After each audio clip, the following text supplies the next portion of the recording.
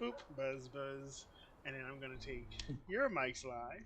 And hello, everybody. Welcome to Expedition number 17 of the D&D 5e campaign, The Forsaken Fogs. Today I am joined with four returning players. I believe everybody is at least level 4, right?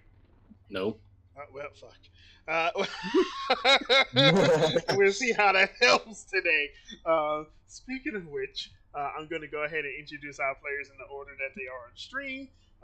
Mr. Tark, you are number one. Give us a short introduction to your PC today, and also, you know, what's motivating them to leave the safety of the vault on this expedition. Yeah, so I'm playing Tark, who is a human war domain cleric worshipping the dwarven god Clangadin. He is a little bit of a dwarvaboo. I don't know, like he's sort of given up his human heritage in following a particular um, teaching of Clangadin, and sort of he's sworn to protect travelers. So that's what his friends here are. So that's his motivation. Sounds like he's got like Rocky Fever or something. Nice.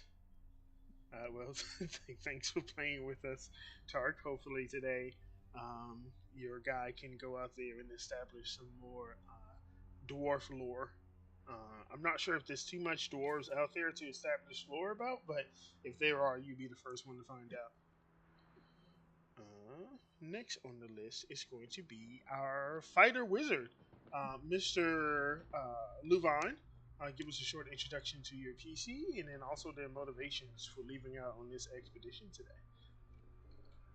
I am the Shadow Fighter Blade Singing Elf Luvan. Um, a an elf with some memory problems, trying to find his way in this crazy world. And to that end, we are headed to a farm to the south of us to hopefully clear it out, learn a little bit more about the surrounding areas, and hopefully find some cool shit. Um, you may be getting a bit more than you bargained for, but hey, that's what you asked for. Yeah, Who doesn't love a good fight, man? that's true. Well, Luvan, hopefully you can uncover some more of your memories today, as well as find some cool shit. Possibly a double-bladed scimitar. Who knows? But thanks for Perhaps. joining us, Luvan. Yo, Mr. yo. Imrig is next on the title card. Imrig, give us a short introduction to your PC today, and then also their motivation for leaving the safety of the vault. Emmerich is a dwarf, a druid. He used to be a brewer in a guild before the world went to shit. He made it into the vault.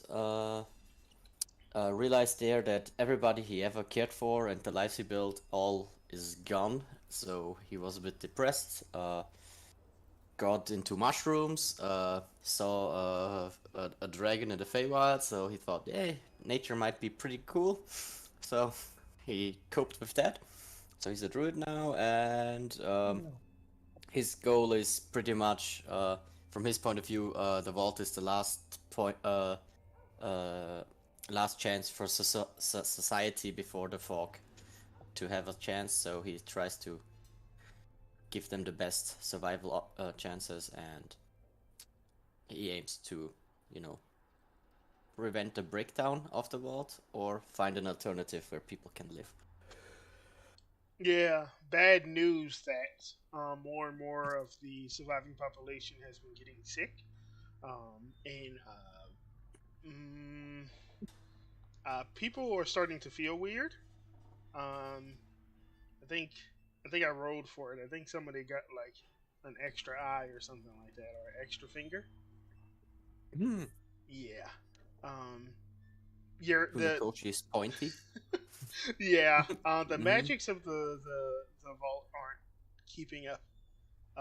And according to Jasmine, they're um, well under like what they would like for protections. So if you guys could find some, you know, uh, more information out, in particular with that seed that you got, that would be very helpful because they're predicting soon that they're going to need some protections against the miasma.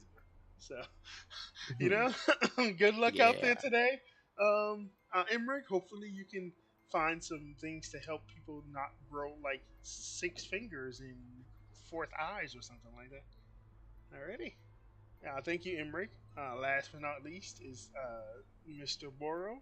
Give us a short introduction to your PC and their motivation for leaving the vault and joining the expedition today. Yeah, I still think that almost everybody in the world thinks I'm just a child. But I'm here to fuck shit up and essentially establish my new kingdom and my new rule as the king of these lands. It seems like I have disappointed Tark last time I went on an expedition after he heard we did some assassination bullshit. And I'm here to redeem myself in his eyes and actually have a good fight with these ghosts or zombies or whatever it is that's going to be lurking in the villages. Mm-hmm. Yeah, I was about to say, was that you, Boro, making that shape on the map? Perhaps. All right, please. I'm gonna have to ask you guys to not trigger my ADHD again. I was distracted. It felt like one of those Subway Surfer videos where I'm like, oh, it is so stupid, but I can't look away. Alrighty. Well, Bor, hopefully today you will find some more of your kin, family, creatures that you can rule over. We'll see. I'm not sure how much luck you have trying to rule over the dead, but at the very least, Hey man, Boro is not picky. If it's goblins, it's goblins. If it's undead, I don't mind being a lich, as long as I get to be king, right? True. All right, Boro. Well, thank you for joining us today.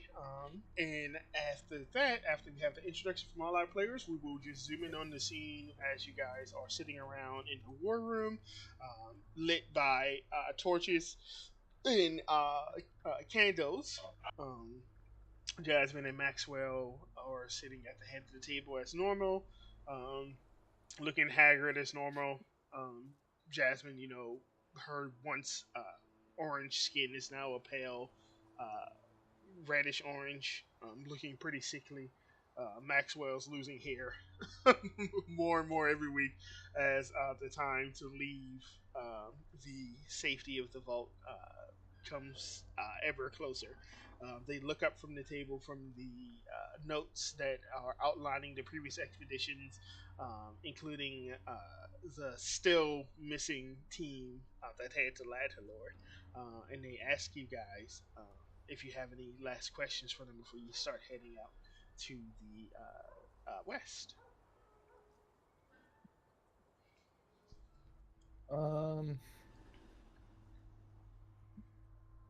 Personally, I don't want to speak to any of the leaders. I just want to get going. I'm getting tired of people complaining about the fog. We need to embrace it. The more we keep the door open when we're leaving, the happier Boro is. To cull the wheat from the chaff. Exactly. That's messed up, Boro. For the other three of you, do you have any questions? I think I'm good. What kind of tools are they looking for? We're going to be trying to go somewhere that was inhabited by people that would have been doing work. So hopefully we can find some kinds of tools, but what's the highest priority? Maxwell speaks up and says, we've had a couple different expedition members bring up the idea of possibly setting up forward bases. We're going to be leaving here soon, so finding some tools that can be used to reinforce structures, maybe build structures. So we're looking for building Carpentry, tools. masonry. Yes.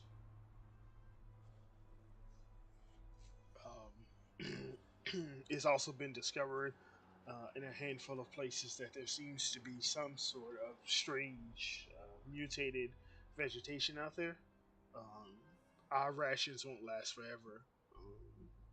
I'm thinking we're below the halfway point. So if you could also find any sources of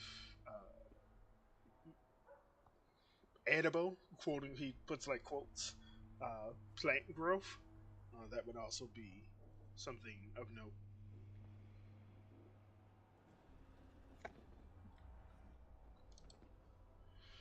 Absolutely. Yeah. He gives you Um, like a nod and he says, if you're heading in that direction, to the southwest, um, the city of Lacia was in that direction. General Village, they dealt in pretty near to the forest, so they dealt in hunting. There was also a notable goblin population that lived in that village as well, so you might run into some more of those strange goblin factions you've been fighting. Interesting. So we the outlying places might be forestry. That would be great for us to find tools to help reinforce.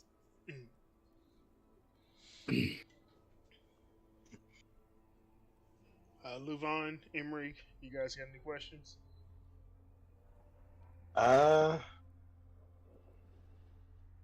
No, I think I'm good. It's ready to crack this egg open, man.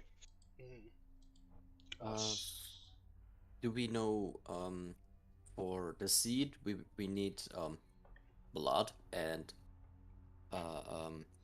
swampy water, right? I think it was like something like swampy dirt and whatnot. We would have to Yeah. probably get somewhere south to the swamps to do that. Yeah, Okay. do we have any knowledge of where we could be finding that dirt or water or what? If you're looking for swampy regions, the Dark Water Barony was known to inhabit the southern regions of the region. You're probably looking for somewhere over there if you're looking for more marshy areas. So southeast. Mhm. Okay.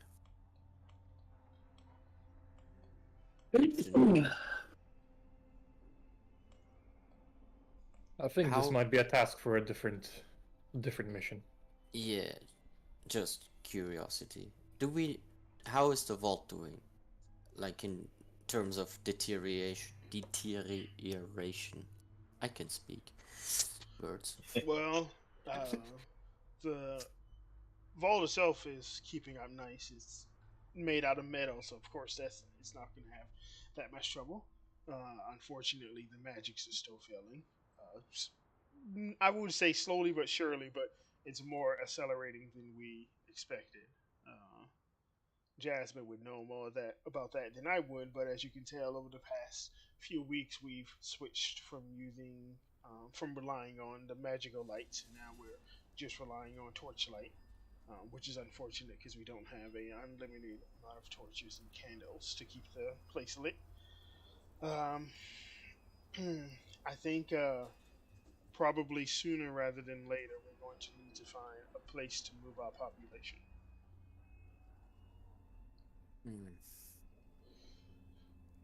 Out of curiosity, Mm. Bora is going to chime in for a second. Is there really a need to move the population? If the magical sources are failing, if we move to a different village, are we really going to be any better? I mean, fog is going to get in everywhere, right? That's what fog does. I think Is it not better to just embrace it? I think the main issue that we have here is this is not as much of a defensible location as I would like. Also, we need to be able to go to a place that has access to resources. Resources, yes.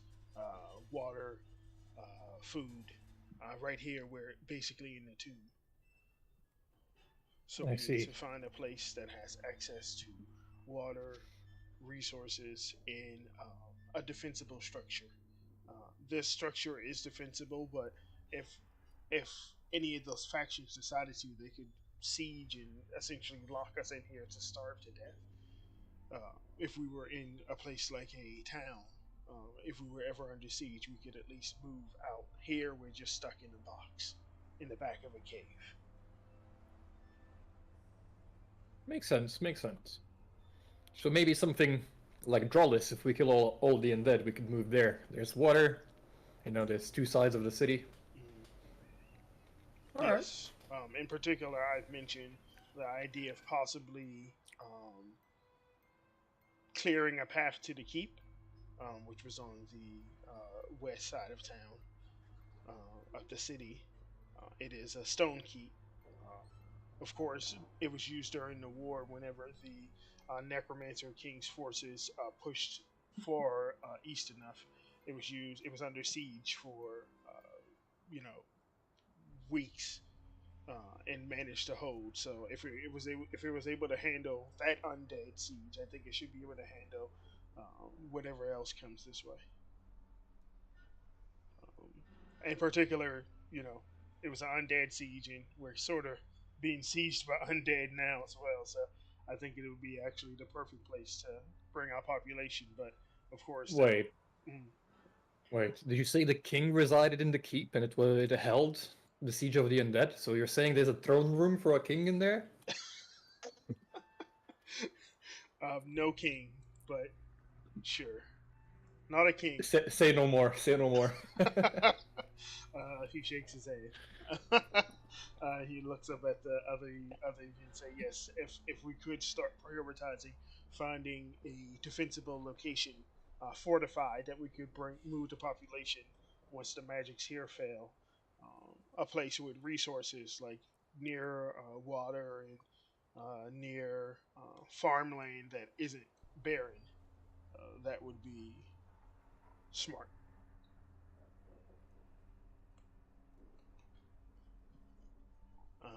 Cool.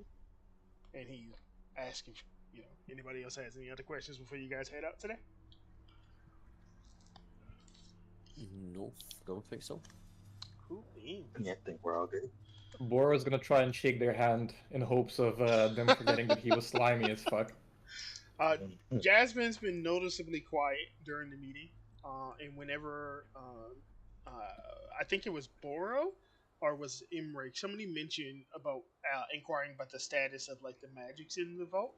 You saw her like nervously fiddling with the. She's got like a gem on a necklace around her neck. You can see that like this talk about like how long it's going to last and the status of like the protections and stuff has definitely got her on edge, which is kind of rough because she's the one in charge of making sure the magics stay intact and everything. So yeah, not good signs. Not good signs.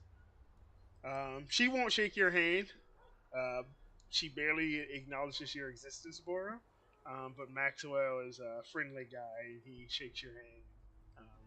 Gets slime all over him. He seems to be getting used to it now, so he's not that bothered. Good, because a lot more people are gonna start getting slimy once we leave the vault, so he better get used to it. Gross. Okay. Alrighty. And you guys are led to the front as normal. They open up the wall door for you guys. As they do so, I think the last time the expedition left, there was a strange weather phenomenon where it was like hot outside. Now it's just back to the uncomfortable humidity, the moss on the floor, on the rocky floor in front of the vault is back to its normal grippy self. As you guys step on it, you can't stand in one place for too long, or you basically get rooted into place. As you guys leave out, they hurry and close the door behind you guys to avoid getting any more of the miasma in there. As you guys head out, you know that the cattle that you brought back last time is being kept in like a little area that's like behind the vault, near where the emergency exit is, or the breached exit, I should say, because it's a big hole in the roof. And you guys can hear them back there painfully mooing. Something like, ooh. You guys will know that these cattle are similar to the Brahmin from Fallout, except for instead of being like a gross reddish brown, they're more like a gross palish blue. They have the both heads have like two large horns that can be used to impale people. They probably poked a few of you from the previous expedition as they were bringing them back. But yeah, They make blue milk. I don't think anybody's trying to milk them yet. Interesting. Let me roll for it because I think somebody would have tried to milk them. Let's see. There we go. What kind of milk do they have? Yeah, it's like the milk they have. It looks deceptively like normal milk, but it smells like chemicals. Wanna try it? Sure. You could have tried it in the week. Give me a con save. Alrighty. Listen, That's Boro not- has been eating the meat, he's been drinking the milk, drinking the water, right? He's fine. There you go. Someone would have cast purify food and water beforehand on it, right? Nope. I I'm think not letting them do that. I think Bor was one of those guys that get it directly from the source. Boro. He doesn't believe in pasteurization. I think that's a pass. So you're actually able to stomach it. It doesn't taste great, and it leaves like a really gross, like medicine-y tingle in your mouth. Like you ate something that you shouldn't have, like maybe like candle wax, or maybe you licked the grime off of somebody's boot after they've been working in the fields. But you don't throw up; you just feel like shit. Just nobody asks why Boro knows the taste of candle wax, but you know. Okay, as you guys walk to the front of the cave, you step down the decline. You pass that familiar passage nobody's gone down yet. That's to the west of the vault, where you can see like a deeper layer of the miasma is waiting for you down there. I think everybody in this party has dark vision except for Tark. So as you guys are walking, you have to hold Tark's hand because you can't see anything. I cast the light cantrip. Tark casts light and it doesn't work, so you have to hold his hand. It's pretty Mark, embarrassing. We will even though I'm a goblin, I'm sticking to you as I don't have dark vision. Oh yeah, because you're custom lineage. So both Tark and and Boro are blind. Tark, you cast light on like your helmet or something like that, and you guys are able to navigate your way through the winding cave. And as you guys get closer to the front, you can see the familiar, almost like ghost light of the overworld as you reach the mouth of the cave. And as you reach the mouth of the cave, I want everybody to go ahead and give me con saves. I don't think anybody has yet, reached the number of expeditions you need to in order to not have to do this save anymore. So, I think I have 7. Can I use my 19? Sure, why not? Wee. Yo, Emric has got that class, man. Why, Emric? Why? It's Okay. fine. That is actually fine because there's not any strange phenomenons to cause the DC to increase. So as you guys breach the cave, Luvan and Emric have the worst time. They take a couple minutes to rub their eyes and try to keep their breakfast down. But after a couple minutes, you're able to compose yourselves and sort of, I don't want to say acclimate, but sort of deal with the pain. Just that going into the miasma makes your eyes feel like they're like boiling. It makes your lungs and your throat feel like it's on fire. You know, Emric, you probably go blind for like maybe a couple minutes. For sure, as you do. Yeah. But after a little while, you just acclimate to it. And you guys feel like shit, but hey, you're not dead. So that's good. But as you do, you look out in front of you and you see the familiar rocky path. Here and there, you see bits of broken wagon wheels, bits of rotted, ripped clothing. You see a couple pieces of bone here and there. But other than that, beyond your vision, about 500 feet or so, you just see fog.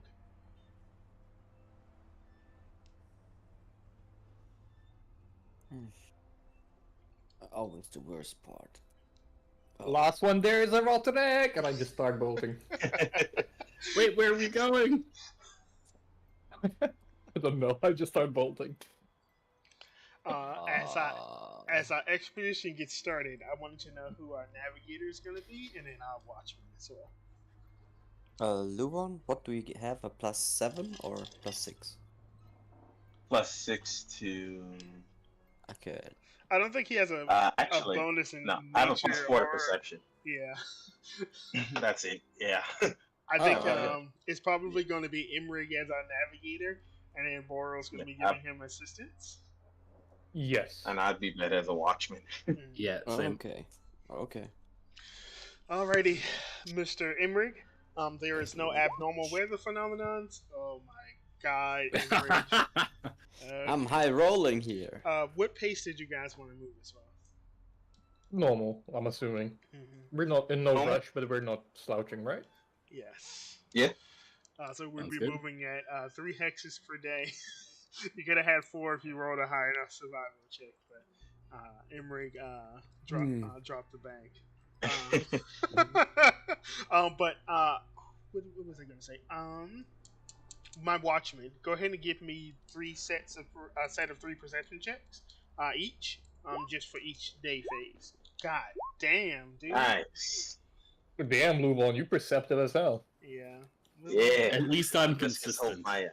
Yeah, you My- were. yeah, there you go. 20. Let's just hope my roll luck doesn't run out. 17, 16. Yeah, I think you used it all. I'm sorry. And then Tark, you got a 15, 13, and 15. Yeah, that's pretty good. Our worst average is a 15. Yes. Let me double check. Make sure you guys don't run into any shenanigans.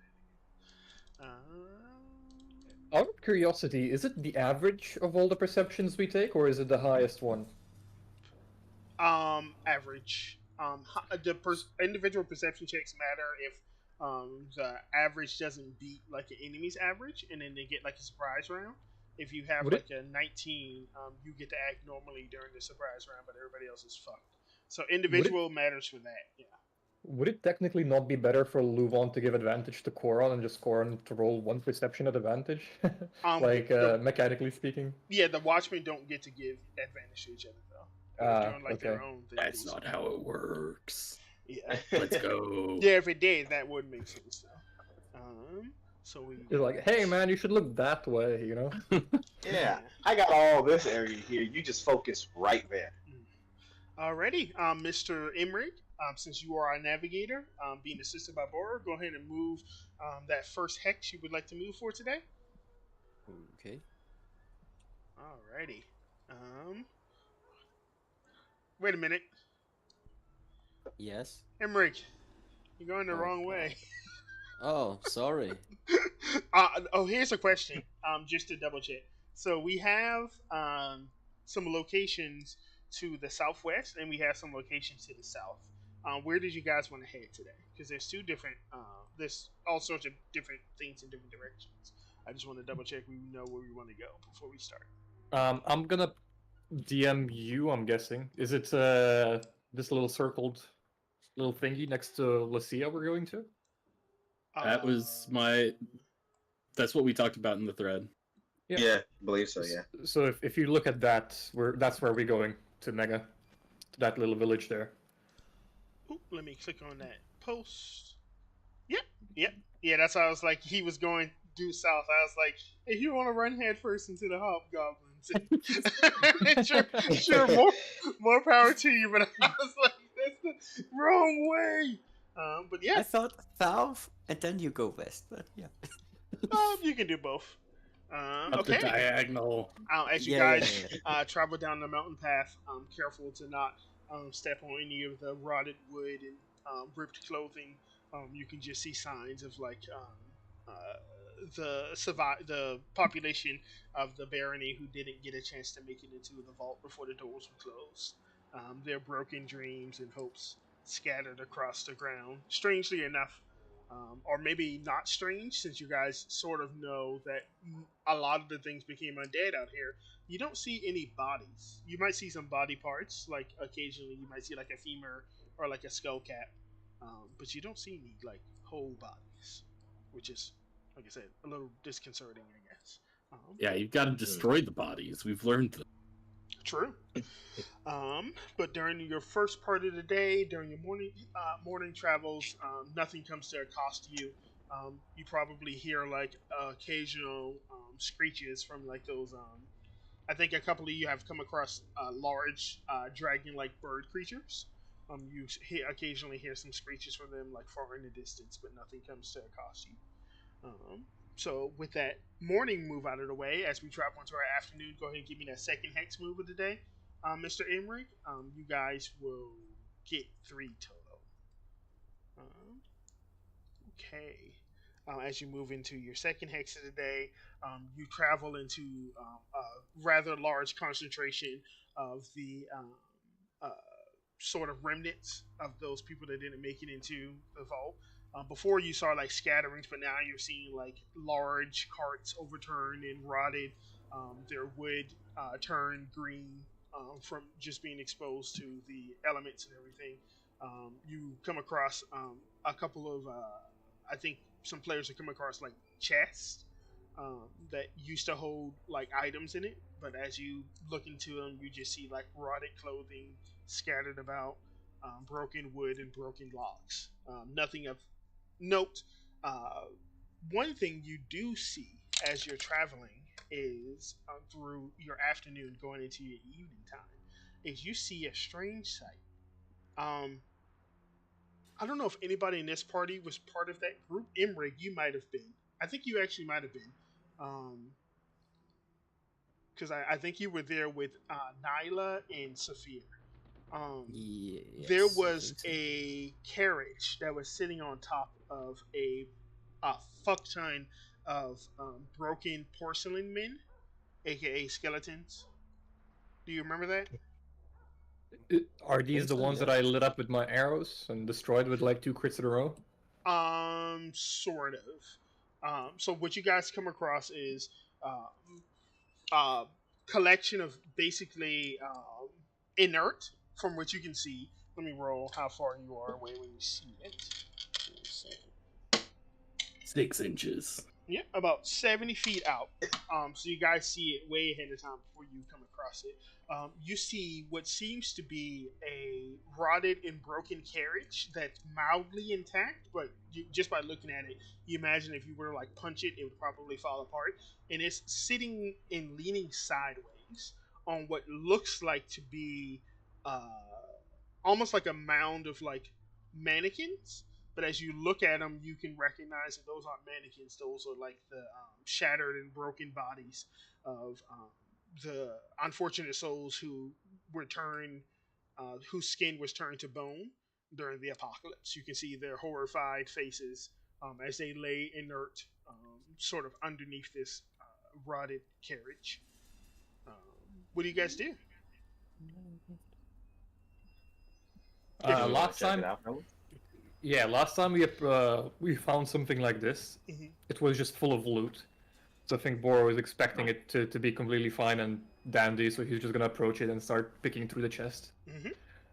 As you do, Yeah, likewise. none of the porcelain people jump up to attack you. You can just by looking at them, you can tell that they probably were already.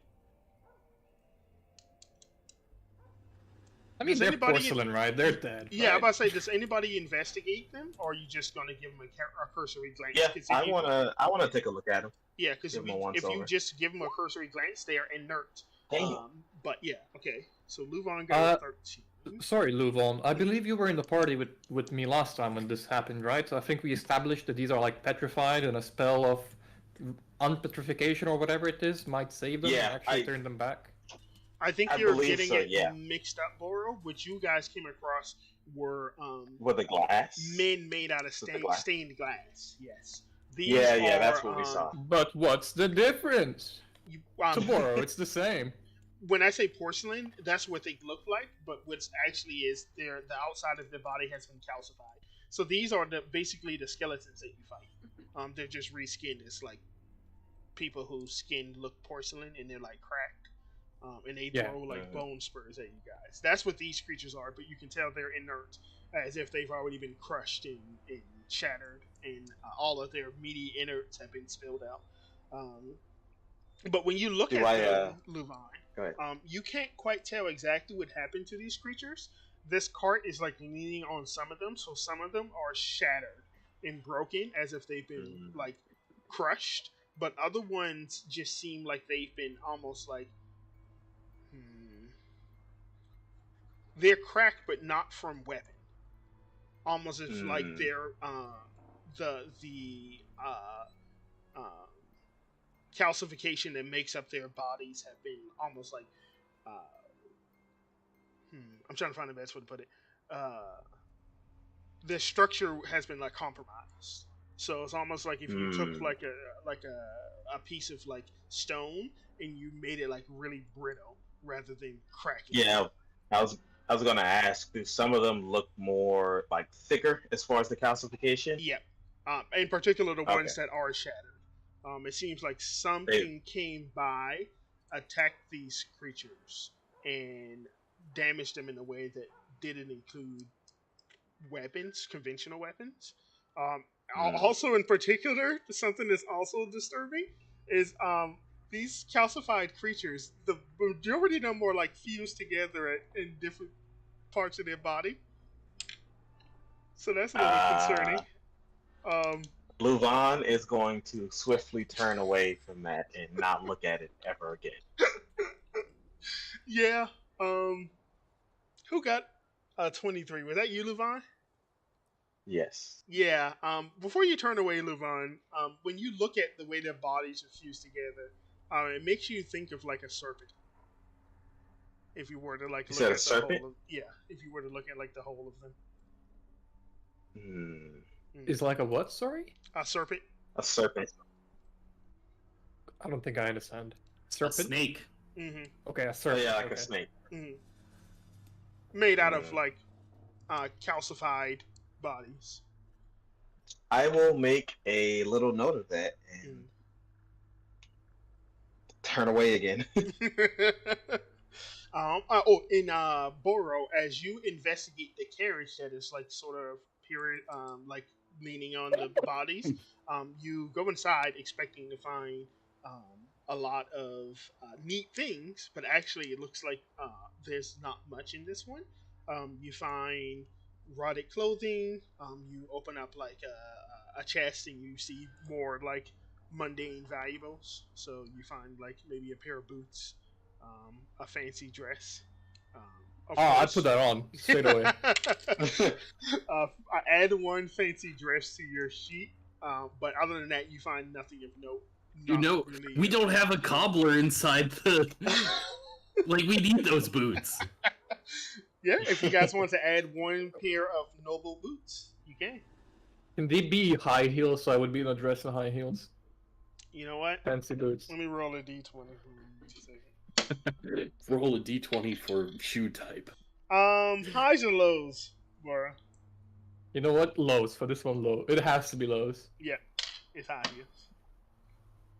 So Boro is gonna go Silence of Lambs on this in a little while. But it's Buffalo Boro, but that's fine. But other than that, you guys come across this strange sight. You know, during your afternoon time, this is really the only thing of note that you come across. You don't see anything else of note as you go from your afternoon time into your evening time, and the light starts to die down, and you move your last hex of the day. Go ahead and give us that last movement, Mr. Emmerich. Okay. And you sort of reach almost like, I don't want to say like the apex, but the largest concentration of destroyed wagons, rotted wood. You probably come across more than your fair share of like horse skulls. You imagine you're probably like right in the middle of like where the majority of the people died. You also reach your apex of you look north, you look south, east, and west, and sort of like almost like coming from where you're standing, or at least the area you're in, you see like a large concentration of drag marks going pretty much in every direction. In particular, west, southwest and southeast from this direction. Are these the same drag marks I'd seen previously Yeah. heading to the south? Mm-hmm. Yes. But as you guys finish up during your travels during the day, and you get ready to make camp in this sort of haunted remnants of, you know, whatever people didn't make it inside before the doors were closed, a figure starts approaching you guys from the west. You're not quite sure how About how this far out? figure. Yeah, exactly. I was about to say you're not quite sure how this figure got so close to you without you noticing it. Maybe it's the fact that Luvan rolled a 16 for his perception check. Maybe it's the fact that Boro is so reckless with his traveling. But a hooded figure approaches you guys from the west. When you guys see it, it's probably like 40 feet out, and it's just walking towards you all. Is it walking like briskly? Does it seem like it has a purpose, or is it just kind of lazing about? I want to say lazing about for the most part. It's walking with purpose, but not like it's got like a. You've seen like the undead, the way that they move. They kind of shuffle, and they move as if they're doing like something, but they sort of forgotten about it. So it's almost like if you've walked in a room and you were like there to do something, but you're not quite sure what you're there to do. So like lazing about. Also, their bodies are falling apart, so they're shuffling. This seems like a creature that's put together completely. Bluevon, I am going you got a to 16 on your perception check, right? For this hex. On one of them, yeah. Yeah, for your evening time. Yeah. You see under the hood, and they're wearing like a brown cloak that's sort of masking all of their features, and from what you can see, like black boots that are strangely put together, considering that everything else you've seen out here has been rotten. You see like long hair, in particular white hair, flowing from underneath the hood. I let everyone else know, hey, I think whatever that, I'm not sure what that hooded figure is, but it has long white hair, so. Anybody got an idea? Hey, identify yourself! And as he yells that, I am going to just not brandish, but have my scimitar ready in the event that this figure is hostile. Yes. I have a question for you, Mega. When you say white flowing hair, does it look like gray hair of an old person, or does it look like white hair like an old-timey elf would have, but still like, you know, how do I say it? A young person would have white hair. Yeah, you think of like a drow almost. So like a drow or like Luvan. Luvan's a Shard Kai. A lot of Shard Kai have white hair as well. So like not like they're elderly, but like as if they're just it's like their natural hair pigment. Yeah, it's like what Tark is saying, like platinum blonde versus like grayed out white. Exactly. Yeah. As you yelled it out, Luvan, this creature is maybe like 20 feet away. It like stops in its tracks, and gives you like a little wave. And you hear it's 20 feet, so it's not really that far away. And it says, I'm trying to figure out how to do like a lady voice. Good luck. I just do elf voice. Oi, mate, or a dwarf. She says, I've heard whispers about your group ever since you first stepped foot in these lands. You've made quite the ruckus with the goblinoid creatures, but I don't pay them much mind. I wanted to see and speak to you myself, and I also have wares for trade if you would like to do trade. And as she says this, she takes her hood off, and you guys see something like this. Let's see. I'm trying to get a good image for you guys. You guys see a pale-skinned woman, almost bleach white. Her hair, as I said before, is pretty much bleach white as well. But you notice on her skin, you see in places here and there, almost like dragon scales on her face. You also notice like two small horns on her forehead. Interesting. Hey, who were you before the fog came?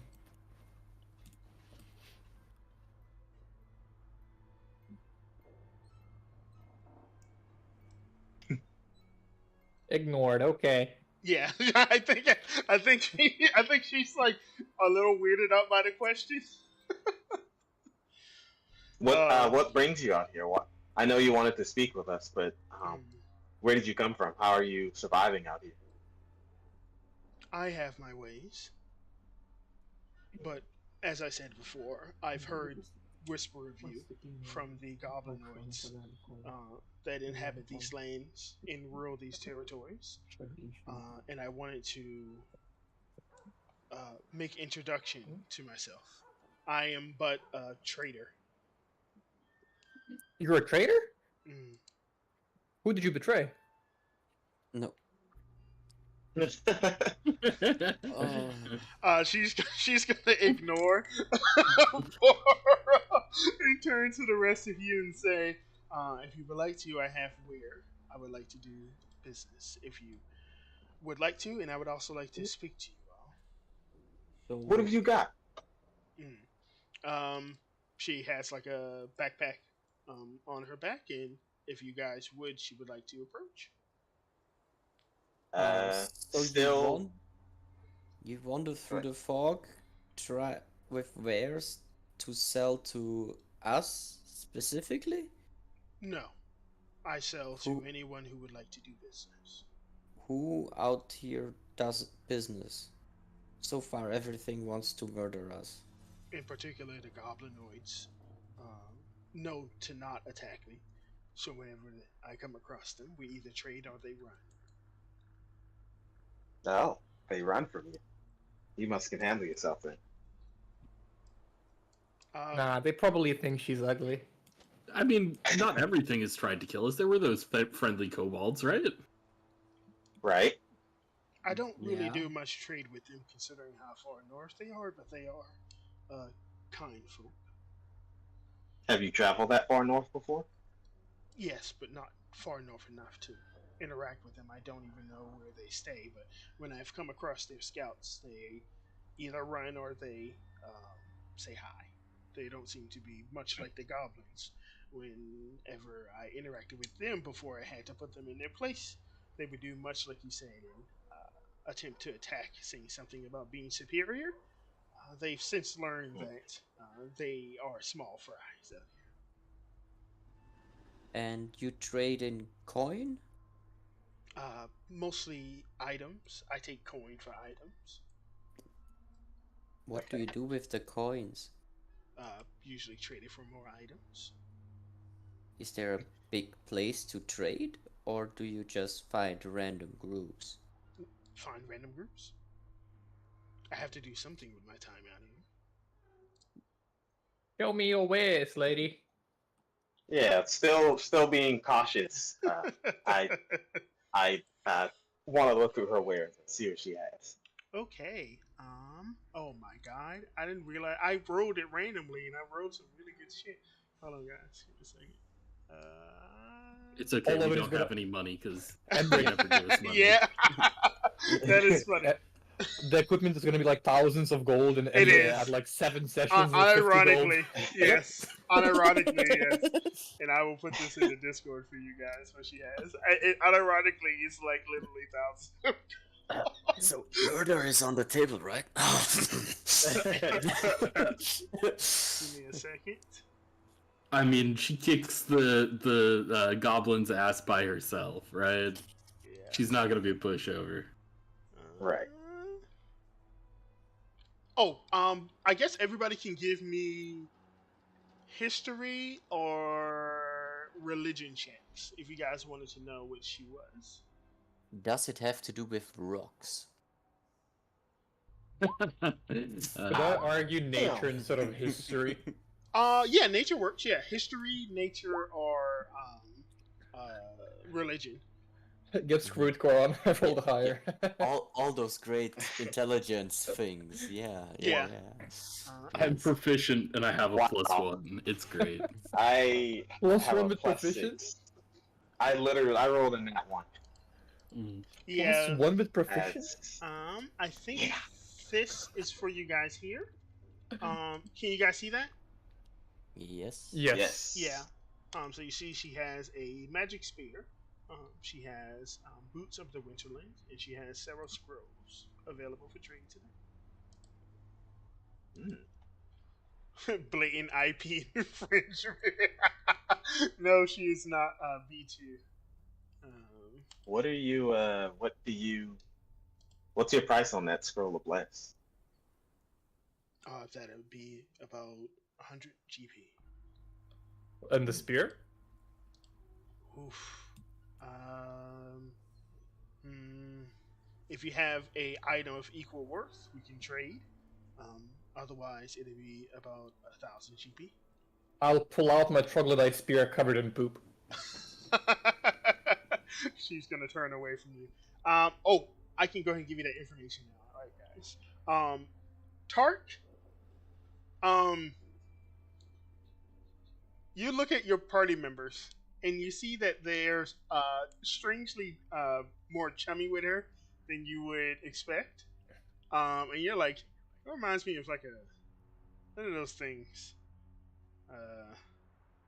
A Bathsheba? Oh, a succubus.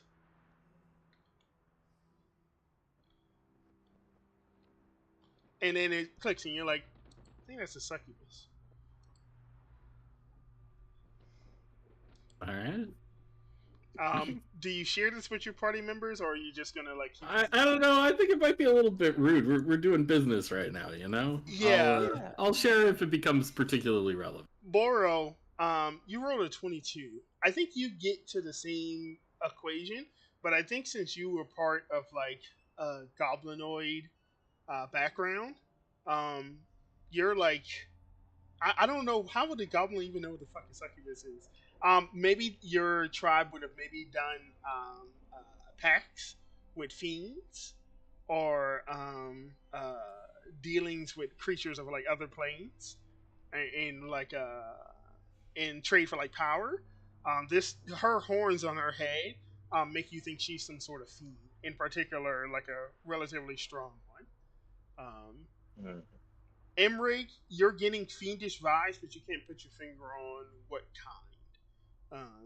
And Luvan, you have no idea. Luvan, roll me a charisma check. Charisma.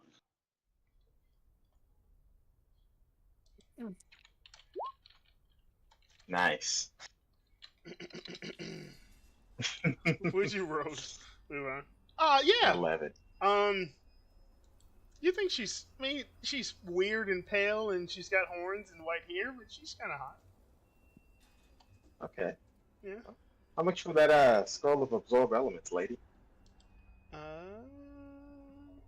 I'll say Mr. Bless, about 100 GP.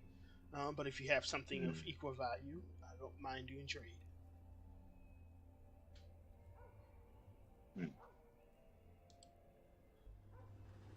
As I rummage through my things, I'm just rummaging through them.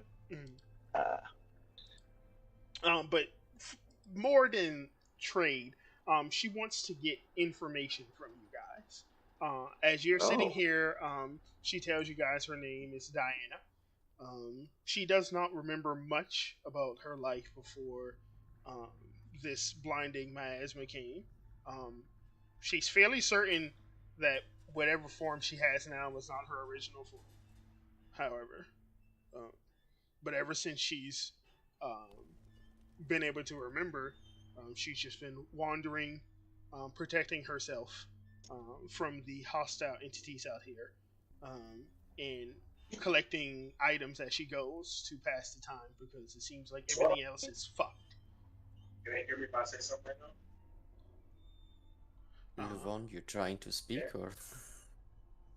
Do it. Well, you want information? and I'd like that scroll of absorb element. So, what would you like to know?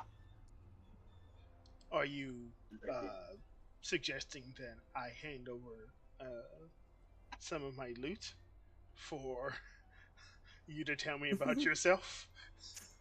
I'm not suggesting. I'm asking if that's something you'd like to do. I would hope we could just trade information without needing to give things away like that. Fair enough. I too am unsure of my own origins in this plane. Much like how thick the fog is out here, my brain has been foggy with the memories and experiences I've had prior to being out here. So I share in your experience of amnesia about this world. Where do you reside now? At, like, just outside wherever, or do you have a safe home? I am mostly nomadic. If I can find safe locations, I go there. Strangely enough, I don't have as much trouble as everyone else. Even the undead seem to avoid me somewhat.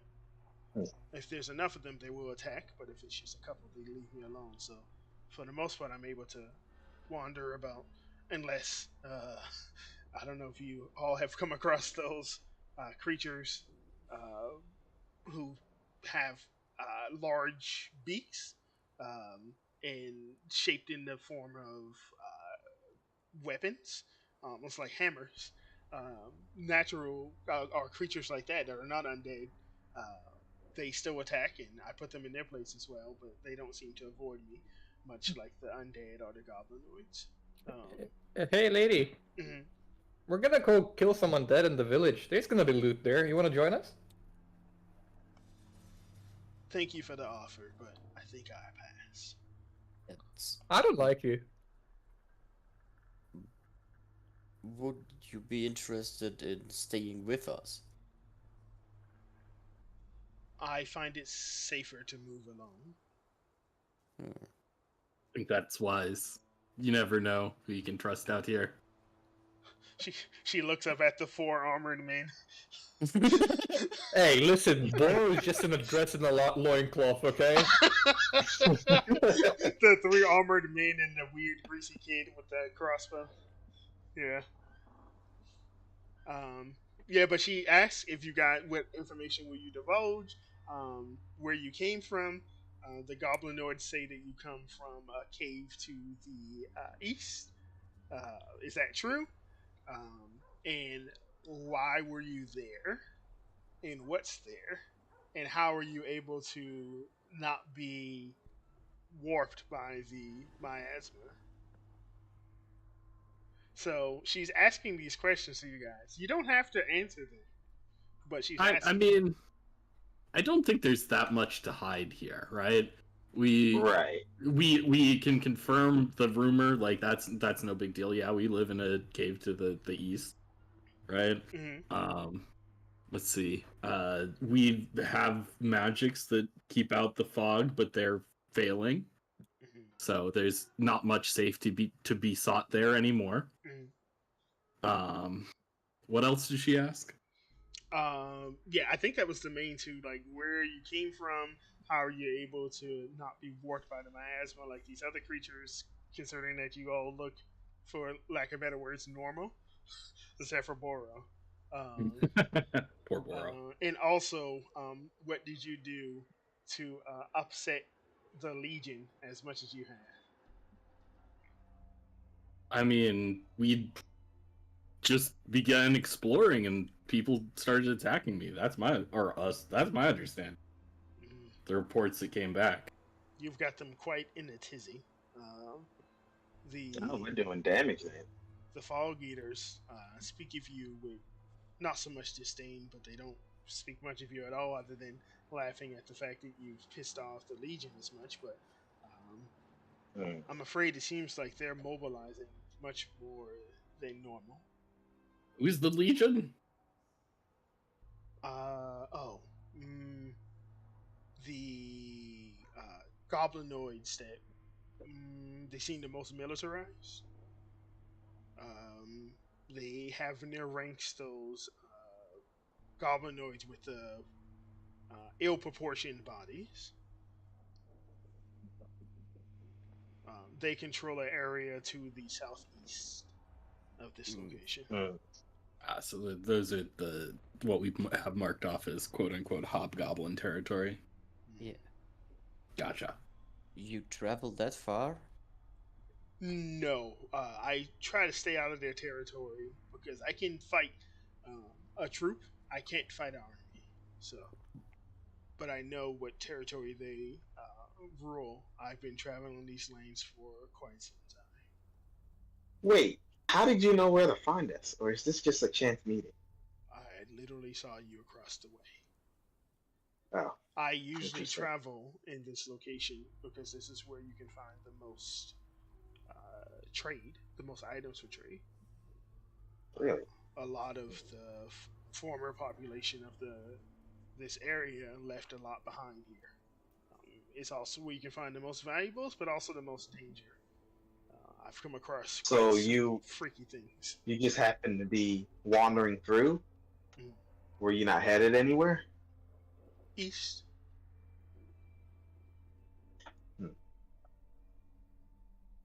Have you been all by yourself for the past decade? I've made campaigns here and there, but nobody stays. Why are you that bad a company? Yuck. It's not that. Differences of perspective. Please elaborate. Like, the difference is you like eating people, or they like eating people, or I don't believe you've come across my sister. If you did, you probably wouldn't be alive. She was just how does she Who's look your like sister? so we can maybe avoid her? If you were to see her, it would probably be too late, so I wouldn't worry about it. But she resembles me, but her hair has a lot more red in it. She's much stronger than me, and she's taken to rather than collecting magic items like I do in trading. She just takes when she wants, and she kills who she wants. She usually wanders this area as well. I give her a wide berth. Her and her guard. what's in her guard? Have you seen many of the mutated creatures that wander the forest to the east of this location? We saw a dead boar. She usually charms those creatures and takes them with her to do her bidding. May that be fighting fights she doesn't want to fight, or weeding down numbers so she can come and finish them off. But that is my sister's business. As I said, we don't see eye to eye, so I avoid her like the plague. And I would recommend you don't travel too much in these parts because, as I said, if you come across her, we probably won't meet again. Are there specific places we should be avoiding?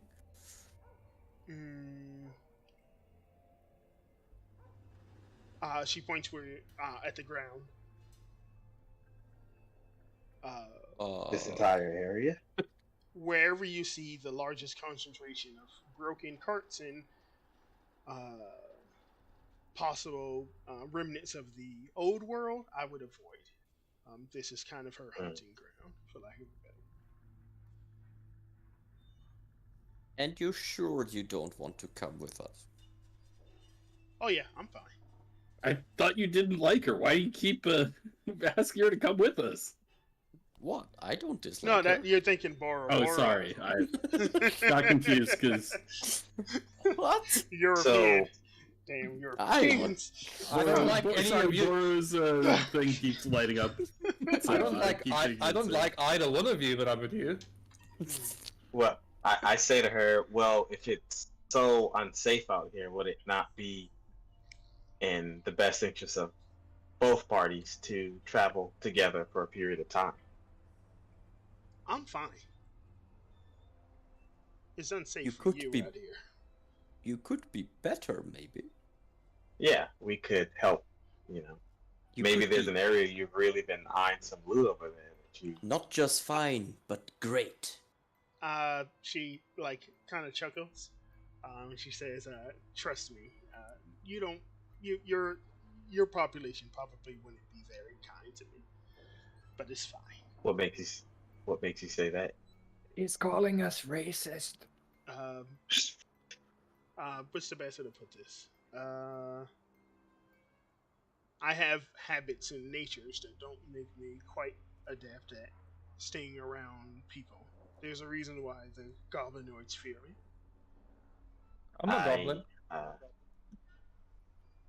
I ever so slightly squeeze my double-bladed scimitar a little bit tighter and say, "What kind of habits are you talking about?" Did you not notice like the features? She points to like her horns. She takes off her gloves and she's got like claws. You see her kind of like wiggle her back. She's got like a cloak on, and you can see like kind of largest shapes move behind her like cloak, as if she's got some extra limbs back there. Hmm. I'm not one for civilized or groups society, but like I said, I make my way. Emmerich Got it. turns into a dragon. Uh, And then talks to her in Draconic. I'm scaly as well. And then he wiggles his poor tail. she does And I not say- speak Draconic. And I say, "See, we have a shapeshifter within our ranks. I'm sure that you could be accepted if you can curb some of your ways." Emmerich, you hear her say, "I don't speak Draconic," but she doesn't move her mouth. Oh, she's a ventriloquist. Where's the puppet? You didn't hear that, Oh. Boro. It was in her. Oh. It was in his head. Okay. So Emmerich tries to think that. Nothing happens. Great. He just lies down and what do cats do? Like when they when you pet them? Per. Her? Yeah, purr. Thank you. She is going to decline the offer again, saying, "Thank you for the offer. I make well on my own. But if you all would like, I would like to. It feels nice to speak to people who don't want to kill me, or I didn't say that. She ignores you, Bora. Or make me force me to be part of their troop or part of their army. So I would like to speak to you all again if I ever come across you again, and I have some new wares. I would absolutely be willing to trade." Where do you frequent the most? She points to the ground again and kind of does like a gesture, and you see all around you broken carts. So you're saying we should avoid here, but here is where we would have to Right. go to talk to you again. This makes perfect sense. She laughs and she says, "Yeah, pretty much." Well, we appreciate your information about things we should be worried about. And good luck on your travels. I don't have money to spare to purchase any of your very fine wares. Sadly. Before we depart, I will lift that scroll of absorb elements off. I'll go ahead and buy that. Cool. she hands you a scroll. Are you sure you don't want a scroll of bless? Because absorb elements. I don't know if that scroll is worth 100 GP. It can be. It can save your damn life. Oh, that is true. Yeah, it can save my Uh, life. Yeah. And Lubon is a wizard. He cannot transcribe the bless spell, but he can do the absorb. Oh, that spell, is right? true. Yeah. Luvon, you do have a spell book as a wizard. You absolutely can inscribe this scroll of absorb elements into your spell book. I think it costs gold to do that, but we'll just say that since this is a 100 GP scroll, you can just inscribe it as Do it is. right in. You're already paying 100 Cool. GP for it. Just take I a few will pieces notate of tape and tape it in there. Damn it. Alrighty. She hands over the scroll from her back. Can you guys hear me? Oh, Yeah. Yep. I say, everybody give me perception checks as she. Oh, hands, okay. Luvon Gotcha. this, scroll. Did she steal my poop spear? No, I swear to God if she did. No, your poop spear is still exactly where it is. Okay, good. Roll me your perception check. Who's the last one? Imric? Oh, it didn't roll. Okay, perception. I don't want to hear it, Imric. Oh my God, Imric! I thought everybody was gonna fail this. Imric, are you familiar with wizards? Somewhat. I've been with two in the Mhm. party, and I imagine in the brewery, Mhm. one or two dwarves or a wizard used to be. Yeah, as she takes out the scroll, you notice in her backpack she also has like a very thick tome that reminds you of like a spell book, and you also see what is probably one of the most pristine and like pristinely crafted wizard's wands you've probably ever come across. Hmm. Like you look at it and you're like, that looks like some shit like a war general would have. But she Good hands for her. She hands over the scroll to Luvon. Luvon, you hand her 100 GP.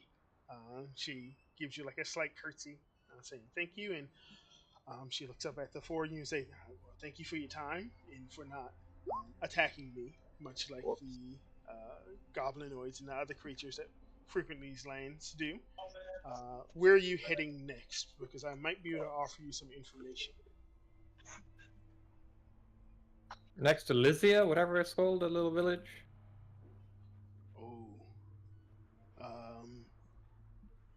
Advice. Watch out for ghosts. Okie dokie. And she puts back on her hood.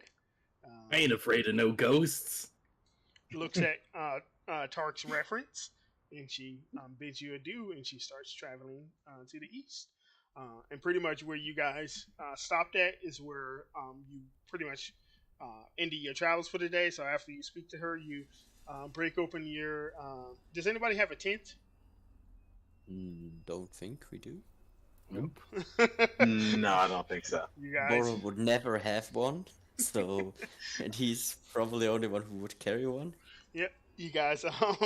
You set up your camp and you get ready to sleep for the night. I think I want to go to our first break here because you are going to have a nighttime encounter. And I want to go to the restroom before we do that because it's probably going to be like 2 hours. So we take our first break here, and we'll be back in 5 to 15 on the other side with our nighttime encounter. So you guys, Hell Sounds yeah. good. let's do a short restroom turn.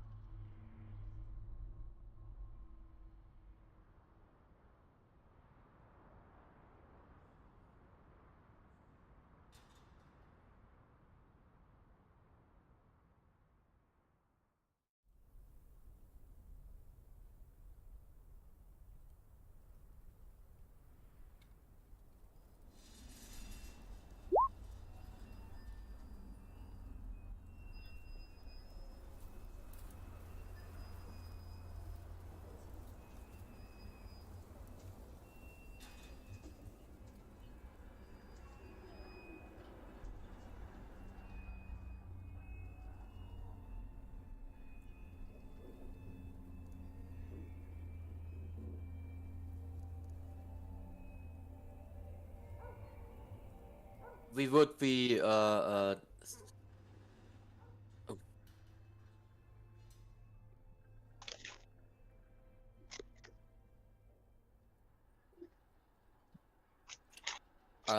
we would be sleeping near the fireplace, right? I'd imagine.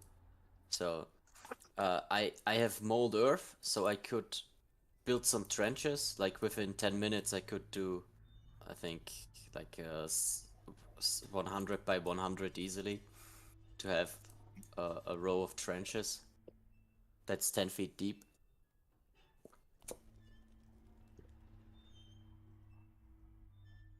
That seems like we could get cucked by. That's why I'm not saying I do that. I want to figure out what what you would do. Like, do you fight and stuff, or?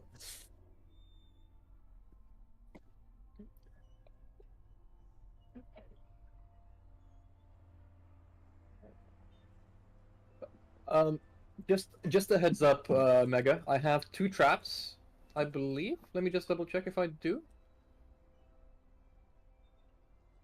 No, sorry, confusing characters. Never mind. I don't have any traps. Yeah. Yeah.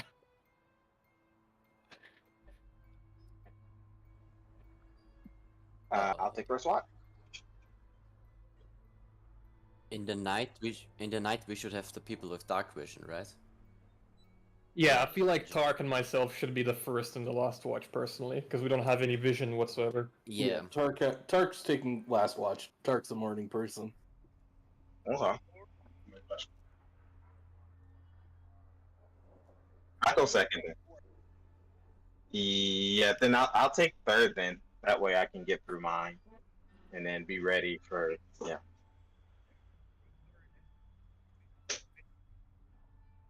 Mhm.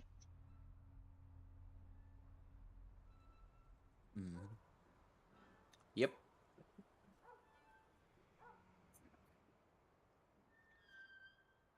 Oh, stream couldn't hear me. I'm embarrassed.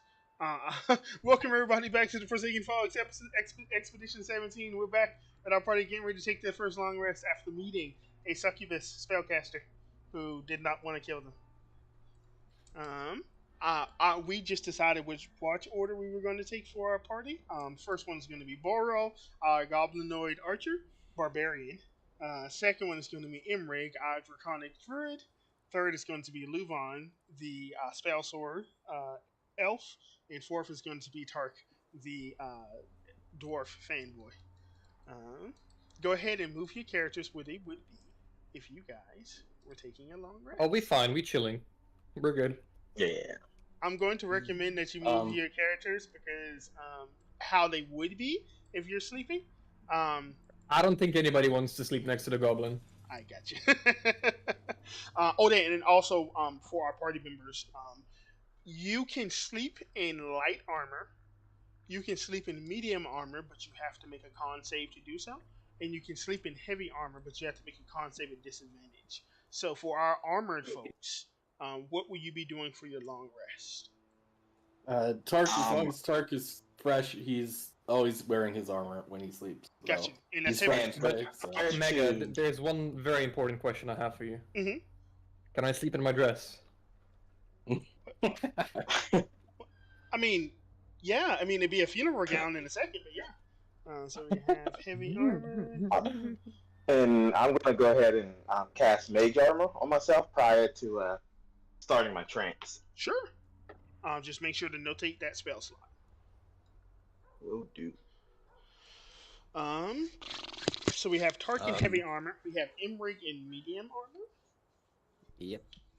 Do we roll before we rest or for the next day then when we are rested? You roll it the next day. I just need to know Okay. beforehand. Okay. So Imrig, you are sleeping in your medium armor?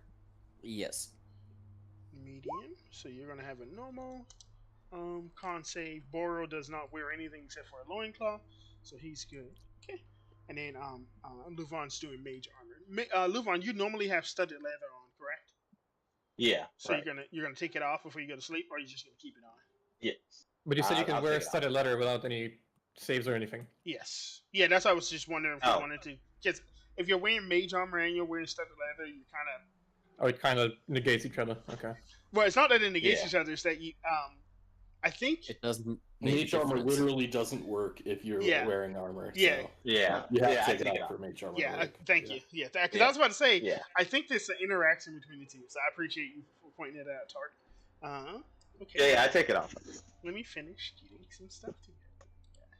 Yes. Matter of fact, while we're here, the shit's gonna go down during watch number 1. Boro, you are up. Tell me what Boro would be thinking about during this time, while the monsters slowly make their way to him. I think Boro is just playing some stupid games. Maybe he's shooting his bow in the air and dodging arrows or something. I think he's just depending on his sight and hearing to see if something's coming or not. He's just killing time at this point. I got you, Boro. Give me a perception check. And I also want you to know, how does Boro feel about that strange encounter with the pale lady who definitely didn't have wings? I don't know. Out of character, this is something we actually spoke about a couple of days ago with me and Emmerich in the chat. I was like, oh yeah, we're gonna encounter a succubus, but Boro is super asexual, so you can't say anything to me, like otherwise you're gonna get cancelled. So like, for Boro is like, I'm fine. He didn't care. You guys were speaking about this? Yeah, like literally 3 days ago. What the fuck? I was like, Boro's super is asexual. If you suggest anything that like I get charmed by her or anything, you're just getting cancelled, man. Wow. I did not expect that whatsoever. Let me move these guys. Yeah, I think they'd be like right there. I think that's fine. I'm just moving in some monsters. That's what I like to hear. Let's go.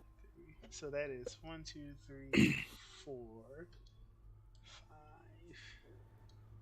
6. Yeah, that's pretty good. Let me just make sure. Yeah. Boro? Yes, sir. You did not roll a high enough stealth check or perception check. But they rolled pretty high on stealth. Okay. I don't know how the fuck this creature sneaks up on you, but it does. I have no idea how the fuck a bone naga is gonna sneak up on you, but it does. A bone naga? Mm-hmm. Jesus, Mega. Oh. In particular, a porcelain serpent. Let's see. Let me double check. Yeah, I think it would probably just attack you. I think. Can I argue something? Yeah. I feel like an undead creature doesn't really sneak around. He's just moving and doing his thing. Oh yeah. So I Normally it wouldn't. Yeah, you're Oh, you're boy. 100% right. Normally, but these are not normal undead. Yeah, these are intelligent undead. They aren't just They're wacky as fuck. Yes. wacky as fuck. Yeah, wacky DM. There we go. I don't like the way this looks. Hold on. Let me change it. It looks fucking weird. Let me do this to you. And then I do. Let me zoom. Enhance. Bro, you squished this token so much, it looks so wacky. That's better. Bora. Yeah. What happens is, this creature, rolled a 22 on their stealth. And I believe you rolled a 17. So what's going to happen is this creature has dark vision. It's pretty stealthy. It's pretty agile. Before you realize it, I think it gets 3 attacks. Yes, I think so. You get multi-attacked, bro. And let me double check it. Oh no, anything but multi-attack. Um, How will I ever live this? No! Don't Rest do in this to me, peace. Mega. Don't How do a this great to me, way Mega. to wake up. I'm not sleeping. so that's 4. Yeah, okay. I just double checking everything, make sure I'm not gonna explode you immediately. I think that's correct. Yeah, that's correct. Okay. Eat the goblin. He doesn't have a stomach. I'll just escape. D20. There we go. Okay, Boro, this will be the first one, which is going to be a bite attack. That is going to be a 19. Miss. 19 misses. This creature goes to bite you, and then it is going to attempt to stab you with a spurred bone tail. 2d20 plus. Ooh, that's rough. Oh, Plus oof. Okay. wait a minute. It actually has +7 to hit. Jesus. Would a 21 hit? Yes. Okay, so that bite would hit. Okay. Just making sure. Man, we already said it's missed, right? We haven't rolled anything new. I think it's fine. Hey, shut up. Who's Team are you on anyways? I'm on Team Mega. Eat the goblin. Fuck you guys. So it bites you, and you are going to take 6 points of piercing damage. And as this Oh, creature no. latches onto your shoulder, I want you to give me a Constitution saving throw, please. I took 10% of my health as damage. No. Anything but that. 14 is going to be a pass. You felt almost like you did when you first stepped out of the cave and breathed in that first breath of fall. But Feels you're good, able man. to sort of shrug away the effects as you turn around and you see a bone spur coming straight towards your face. Let's roll this. That is going to be 23.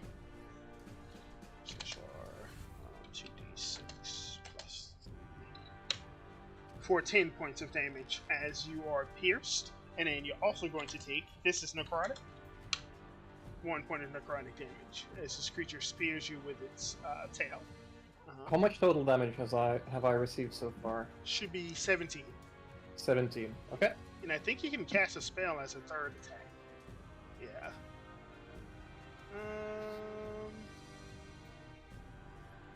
Is that how multi-attack works? Specifically for this creature, I'm looking. It says, the bone nagas make 3 attacks: one with a bite, one with its tail, and one with its spells. Trying to figure out what spell. Give me a dex save. This would be a straight one since you're surprised. You're going to fail, and you are going to take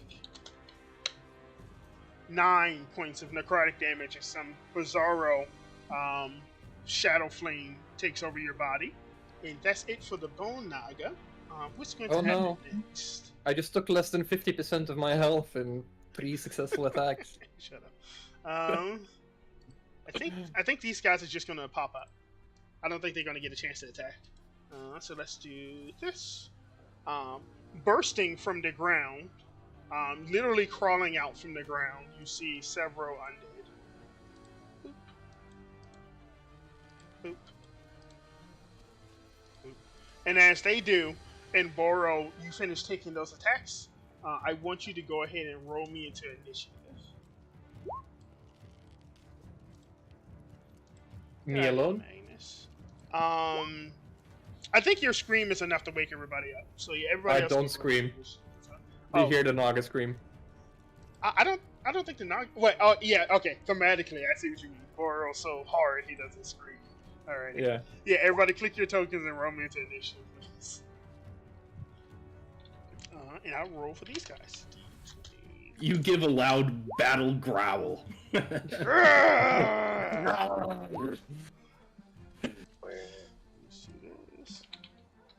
Hey guys, there's a crocodile here. I'm Crocodile Dundee, come help me.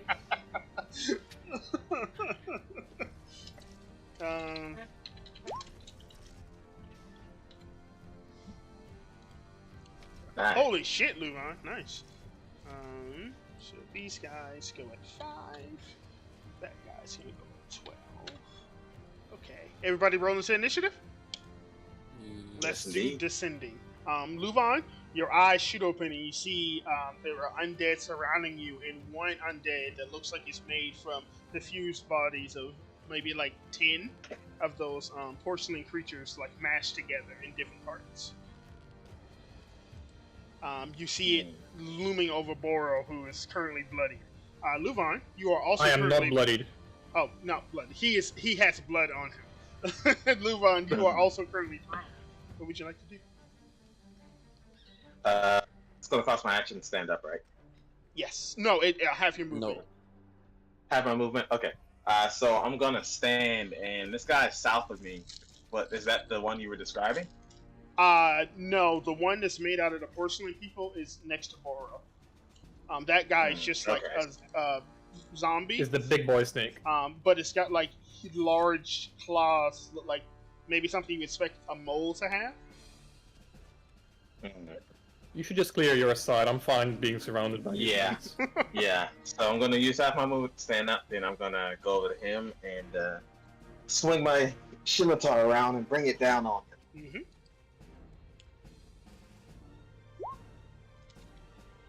7 misses actually. Jesus. Well, catch him on the backswing. Mm-hmm. 21 hits for 5 points of damage. Well done. I'm gonna yell out before my turn ends. We're under attack, guys! Everyone up! And that'll. But I'm sleeping. It's fine, Tark. You can sleep. We got this. Emmerich. Okay, I'll groggily get up. And then I'll, just looking left, right, and right to me, I see 2 zombies or whatever. I summon up, a beast. It's gonna be a small,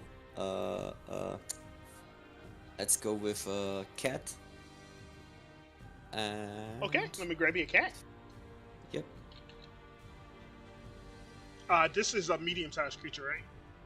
I think it's small, but Okay. I'll check. Yeah, for some reason it's small. Yeah, that's fine. We can't make tokens smaller than that. So that. Yeah, it has 18 strength, but it's small. Jesus Christ! What the fuck? Yeah. Let me give you control over this. Does it have dark vision? Good question. I will assume it does and give it 60. Yeah, it has dark vision 60 and passive perception. Yeah, fuck that. Okay, so since it's a land beast, it has pack tactics, and I'll summon it next to Luvan. The one. That's my action. Then as a bonus action, I turn into a dragon. Alrighty, let me grab you a little dragon dude. He called you a little dragon, dude. No, I didn't. That's not what I said. Hey, there you go, Emery. Great. Let me give you control over him. And it's having my armor on, right? Yes. Like when I transform. Awesome. As Emery transforms with his, I think you have +1 half plate. The armor shapes and shifts with your form as it does, and you become an armored dragon. So. And I did this one now. Die. So. What? I got disintegrated. And then I'll move closer to the one guy, and that's it. And then it's the turn of my murder kitty. And it will attack the thingy with advantage because it has pack tactics. My murder kitty. 25 hits for 7 points of damage as you rip into this undead. You rip some of its obviously made for digging claws off as it becomes bloody. Well done. And that's it. Alrighty. And can I ask you a question, Mega? Yes, sir. I know it is a surprise round, right? But it doesn't make much sense to me that all my party members would get to act even before I did. Would I have had enough time to at least rage after the enemy's turn last round? No. Alright. Based. Yeah, I think mechanically, surprise rounds, you don't get to do anything. Yep. Yeah, but in surprise round, you still roll into initiative. You just act last. Just Is get what I more was under the levels of- impression, but No, that's you fine. don't. You don't get to act at all in surprise round. Yeah, no, but Boro's technically right. You roll, but everybody rolls, not just Boro. So we would be in the same place. Yeah, you'd be in the exact same place you are now. Yeah. Let me Basically, Boro is surprised that he got bitten by it, and we all woke up just like he was surprised. see. Yes, I believe this Naga is just going to attack Moro again. This time it does not have advantage, so this would be its bite. That'll be 18, which misses. This would be its tail. That'll be a 10, which misses. Oh. And then Boro, let me see what spell it's going to cast next. Oof. The Bane of Barbarians. Let me see. Because I think this would be a Wisdom saving throw. Yes. Boro, give me a Wisdom save. Yes, sir. Holy shit, you passed. Great, because that was a whole person spell. As this creature, azure blue lights flare up in his bony face. You can see its face is made out of some unfortunate porcelain creature whose eyes have been gouged out, essentially, and replaced with empty sockets. Azure blue light flares up and your body almost ceases, but you protagonist your way out of its spell effect. And that's it for that creature. Actually, Boro, it's your turn. Yeah, it is. And Boro is gonna succeed the save not because he succeeded the save, but because he's a goblin and not a person. Bonus action rage. I'm gonna ignore the Naga for now, and I'm gonna... Yeah, I'm just gonna finish off one of the zombies. Mm-hmm. So no sharpshooter and crossbow. Ooh, no sharpshooter. 23 hits for 10 points of damage. Almost kills it. Almost. Mm-hmm. Unfortunate. Yeah, that's me. Alrighty, Boro goes. That guy is a protagonist. He's not going to go down so easy. I think he's going to attack Murder Kitty.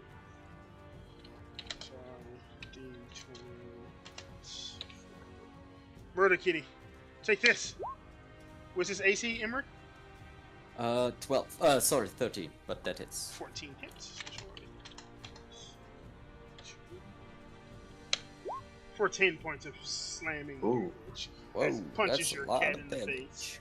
I think this guy is just going to follow suit.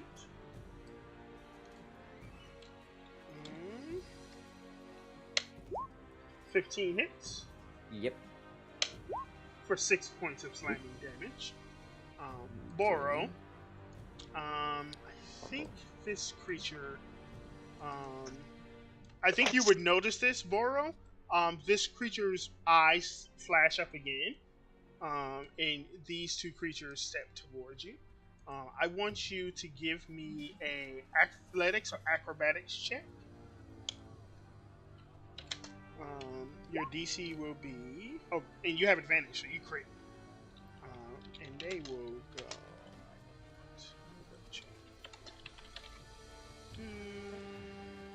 Make sure these... What was the save for?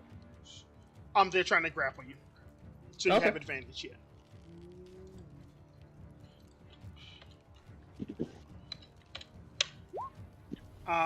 Your 27 still beats their 23. So they attempt to grapple you and you shrug them off as you get ready to load your crossbow. I think, Tark, you're still on the ground. So these two guys are going to come. And I don't think being prone does anything for athletics, right? I don't think so. Off the top of my head, I can't think of anything. I don't think so. I think they're going to attempt to grapple you. So the Alright. same thing. Your DC will be 19. 23. Yep, they attempt to grapple you while you're on the ground and you shrug them off. And I'm pretty sure that's it for their turn. Tark, as you shrug these creatures off and you're still prone, what do you do? I spin my halberd around in a circle, knocking them back so I can stand up. My own power. Mm-hmm. And I will cast... Yeah, I think I'm just going to cast the level 2 Bless. Oh, shit. So everybody's blessed now? I guess everybody except the cat. Gotcha. Poor cat. I will put little lightning bolts on everybody so we know they're blessed. Just keep track of how many rounds it will stay. Yeah. Absolutely. There we go. Alrighty, Tark. Well done. Anything else? Nope. Alrighty. Into the first round. Move on. Gonna go ahead and finish off this zombie right in front of me. So first attack coming in. No, don't do it. I don't think that was right. 1 second. That was the damage, I think. Yeah, that would be right for damage. That's better. Yeah, 20 hits for 11 kills. Nice. And I can still move, right? Mm-hmm. Yep. I'm gonna go over to this fella here and hit him with my second attack. Mm-hmm. Give us an attack roll. 10 is going to hit for 8 points of damage. Well done. Nice. I yell out, "No worries, guys. These guys are weak." And then I go ahead and end my turn. Let me just double check. Oh, I see. Okay. I got you. I was just making sure I knew what these things did. Emmerich. Can you press the reorder thing? I should show up again. Ooh, I put the dragon in. Okay. there you go. Okay, I think the poison thing means that I'm blessed, right? Yes. Okay. Let me change that. Sorry. You're poisoned with my bless. Yeah, I'll try to bite the thing right in front of me. Mm-hmm. The 14 is going to hit for 16 points of piercing damage. Dead. Okay, I chew down the head of the zombie thing. Mm-hmm. Nice chemical meat. Tastes good. Yeah, delicious, delicious. And I walk over to this guy and growl at over here and growl at him. And the Naga. And then it's the kitty's turn. Let me check the movement speed of that thing. The speed is 30 feet. Okay. Easy. What? What? A kitty moves over here and pack tactics has advantage and bites the thing. Mm-hmm. Yeah, 17 is going to hit. Yep. It doesn't have blast, so it's a 15. Yeah, 15 hits. These are zombies. For 7 Okay. points of damage. Alrighty. Great. And that's my turn. Nargad goes. Laura. Some more attacks are coming your way. I ain't scared. I ain't afraid of no ghosts. First one. That's going to be its bite. It misses. Second attack with its tail. It's going to also miss. Bora, I need you to give me another wisdom saving throw. How many spells does this hoe have? It's like the a third one she cast. It's like a 5th level caster. Oh no. You said wisdom? Yes. I ain't scared. Holy shit! I am the protagonist. Holy fuck! You can't be stopped. And that was all of its actions, and it's going to, short of shake and shimmer in place, and face you, Boro, as it becomes your turn.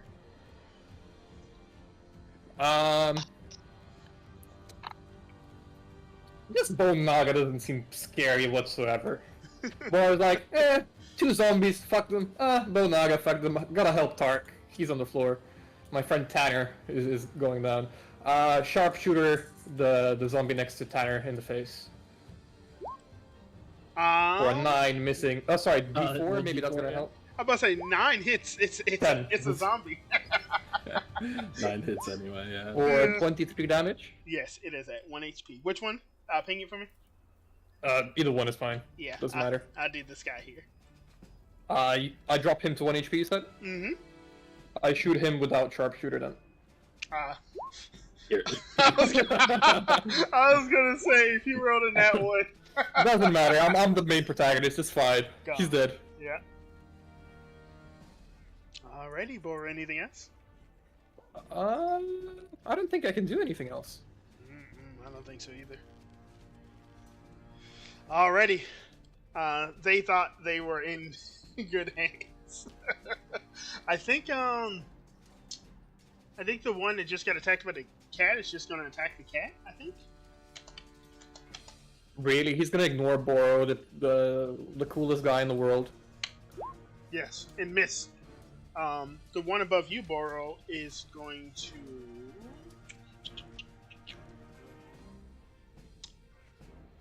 I think Bring it it's on, gonna, pussy. it's gonna hold its action, I think.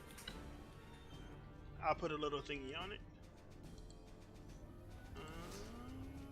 I need a token. What would be good for action holding? I think this is good. There we go. Yeah.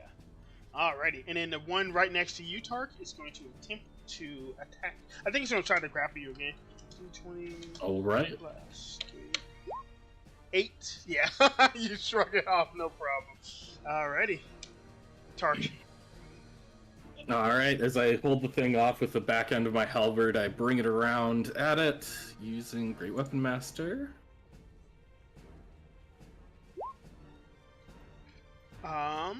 Yeah, that's gonna hit for 15 points of damage. Yep. Yes, it is still alive, but I believe And that then- is it. I will bring around the butt end of my halberd. For 15, it's gonna hit for 18, and it dies. Bam. Alrighty, Tark. Then I will Butts. move. Now free to move. Mhm. I will move around. Hold on. Math. Cool. Yeah. That was a strange movement, Tark. Alrighty. Luvar.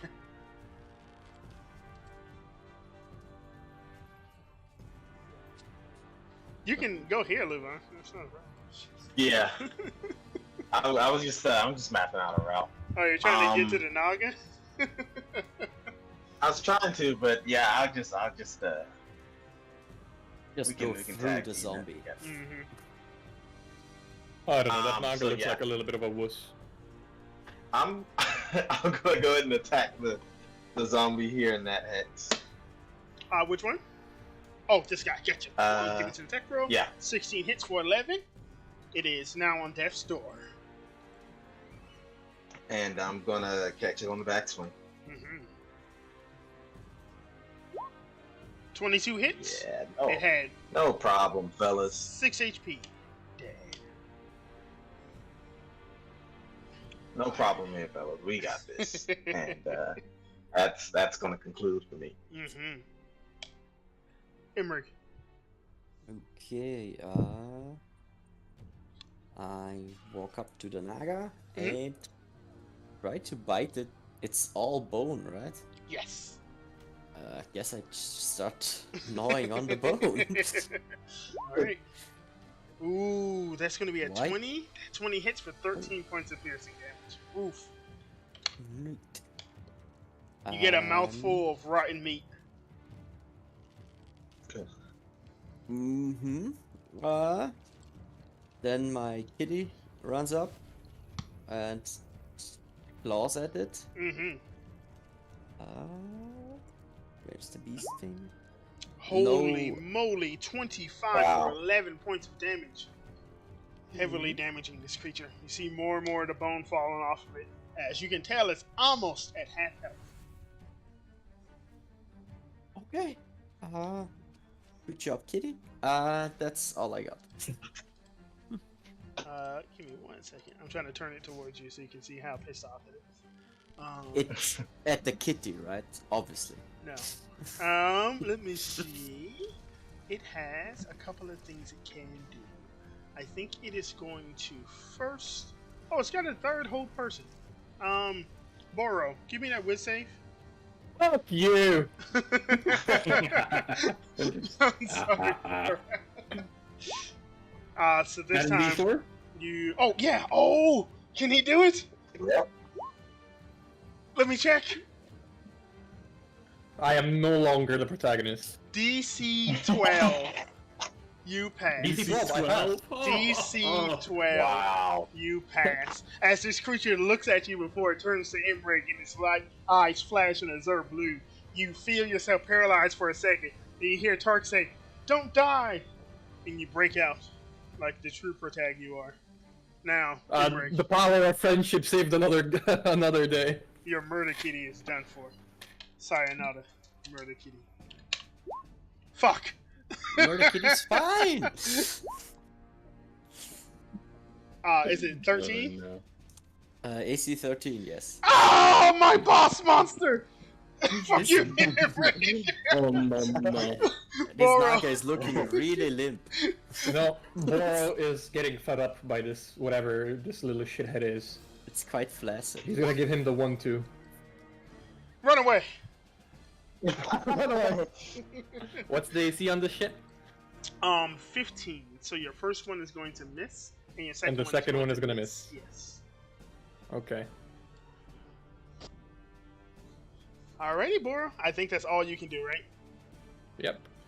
Oh, that's what the zombie was holding this attack for. I'm gonna do that attack against Murder Kitty with advantage. There we go. Why? It was holding What this was- action to give advantage on its next attack.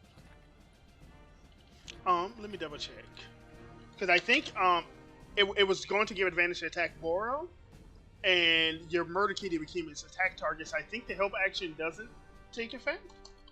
No, the help action has to specify the target, right? That's what I'm double checking. The help action is an action, not Yes. a hold action.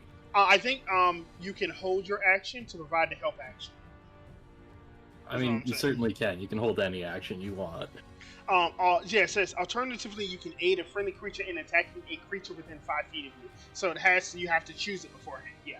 So its attack it fizzles, and it gets really angry and tries to punch Boro. Boro. 10 is gonna miss as it punches ineffectively against your plot armor. Tark. All right. I will move over into position to smash this thing. Oh shit! I forgot you got 10-foot reach. Holy shit! Do it. Yeah, that's gonna miss, unfortunately. Where's my advantage? You ain't got it. That would have been Anyway, nice. Though. I will, in anger, use one of my bonus action full attacks Mhm. from War Priest. Ooh, you want the big damage. Ah, yeah, there we go. 18 hits for 18 points of damage as this creature is brought to half health. It is bloody. I think it's actually at death's door. And then I'll move back over here. I think it has 10-foot reach. How far are you? Oh, it has 10-foot reach, and it gets an opportunity attack, sure. Yes. Plus 7. 19, Tark? Yep. That's going to be a bite, and that bite is going to do D6. Give me a Constitution saving throw, Tark. 6 plus. Would you like him to make a wisdom save? Oh, 19. No. Yeah, 19 passes. That bite deals 9 points of piercing damage. It doesn't And then have I'll any roll for my concentration. Yes. Just Yep, you're fine. Alrighty. Into the third round. /D6. No wandering horde enters the fray. Luvan. Alrighty. Again, is the Naga occupying the space, like right above the? Yes, Boro? I got all 4 of these squares. Okay, then. As far as I can go. You know what? Why the fuck not? So I'm going to move here. I'm going to swap out my double-weighted scimitar and equip my. Oh, that's my action, isn't it? You can No. drop it on the ground without having to use your action to do so. because it does. You can use an item interaction to either put an item up or retrieve an item. So if you want to, you could just drop the double bladed scimitar and pull out a longbow. Is that what you're trying to do? I think I'm gonna go with my short bow. Gotcha. Yeah. Same. No? Yeah. Yeah, I'm just gonna drop my. I'm gonna use my longbow.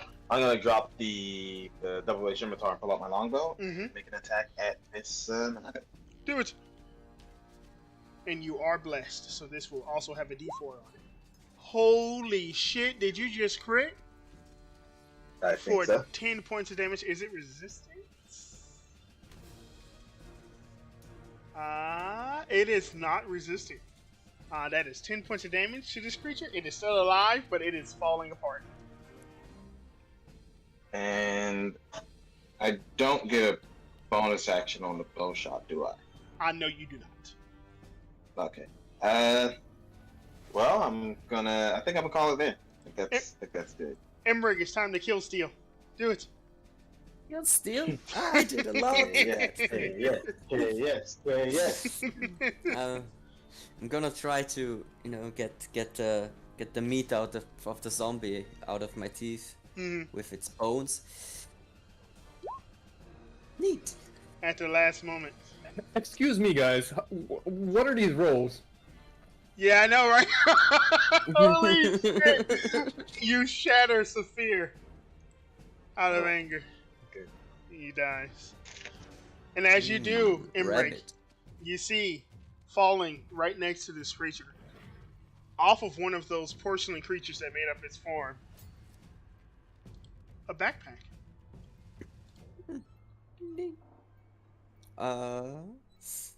Is this the time where the campaign gets collected magical items? Yeah. Can I kill the remaining zombie, I guess? Oh fuck! I forgot about him. Yeah, he's got Yeah. 24 HP. He got shooted and it dies. I move over and then my murder kitty will attack him. Yeah, it's 24 HP. It's dead. Yeah. 9 points. Let me pull back out the thing because it might have gone. So the Naga was dead. Boar would have shot it in the head twice without even looking. Too easy. Is anybody going to go investigate the backpack that fell off of this creature? Oh hell yeah! Everybody at the same time, because we're all loot Yeah. goblins. As you guys race over and you see basically a pile of like broken, like almost like mannequin bones and such. Let me drag you back here. Emmerich. Oh, you're gonna stay dragging on for him? No. Too fucking easy. Didn't even take any actual HP damage. Let me shoot you a dragon. I may or may not have tanked like 12 attacks without getting hit in a row. Yeah, I know, right? Fucking barbarian with 28 AC, dude. Is your murder kitty gonna stay? Yeah, it sticks around for an hour. Alright. So He rolls around in the fire for a little bit. As you Yeah. guys look through this backpack, you find a couple of good things. You find about 300 GP worth of items and gold. Damn! Emmerich, we made bank! You also find, strangely enough, in the bag, another bag. Bags inside bags. Is anybody gonna look inside the bag? Of course! Yes. What kind of... Man, Yes. come on, Is there man! another bag inside the bag? Emmerich, give me a fucking survival check, I guess. Okay. Is anybody here proficient in Arcana? Nice. No. Let me double check. Probably not, but better safe than sorry. Does acrobatics work? No. No, it does not. If no one's proficient in Arcana, you'd look inside, and it looks empty. Or I guess what I should say when you look inside, it's just black. You don't see anything. Can you put your hand in? Yes. I'll cast light. It's still black. But, I will stick a thing with light on it inside of it. I'll stick my hand in there. Everybody gets sucked into the bag. I'm kidding. You feel something small, circular, and fuzzy.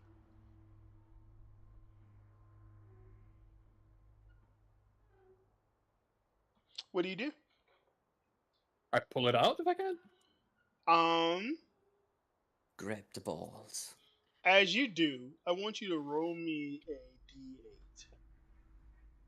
Do I want high or low? Tell me now. You want A. Close enough. Holy fuck! So, as soon as you do, the bag was just like a burlap brown sack. As you pull it out, the bag changes into a black color, which is very strange. And as you do, you look and you have like a curled up ball of black fur in your hand. I'll put it inside again. Yes. Yes. What the fuck, bro? You got like the best one? Okay. Fuck off. I'll give it to you guys because you're gonna take a short rest anyway. It's a bag of tricks. It's a gray bag of tricks. Specifically, it's a panther bag of tricks. Can there be anything good inside? Yes, when you throw the furry ball, you can throw it 3 times per day. When you do, you summon a panther. I'd summon a what, sorry? Panther. Panther. Oh, a panther. Yes. Oh, Emmerich, that's for you then. An actual fucking panther. I was like, please get a weasel or a giant rat. No, you got the best thing. I hate you. I mean, giant elk is based. Oh wait, let me Yeah. look at the giant elk stat block. What do you do? 40. You can ride a giant fucking elk. It's huge size. 42 Wait, HP. Mega. Is the panther a medium-sized creature? Yes. I can fucking ride it. It's mine. I think it only lasts a certain amount of time. Oh yeah, it lasts until the next dawn. So like whenever day rises up, it disappears. So I can Oh. essentially ride it, right? Yeah. You can have a fucking panther mount, bro. It's got shit HP and AC, but yeah, you can have a panther mount. Would you like a? Well, I mean, I guess what I can say is you can use it for like the expedition, but we still have to roll off on the bag at the end. Nah, I give it to Emmerich or whatever the druid is. He can have 2 murder kitties now. You can pull that ball of hair up to 3 times per day. So if you wanted to ride one per day, you could, and he could still use it. Is it an action or bonus action to pull it? Let me double check. Bag of tricks. It says I think it's an item interaction. So you use an action to pull it out. You use a bonus. Oh no, you use an action to pull it out and throw it. So that's all just like one thing, and then you use a bonus action to command it. Okay. Basically. Does it speak Draconic? I think it Or- says it.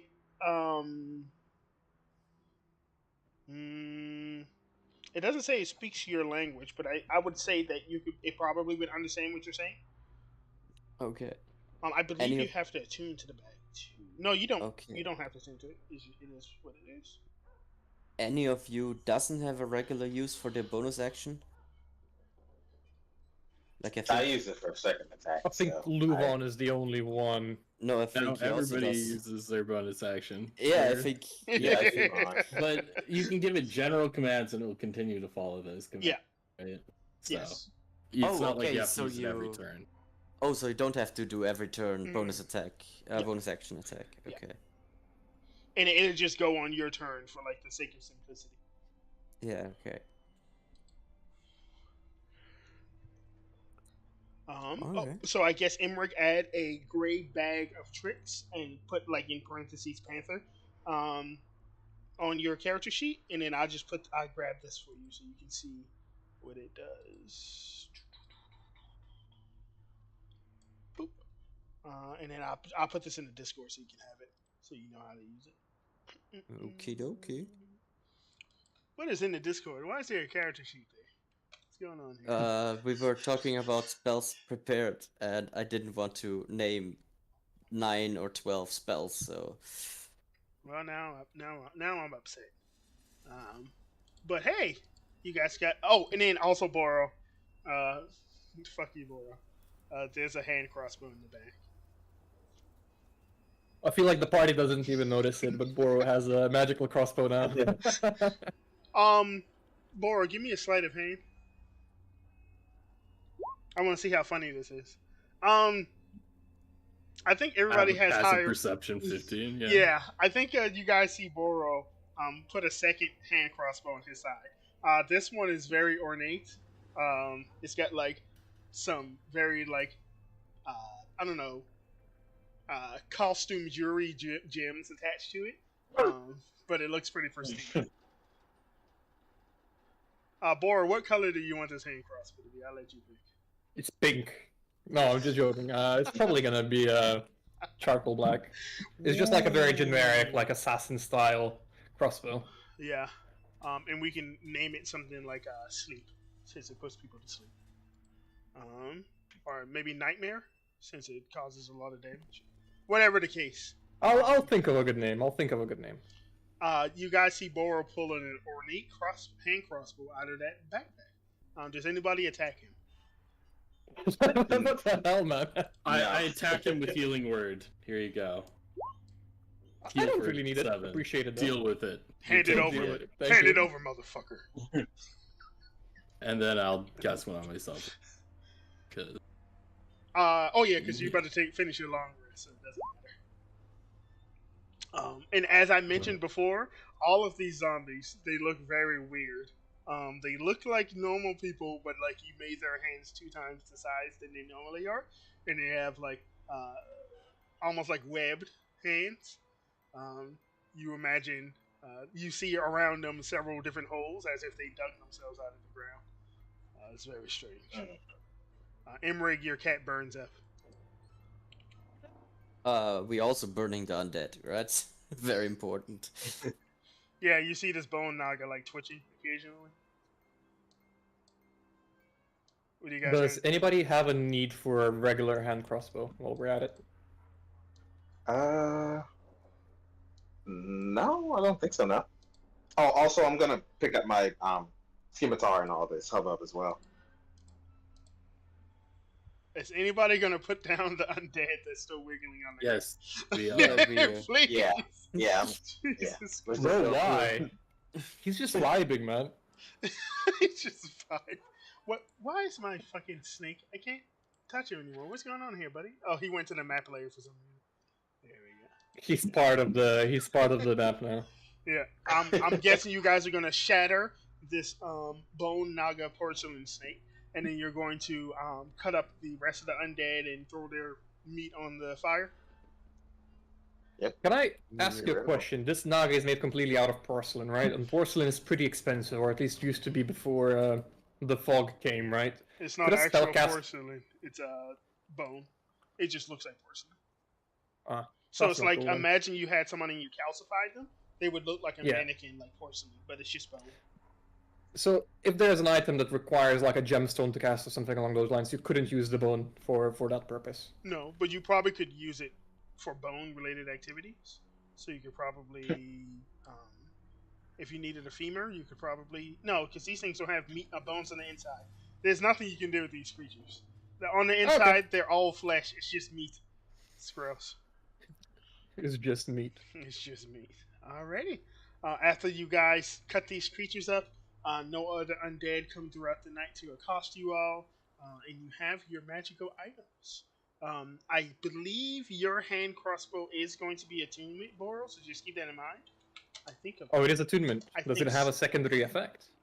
I don't think so. I think +1 items are attunement. I just need to double check. No, No. they're not. By the book Normally. +1 armors and weapons Gotcha. It's not. doesn't really require, but Yeah, yeah, that's fine. It's fine. I don't mind either way. No, I was just double checking. It's not, so you're fine.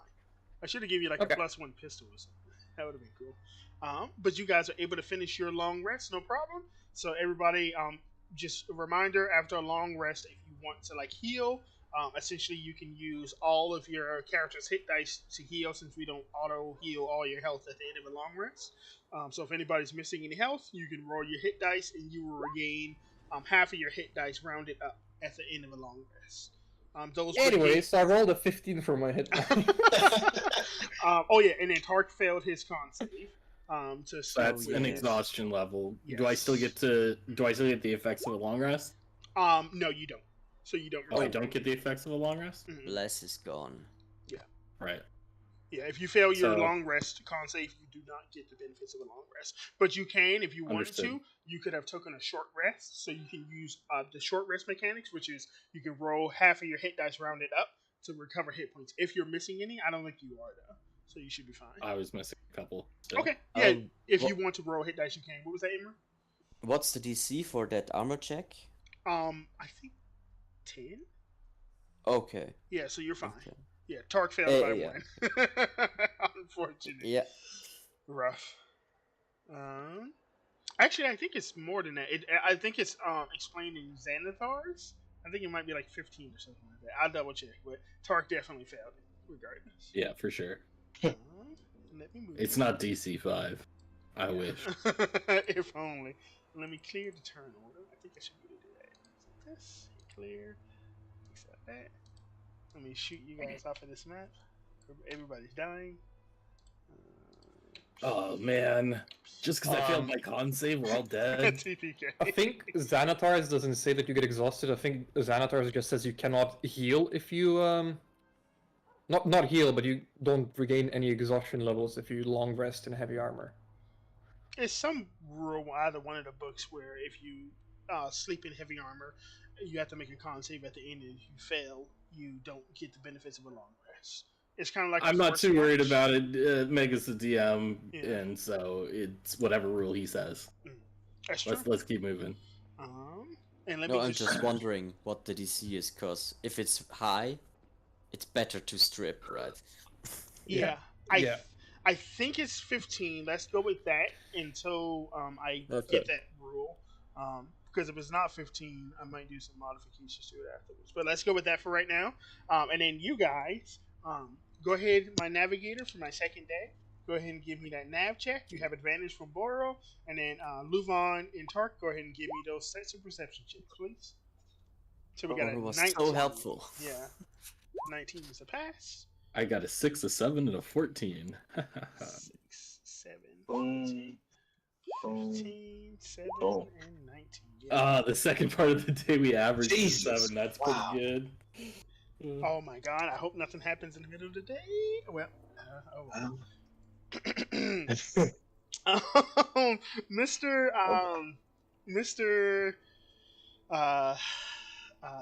Imrig, please give me that first hex move as you guys step into some shenanigans. So I think Imrig might have been part of that party. You might not have been Imrig, but if you weren't part of that party, you would have at least heard of it. And I think some of the other you guys would have as well. You guys come across the signs that looks like you're entering the territory of the spellcasting goblins, the Fog Eaters specifically, because you come across some of that hatched ground that looks like dirt that's been warped into like a strange brownish blue color, and there are like specifically lines, trails of this dirt that goes from north to south. Spellcasting goblins? They're not real goblins then. Mhm. I'm sorry. When you look at these lines, when you look at these trails, you see some trails heading in the same direction you guys are, and you see some heading south and north, specifically in those directions.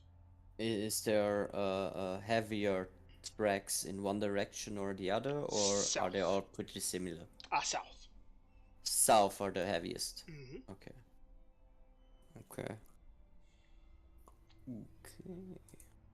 Other than that, you guys don't see any of those specific creatures.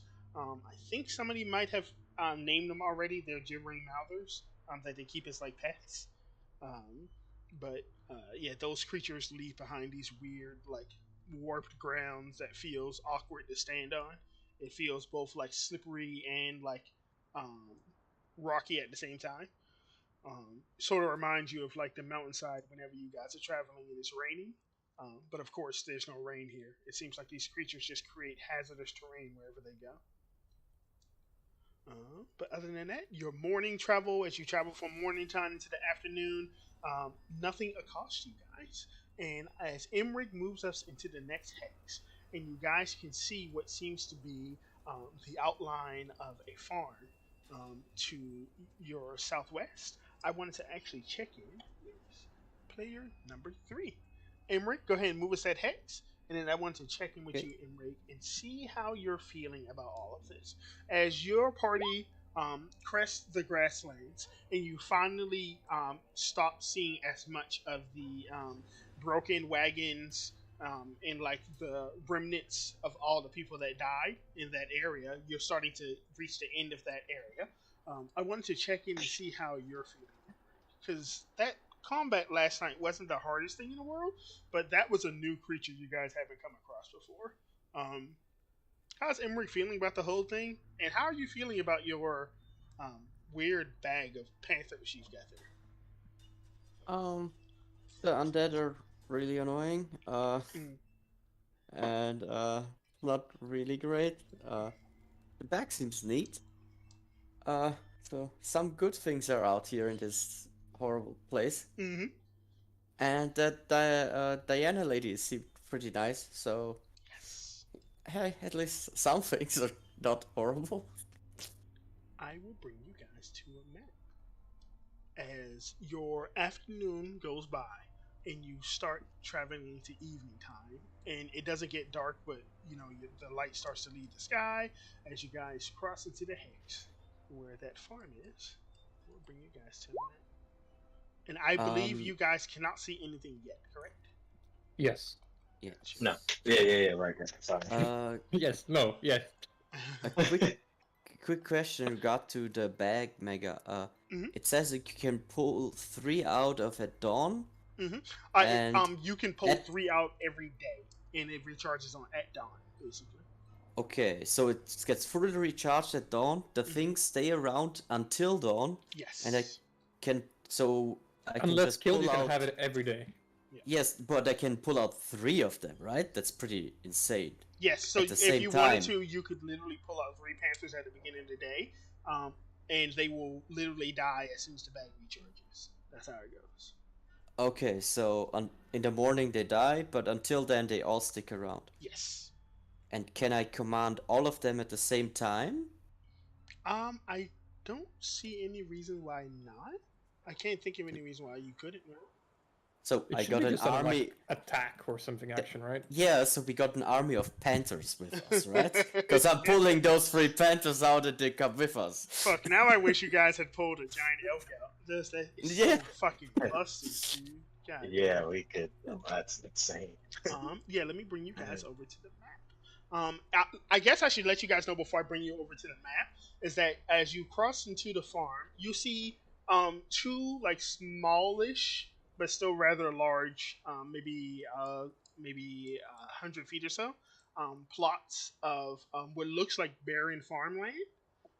You can also see there is a small stream that's branching off of the coming from the west, and it sort of comes and goes around this farm. It looks like this farm has some sort of like maybe like irrigation going through that's providing the moisture for the crops and everything. Let me slap my cat really quick. Sorry, guys. There we go. He was Did like, you just say let me slap my cat? yeah, he was licking plastic. Get out of here! Stop licking plastic, you freak. Now he's doing that cat thing when he's on his side. Hold on, give me a second. Boy. I'm doing combat. Dun, dun, dun, dun. Alright. Yeah, you guys can see that there's a small stream that's going around the farm to the on the east side, and then it's also going through the farm itself, like irrigation. And as you guys approach, you can see there's 2 plots of farmland, and I think Boro might be familiar with this. Maybe Emmerich too, but you can see 2 scarecrows just sitting out there in those barren lands. Boro is not familiar with it whatsoever. Mr. What did we get for perception checks? We got a 19 and a 14. So that's actually good because this is your evening hex movement for the day. You guys can see what looks like people out in the barren lands acting like they're like taking care of crops and stuff. Obviously the land is barren, so there's no crops to take care of. They're moving as if they are. And as you get closer, you and I'll put you guys on the map just so you can get a visualization. You're like, those people are like see through. That's kind of weird. And let me put you guys on the map.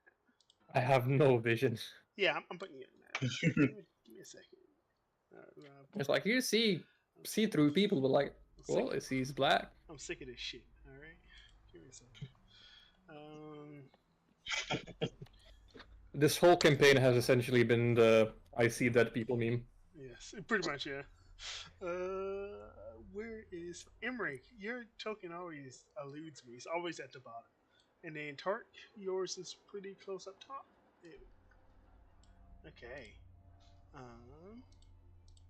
Let me do this. Bora, you can't see anything, right? Nope. Good, that's how it's supposed to be. Good. Shut up. You're gonna die. You're gonna die, Bora! Oh, I know what I can do. I can do this. And I just make this for everybody, so you can all see what's going on here. Can you guys see?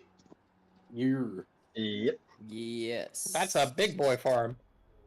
Yes. Okay. Oh, A boy. rather large farm. And as I said, your tokens can be about like 100 feet off the map or so. As you guys notice, the farmlands, those what looks like see-through people, mimicking as if they're picking crops, and then a scarecrow on either side. As I said, you see there's irrigation. Oh, there's two more things. How did I forget to put these on the map? This is pretty neat. Look at this, guys. We've got like little skeletal pasture horses sitting out there pretending like they're eating grass.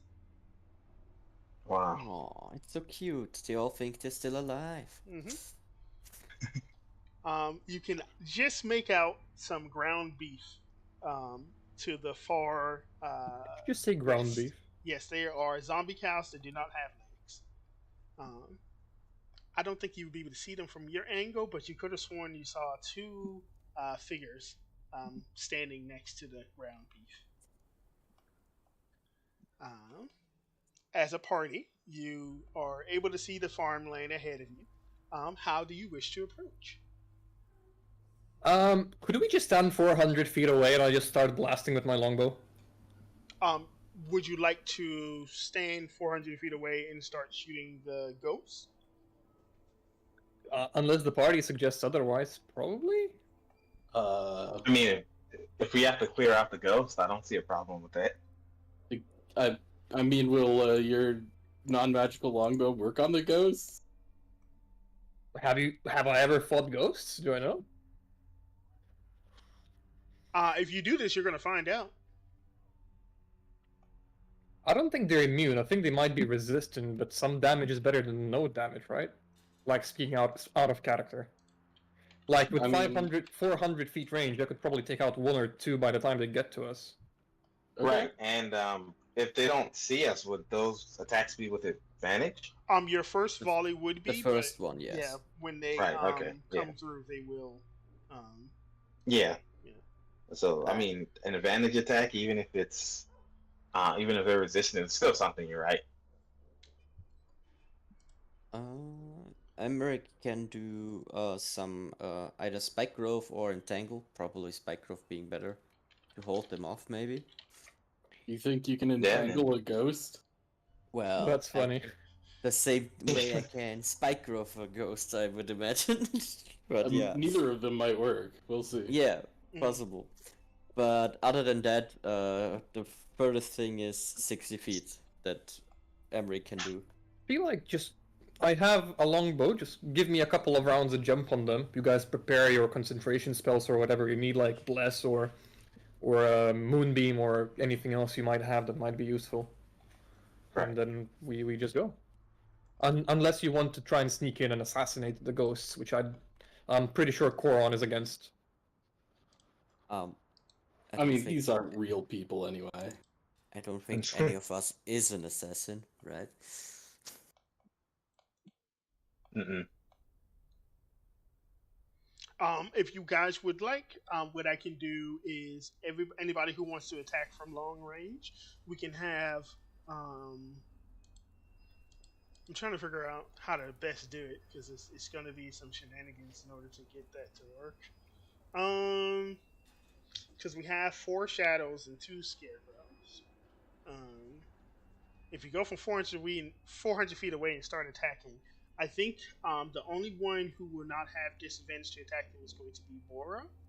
I think I'm the only one who can attack at that range. Nobody else has anything of What similar do you range. mean? I have a No, longbow. Goron can. He has a he picked up the giant crossbow, right? Oh longbow. shit! Let's Yeah. go. So let's do Yeah. that. Let's do because I think Luvan has a short bow. So let's do. I have a longbow. I have a longbow as well. Oh, then he also has the range.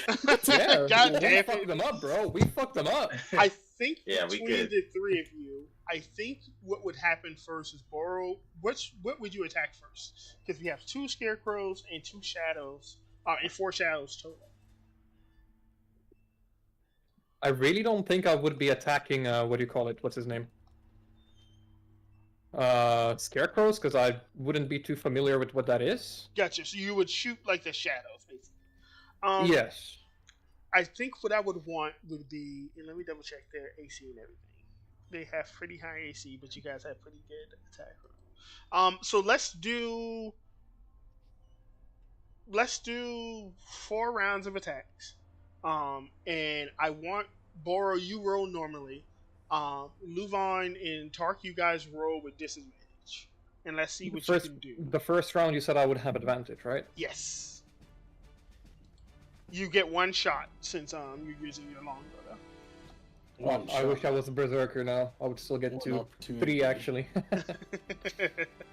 Luvan and Tark, if you guys want to, you can go ahead and give me 4 rounds of attacks at disadvantage, and see if you guys can hit any of them. Would Tark cast Bless on the 3 of them? No. Fuck you. Would a 17 hit? Yes, a 17 would hit. So four longbow attacks. So that would be 10 points of damage. Yes. I'm looking at so your second one would miss. And then Tark, that first attack would actually have advantage and disadvantage that would cancel out since you're Yep. sneak attacking. So that would be So tell me which attacks hit, which missed. I rolled 4 in total so far. yeah. So Luvan would miss first. He would hit second, miss third, and miss fourth. So Luvan would get, I think he would get 5 points of damage off on them. You would. Mega, Mhm. sorry to bother you. Something popped up. Can we have a 5-minute break and I'll try to quickly sort this out? Sure, yeah, absolutely. Yeah, we'll go to break really quickly, guys, and we will be back on the other side with some more assaults on the Ghost Farm. See you guys then.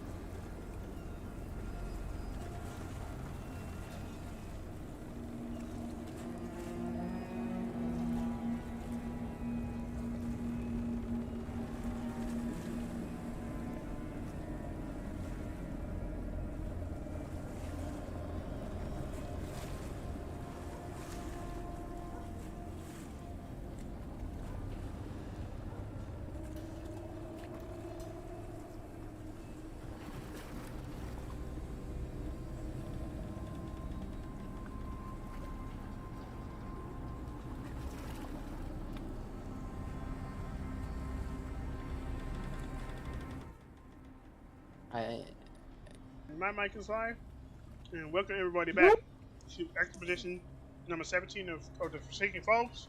Sorry, I am mid taco chewing right now, so my mouth is a little. Did you bring enough for the class?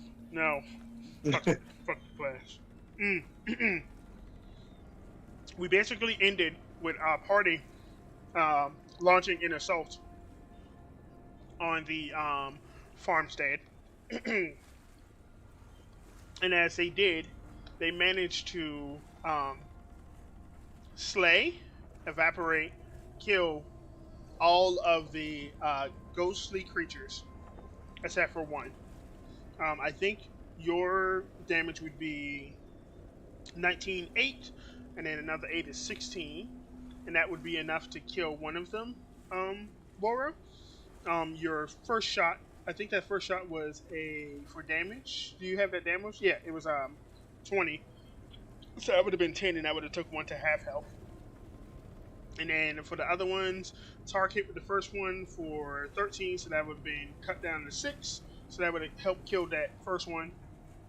And then he got a 16, which would have hit for another 6. That would take 1 to half health. And then his 9s missed, so he would have missed with that one. Luvon would have hit with that 13, and then he missed the other 3 because he did 10, 13, 10, and 8.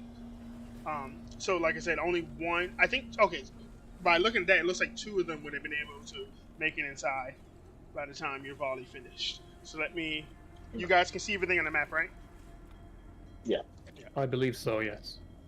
So this guy would have moved 40. And I will relay to the party that we would probably want to attack them in the day rather than the night. I don't know if there's what do you call it? Right. It's not Or night yet, right? Yeah, it's just evening time right now. evening-ish. Yeah. And I don't know if that affects like because of the fog, like creatures of the night or not. Like if Never it's truly day. gets day though. Like there's not really daylight. Like the troglodytes act pretty much the same during the day. But that might be because of mutations. We're not sure about ghosts and whatnot. Well, I think we should. I mean, we've already begun our assault. I think it would be foolish to. Well, we would have to wait Reconsider 20 it now. hours in front of them, and they could just swarm out. So. Hey man, we killed like 4 ghosts. We might as well just return like tomorrow, and do this again. And then the next day again. I only have so many arrows. Who knows if these ghosts come back? You look on Barrow's back and he has like 6 quivers with like 40 arrows and 60 bolts. What is stopping them from hunting us down during the night and ambushing us in our tent, in our camps? I mean, listen, I am a little bit tired, But So basically what happened is you guys got that ambush round off, and these creatures, you could see them from however many 100 feet you were away. They acted like normal people would when they were shot by arrows. They flinched and held their sides, and 2 of them tried to get in before you guys managed to slay them. And when you did, their ghostly forms fell to the ground, and the other 2 ran like hell and got inside. What about, anybody what about know the about scarecrows? those creepy scarecrows? They did not move. Oh no. Are we killing people? Yeah. Perhaps. Yeah, those ghostly forms are still there. Is that a problem if we're killing people? I mean, we killed like 100 troglodytes last time, right? There are worse Yeah. things, I think.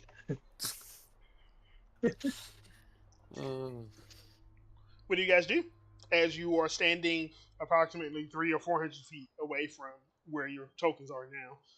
Did we wait like 10 minutes to see if they come back? You wait 10 minutes and they don't come back. Nerds. Should we circle around, see if there's anybody on the other side? Boro, give me an intelligence check. Yeah, give me one moment. I had my sheet closed. An intelligence saving throw or intelligence check, or Check.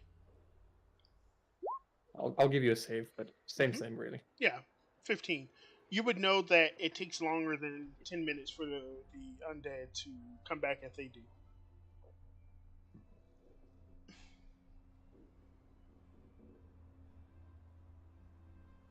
Let us push forward. Yeah, let's drive in. Okay, cool beans. As you guys do, what marching order would you like to approach? Boro's going first. He's sniping whoever moves. The I mean, at this tent point, is- I would have switched from my bow back to my scimitar, so I can go second or third, whichever. Gotcha. Let me.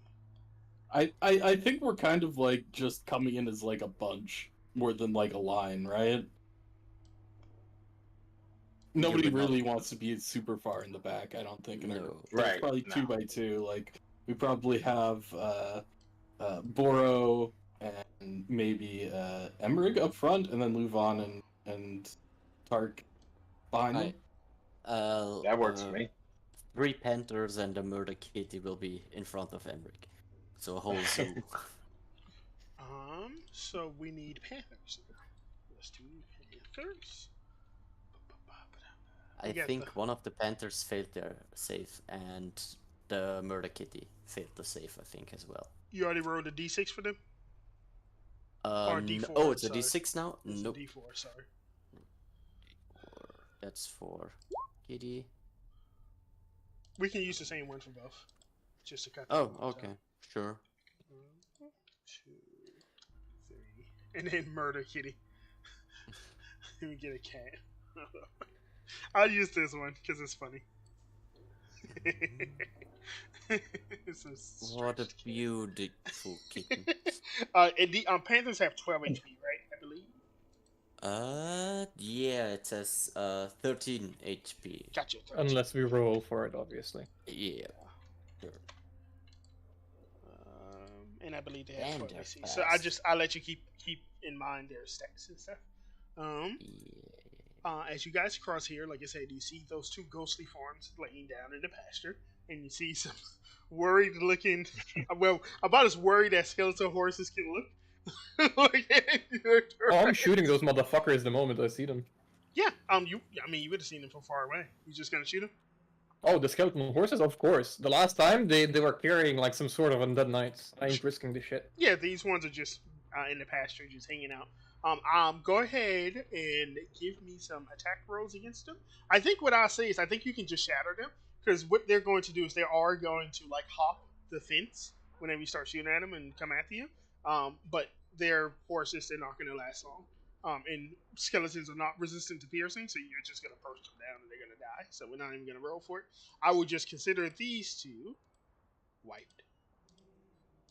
Yeah. As Boro is just a fucking no nonsense, eviscerating everything.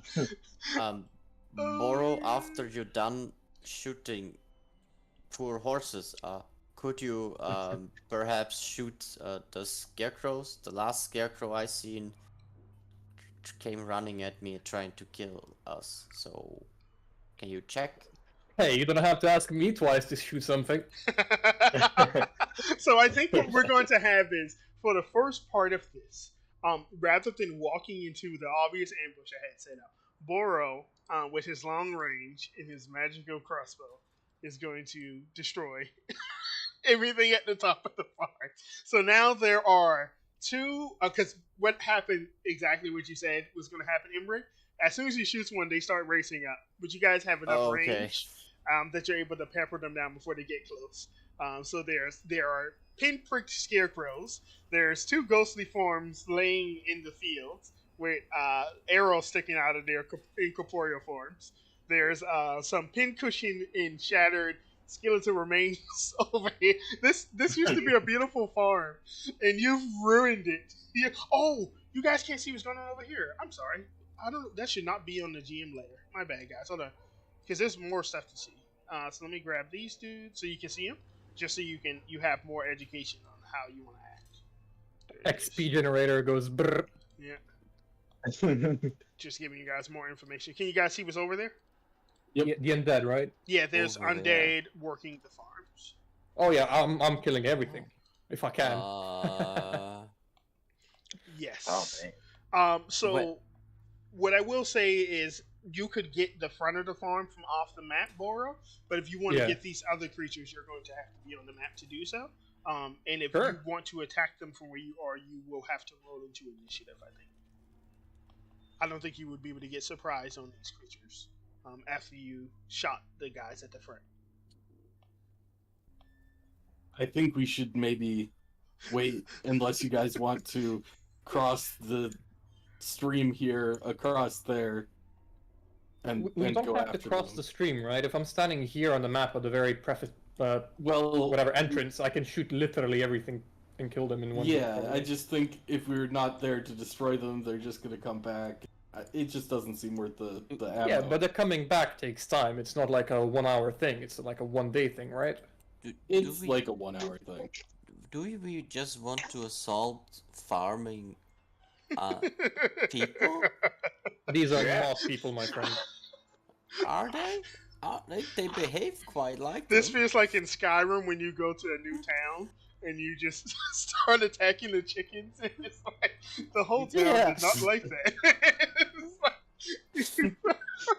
Because what I was going to say, Boro, and I guess we can do this beforehand.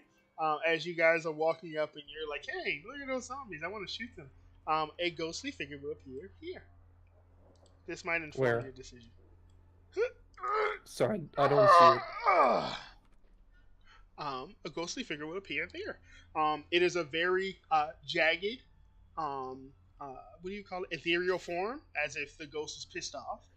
But it still looks like a maid. It looks like a middle-aged maid, balding. You can see there's some ethereal hair on the side of his head, as he has like his hands with a pitchfork, and he's like shaking there, and he's like, "You there? You're right there. You stop that right now. You don't kill me horses and me workers." But they already be dead. They ain't dead. Leave us alone. We just farmers doing work. Are you dead? No, look at me. The gat goes brr as he gets 2 bullets in his face. I guess we roll into initiative. Since you guys are just triggering the whole farm. Okay. Hey man, there's no fucking around with undead. I learned my lesson, okay? That is very much true. Let me get the combat music on and all my beautiful story that I wrote. Could I get a for this. surprise round on him with a couple of shots to the face? No, As he's trying to speak to me, no, please. no. Mega, I can click Tark, but nothing, not myself or my army of pets. Ooh. Why are you trying to impersonate me? Get out of here. Wait, who rolled Tark's initiative? I did. Okay, I thought that was Emery got something. Goddamn it. No. So, Alrighty. And I rolled mine, but I can't click my my Token? token. Yeah, fuck. Hold on. Let me do this, guys. You ready? Alrighty. okay, I can Every drag myself time, in. man. Yeah, please drag yourselves over. Yeah, please. Okay. Alrighty, Emery. You should have control over your pack of animals. Yes, I do. Can you input my same initiative, or you want me to re-roll? I'll input it for you. No worries. Okay, sweet. Man, I had a +5 to initiative and I rolled a 7 3 times in a row. Fuck my life. Oh, dude, the good thing about your character is you can literally roll last to initiative and still destroy the fucking battlefield. It doesn't matter. Yeah. It just helps if you roll sooner, because then you're like, it's less of a headache. No, if I get to act first, I technically could kill them before they even get to me, right? Yes. Let me see who is going to get you. I think I'll just roll a d20, and I will call this the bar. 14. Ghosts usually have a like a +2 or something to initiative. 5e ghosts. Because you're triggering like the whole fucking. I didn't expect this is how the encounter was gonna go. I thought you guys were gonna do the whole play along thing, because they don't. You got a hint about what's going on here, by seeing like Yeah. the undead working their old lives, and then that ethereal figure saying, "I ain't dead." Hey, Mega, we get it. They have an overlord. He's forcing them to like. No. Yeah. You got the wrong idea. Yeah, You get the wrong idea. we have a very trigger-happy goblin noid here. No, it's all good. As you, Boro, levy your hand crossbow towards the farm, you hear almost like a cascading call of undead. In particular, like howling, and ethereal screaming coming from the left side of the map, further deep behind Uncle Bob as he loses shape and turns into a undead wraith, almost like not literally a wraith, but he loses. Look at me. I'm a wraith. Alrighty. Speaking of which, Tark, it is your turn as you hear the farm basically wake up. All right. I will cast a second level bless on the party. Nice.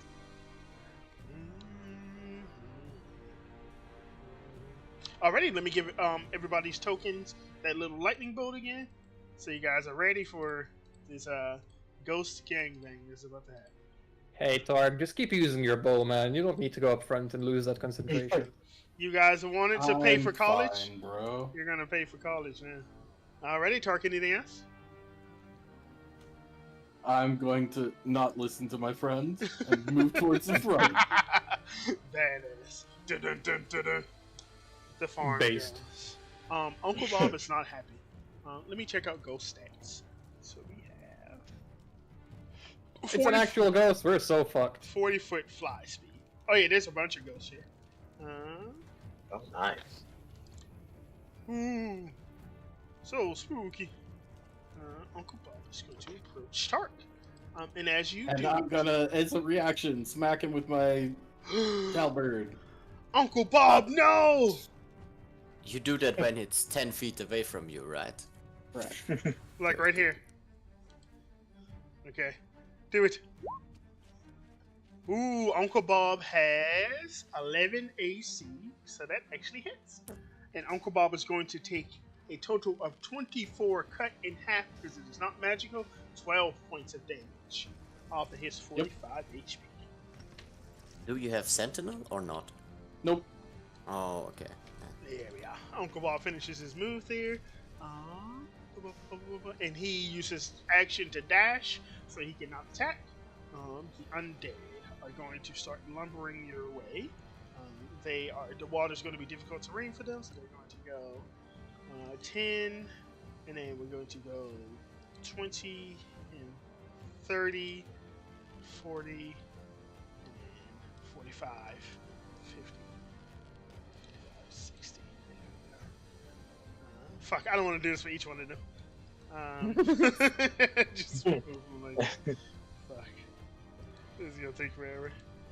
You get stuck in the middle. It works. Yeah.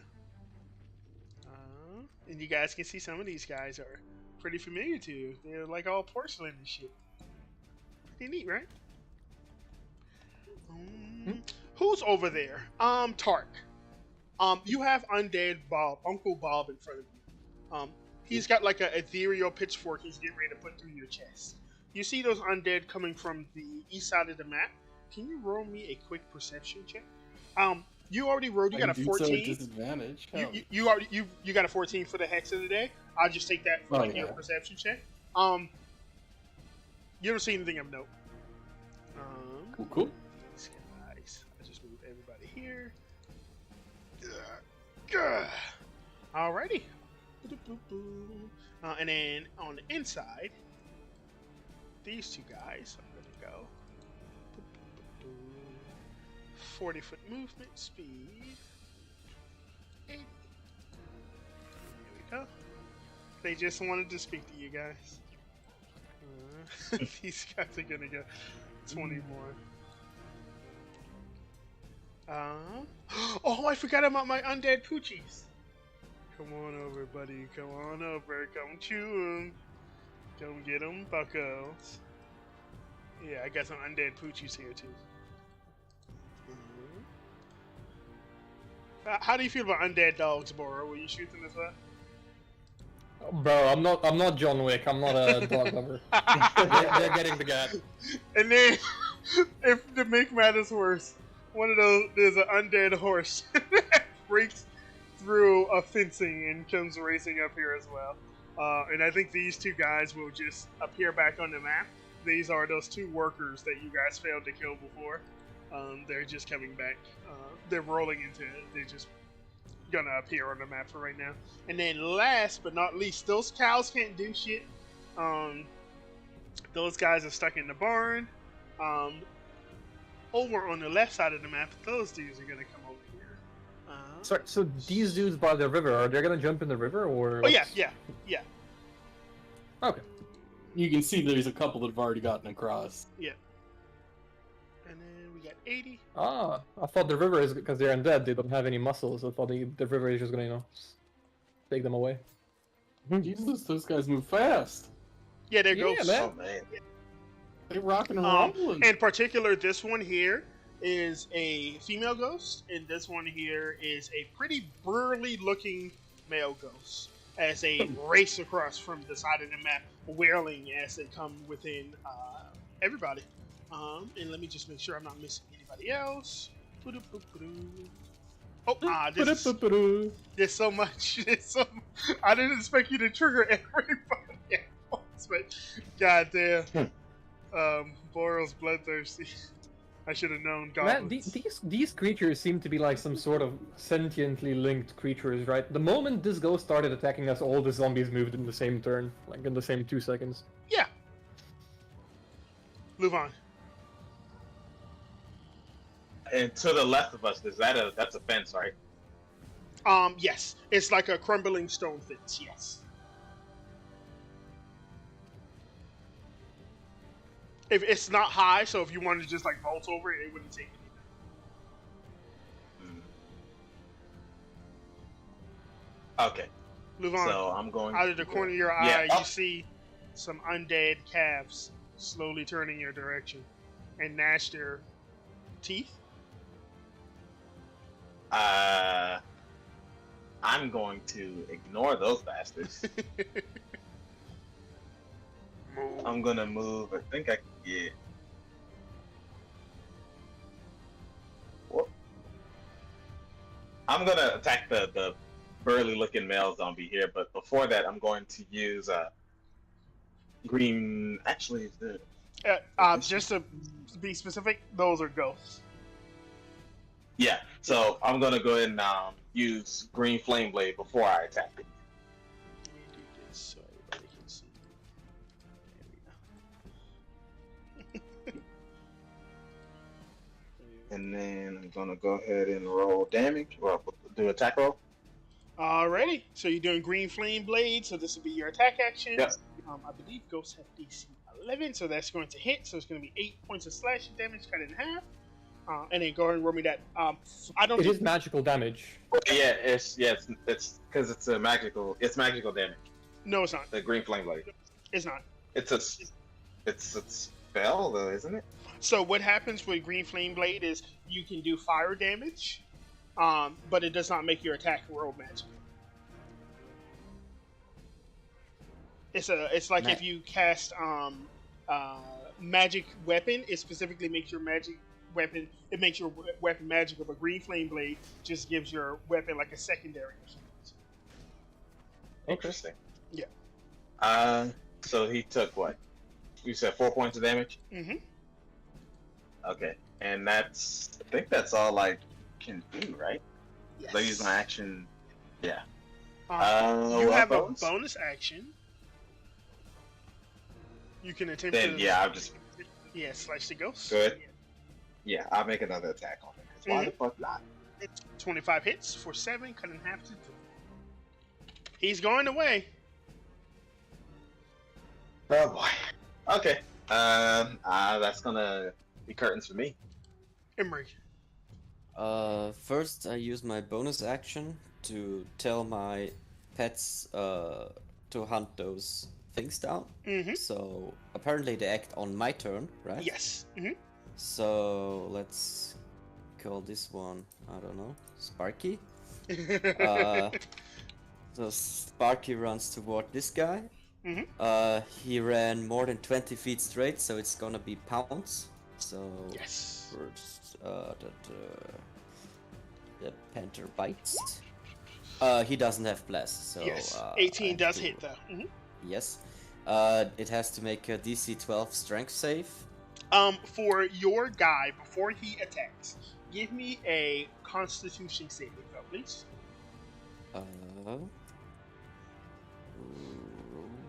Sparky will soon find that these creatures are very smelly.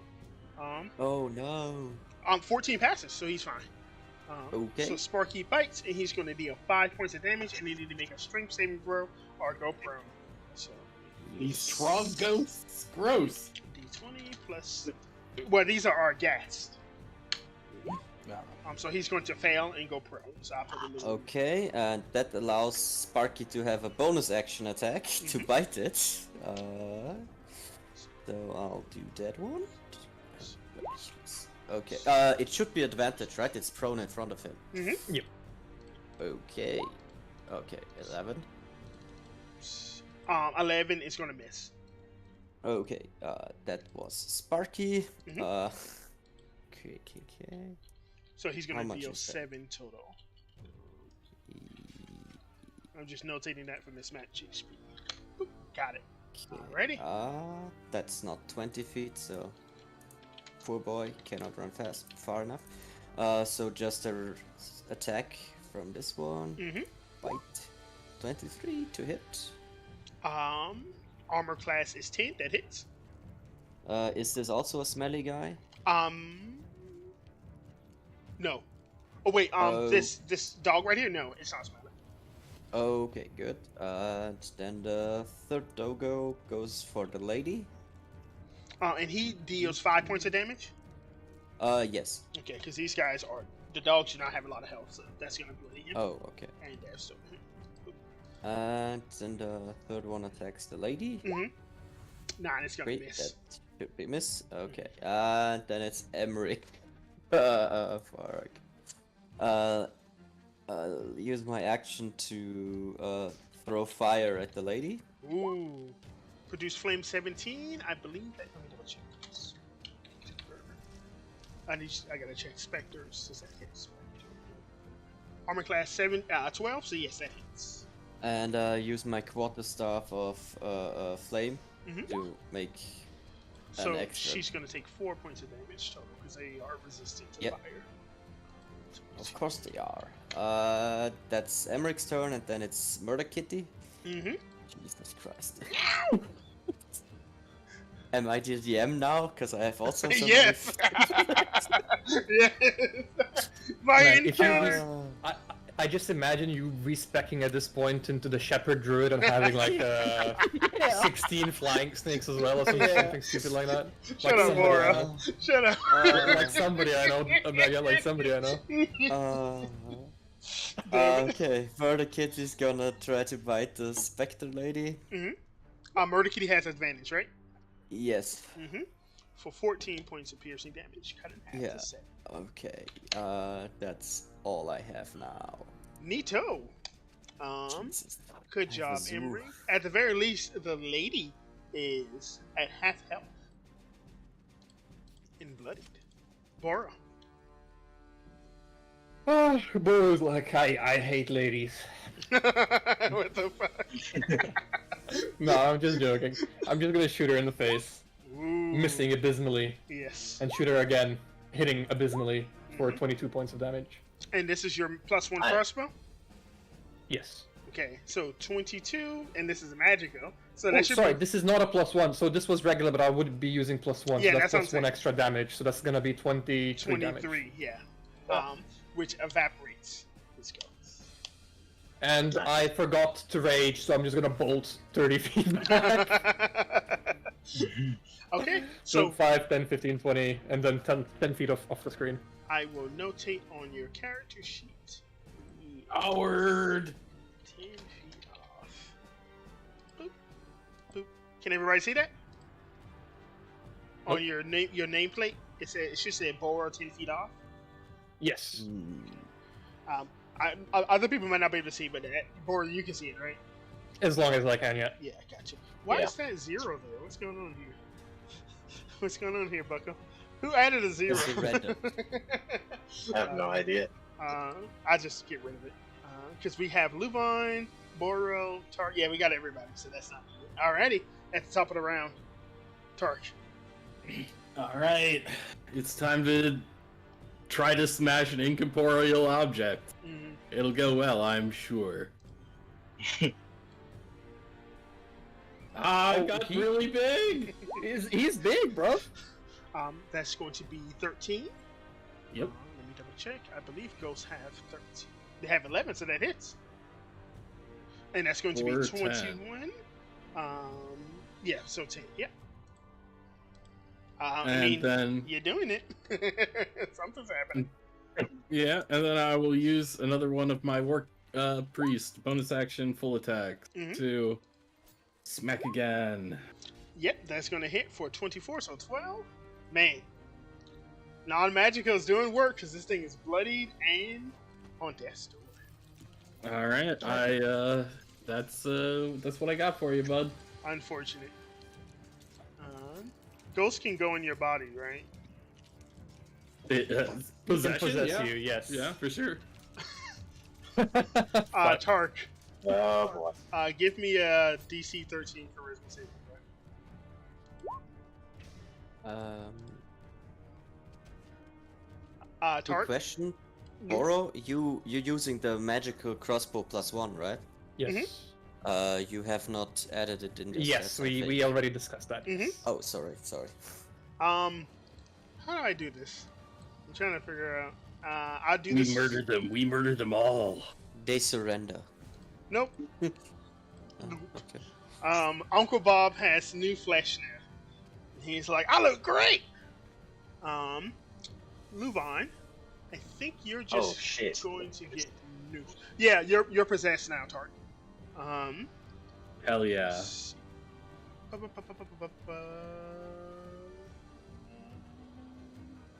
I'm just reading horrifying visage to see if I want to use that.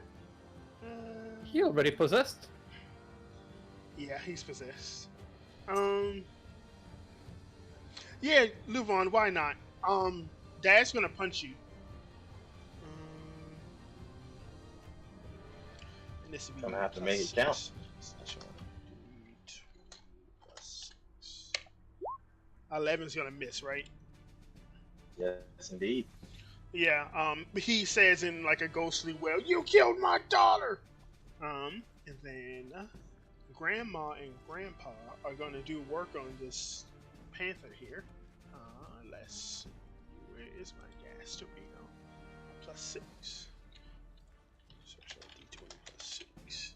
So this is for the first Pantherino. 16, I imagine that hits. That hits. So your Panther is going to take 2d6 plus 4.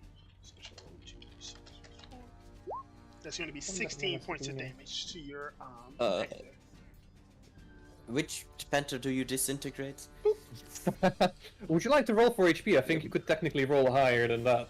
Yeah, this ghost or this creature is more corporeal than incorporeal. It's got like it's naked and it's got saggy boobs. It's probably somebody's grandma. So after it does that, it's going to run here and then get around this guy. Turn this way. Dog is going to attempt to bite. This dog is like HP. It's not going to do shit, but just in case. It's got a plus 4. Thanks. A plus 1. So like the panther. 17 to hit. Uh-huh. And he has 26 plus 2. 7 points of damage to your panther. Okay. As the grandpa ghost, that's for some reason naked, runs here, and he's going to attack him as well. 19. I think What? it's dead, right? Yeah. 4 damage. Yeah. And Jesus. keeps running. Goes right there. Holy shit, man. Oh no. This guy Animal cruelty. here. It's gonna go He's a porcelain creature, so he can throw his bone spikes, but I don't think anybody's within short range. I think it's going to go for. I think it's going to go for one of your dog groups with disadvantage. So it's 5, so it'll be 2d20, and we take the lowest one. 8 is going to miss the panther. It misses, yes. This guy is just going to run forward 60. These guys are going to difficult terrain, so this is 10, 20, 30, 40, 50, 60. Making their way across the water. These guys Making their way downtown. Gonna go up. This guy gets stuck in the water. I think he can't move that far, so he's gonna go right here. These two. Okay. That's it for those dudes. I did that guy. Oh, these other specters.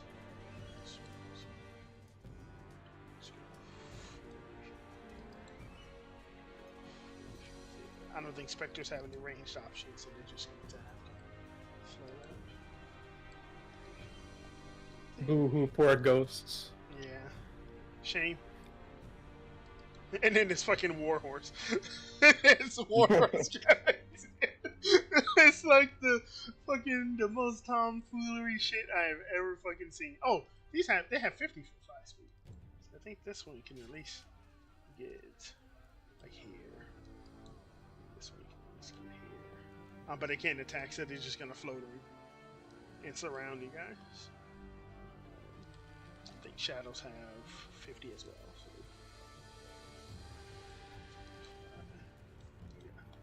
Alrighty.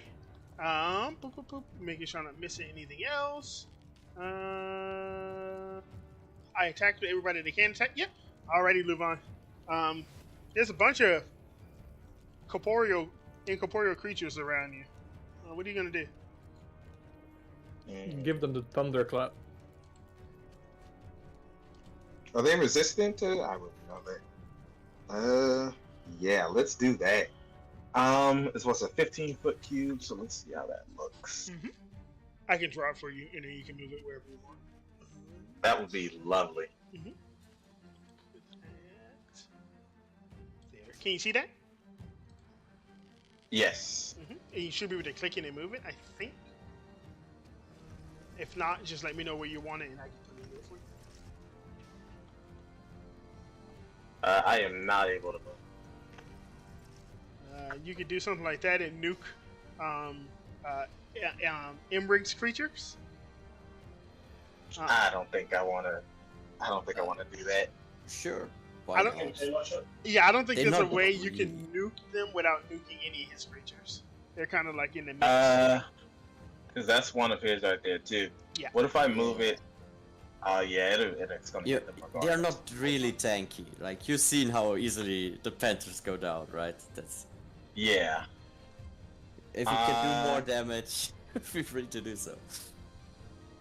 I don't. The Panthers, they've been pretty helpful. Could I? Yeah, could I drop it there? Were you drawing it?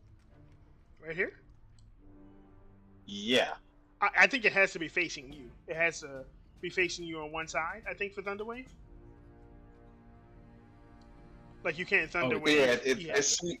Yeah, it has to be centered somewhere on. Oh, yeah, it's centered on me. Yeah, so I can't even do that. But I could. How much damage does on average your thunderclap do? It's 2d8. So what's that? Like 8 or 10. 9.5. I think the Panthers go down in one hit anyways, but if you are managing to, what do you call it? Not your kill them, but deal assumption- some damage. Yeah. Your assumption is the Panther won't survive. No, Yeah, my I don't assumption is think the your Panther will survive. You think if you think your Panthers will survive, I have no problem dropping I a think they Thunderwave would. on them. All They right. have. Well, center it over. You still have to Mega, if be, you like, would move. touching it somewhat, but yeah, you can move it like here. And then I can't sit on the wall and sit in the space where the wall is, right? I mean, it'll be If you're occupying that space, you would be attacking with disadvantage because you're occupying the screw same that. space as like a wall. Okay. You could move there, Then if I cast move- a spell, and then move back, but the ghost is going to get an attack of opportunity. Right. So where it is right now, I think it's what's that 1, 2, 3. You're going to hit 3 of the creatures and then 2 of Emmeric's creatures. Yeah. That's fine. That's where I'm gonna go ahead and drop it. Sure. Roll this at 2d8 damage, and I will roll con saves once- for all of them. What is it? Save Constitution. Okay. So 6. 20. That's for the Panther. So he passes, he's going to take half, so he takes 3. Okay. So this would be for the Spectre. And then Grandma and Grandpa have a lot. That's a pretty poor roll, if I say so myself. And I have So, plus 3. Grandma is going to fail and take 6. Grandpa is going to pass and take 3. So just make sure this is... And that is the kitty. So it also takes 3. The big wraith is already dead, right? No. It's inside. And then, It's inside the fucking. Alright, okay. The 2 what was it? The 2 ones that get hit also get pushed back 10 feet as well. Oh, I forgot. Ghosts have under damage, so that'd be 3. And they get pushed back 10 feet. Yeah. Okay. And does that make them run into any of the other? Okay, you go push them like that. I got you. Okay, I think that's all I got. Ready? I'll just keep this to the side in case we want to do that again. Emmerich. Gotcha. Okay, let's do first the Panther. It's gonna attack the one in front of him. Grandpa, no! I have to unpick this one. 11. Yeah, that was gonna miss. Yeah. Okay. Is any of... Nah, fuck that.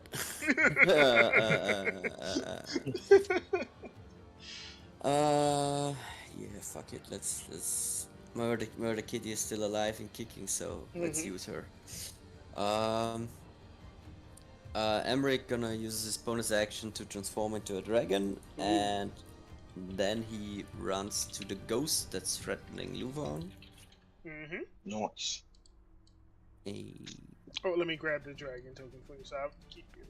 Don't delete me, please, so I keep my initiative. Yeah, I moved you to, I think, a different layer, and that's why your initiative disappeared. Oh, okay. So I'll keep you on the layer for now. Gotcha. And then I will attack, after I've selected, that thingy, Dragon Bite. 16. 16 is going to hit. You're just for future reference, your blast will definitely be gone. But because he wouldn't be concentrating on it anymore. But yeah, 14 will hit. Oh, okay. Yeah, I'm oh, incapacitated. right. That's one of the many Oh, things that gotcha, possession does. gotcha. So, Yep. Yeah. bless is Okay. gone. For 15, Okay. so 7. Gotcha. Okay. Sorry, for 7 did you say? Yeah, he's It's a halved. ghost. Yes. Is his dragon form not considered a magical? Nope. Okay. Damn. It's. I think you get that at level 6 or something. Yeah, just Level like 8 probably, just yeah. like druids. Yeah, moon druids. Yeah, it's quite. It's pretty far away at the moment. And then it's Murder Kitty's turn, and it's gonna try to bite the thing the Panther tried to bite. Grandpa, no! Ooh, hit Grandpa for 11. He's got a lot of HP, but not that much. Alright. Anything else? Nope, that's all I got. I move my token a bit out of the way, so. Bora! Okay, speaking about the possession of my friend, right? Mhm. Is there any way, like, is the ghost, like, coming out for half a second? Is there any way I'm able to shoot the ghost without completely destroying my ally? No, that's not how ghosts work. Yeah, I know, I'm just asking Mega, maybe his is different. No. Okay. I'm gonna shoot. Tark. There's another ghost next to him, right? Here. Mm-hmm. It's a specter. It's a specter. Can I shoot that one first? Mm-hmm. Yeah. For a 9, I'm guessing that's a miss. Yeah, it misses. Bless is I'm gone, gonna by the shoot way. again for a 24. Mhm. Oh, Bless is gone. Mhm. Okay. So that's 21 hits Mhm. for 19 points of damage. And I'm gonna be moving 30 feet more back. No, actually, I'm gonna be running into the fray to help out my allies. Maybe I'll go there and officially be not off the screen anymore. Cool. I will notate that on your token. Time to soak some damage. Tark, you're possessed. Who do you want me to murder? I hate that panther. All right. Wait, no. You just killed. Boro just killed Edith. That's Uncle Bob's fucking. That's his fuck. What do you call it? His nephew's wife. Killed that Nephew's stupid gnome guy. Bro, he should be celebrating. He hates Edith. No, he loves Edith. They made sweet love. Kill him. Wait, he made love to his nephew's wife? Yes, they're farmers. What the fuck? How hard are we swinging? How hard are we swinging our halberd? Are we going Great Weapon Master or no? Yeah, give him the business. All right. You're not gonna hit me then. Fuck. That is a 20? 20. Bora. 20 is exactly a hit, yes. So that'd be 15 points of damage. Yeah. And then as he yells out, for Edith, hit him with the butt. Hell yeah. Misses. Yeah. As Boro dodges, Tark, what are you doing? And you see for a split second, ha! Nah, like Park was like coward, and he's running after me now. I'm like, all right. That's really bad that you started running away, you coward. Yeah, he's just super mad. I ran away. That's exactly what's happening. The farm goes. That's what Boro is thinking, at least. Uncle Bob is using his body right now, so he doesn't have time to do anything else. Luvine. Wait a minute. There's a ghost. There's a dragon here. Ooh. Ooh. Dragon Bro, man. if both of you get possessed, fuck you, I'm running. Make me a charisma saving throw, dragon man. Are you sure you want charisma, not wisdom? Mega, sorry to bother you. About ghost possession, right? Mhm. I don't believe he's able to use any abilities or learn techniques of the creature he's possessing, so I don't think he could technically use Great Weapon Master against me. This is gonna be really bad. Yep. Yes, he doesn't Yeah. gain access to the target's knowledge, class features, or proficiencies. That is true. So I think he still would hit you with that. Yes, but would do 5 instead Yeah. of 15. Yeah, exactly. Yeah. So make sure to add. Well, you're raging, so it'd be half in whoever he hits you, right? I'm not raging, that's why I'm lowering. Nope. Alrighty. You are one of the same. This is like JoJo or We are something. fucked. This fight is over. Nah, we're fine. Murder Kitty is going to now be. Wait, no, because you're incapacitated. He's gone. Okay. Oh god. Panther guy here looks around. Oh, well, I'm fucked. It is what it is. Grandpa is gonna make shredded cheese out of Murder Kitty, out of the cat. Panther do.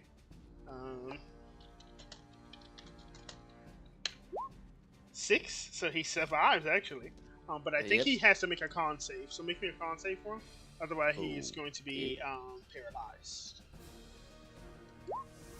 He passes. He's not paralyzed. Mary, Henry's wife, is going to come over here. And she is going to, I think, bad touch. Yes, bad touch. Okay. /R. D20 plus 5. Panther gets bad touched for 3d6. 15, and it is sucked. These two homies are gonna float over to Luna, and they're both gonna say in union, We just wanted to do our jobs. As you're going to get slapped by 2 more. Oh, these are shadows. So let me get the 5 shadows. Stop blocking. Okay, so they have +5 to hit as well. So this is the first one, Luvon misses. Second one is 13, misses as well. As they both try to reach out and grab more crops. But the crops on your body this time, but they miss. Grandpa hit. Grandma sees supple young flesh. Ooh! Hops over the fence, attempts to Chris Hansen you. Give me a second. These guys have +6. +6. 21 hits. Luvon?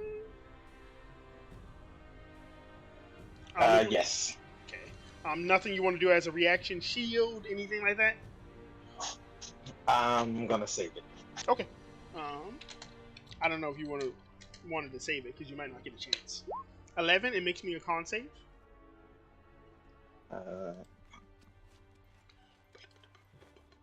Please don't roll like a 1 or something, bro. Okay. Wow. Oh. You're Fuck. permanently immune to their touch. Alrighty. No. If only, right? Yeah. Anything from the left side? Those horses are dead. I guess the dog. Oh. As the zombie dog runs up there. The other one runs up beside Tark and starts barking at you, Boro. And Boro, you hear Uncle Bob and Farmer Sam say at the same time, "Why'd you do this? Why'd you attack us?" And then these guys are going. Could I commune with Bob? As now the turn order like swapped the turn. I'll just look Tark in the eyes and I'll be like, Bob, it's between you and me. Come out of his body, face me, or I'll kill everybody you deem family, or everybody you love in here. As you say that. Face me, mano a mano. Fucking skeleton warhorse raises up to do combat with you. Let me make him look more like a horse. There we go. What the hell is even that? Calm down, Billy Bob. We got this. You try to talk to Uncle Bob. Did Bob really name his horse after himself? Mm-hmm. Billy Bob. I'm gonna need a intimidation. This is something I have a proficiency in, even though I'm not really good. And I'll roll you a decent. Oop. Holy fuck. You can see hate in my eyes, probably, for these ghost fucks. Bob comes out. I'll give him advantage because he's at low health. Alright. Let me check my dice rolled behind my TV. Nope. He rolled a 10. He's coming out. And then he's going to bad touch you. Or... Oh yeah, I like that ghost clap. It's fine. Or maybe he might... Let me see. Yeah, he'd do the horrifying visage, I think.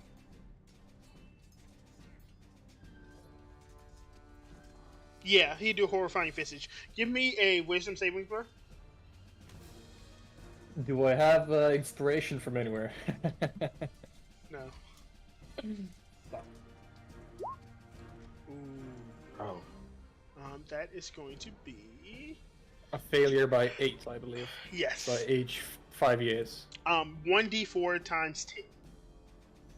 So What? roll a d4 and multiply that by 10. Yeah.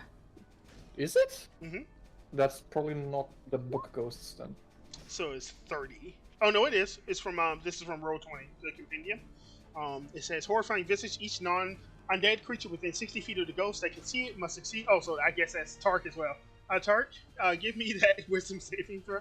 I think Luvon as well. Oh God, Luvon, Am I in that too? Tark. Yeah, that's everybody. Let's get them wisdom saves. Oh, I don't have bless no more, but still. You pass. Luvon passes. Mr. Emmerich. Does Emmerich make the wisdom save or the ghost possessing Emmerich? You do. He's just in your flesh. He's like the pilot, man. Your flesh still has to make that save. But wisdom is not flesh, right? If you want me to roll this ghost win save, I can, but he's got a +1. I want this ghost to leave. Leave me alone. 14 passes as well. So the only one that fails is Boro. He's going to age 30 years. He's going to turn to an old goblin. And then you are Fuck now. you mean old? I'm like 37 years of age. No, just joking. you are now. I think you're frightened.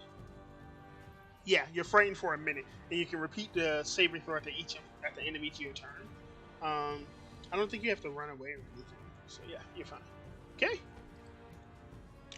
And then these guys ran up 60 feet, so they're not going to attack. These dudes from back here are going to cross. This is 10, 20, 25, and then 30, and then move 30 more feet this way. 10, 20, 25, 30, 30 feet this way. These guys are just going to get into the water and splashing around. Let's get them, boys! 30. Okay. I don't think there's anything else. Yeah, I think everybody else went. Luvan, you're surrounded. If I move here, how many opportunity attacks do I take? 1, 2, 6, 3, 5. 4, 5. Yeah. 5. You're gonna take one from possessed Emery, one from each of those shadows, and then one from the dog and one from Grandpa.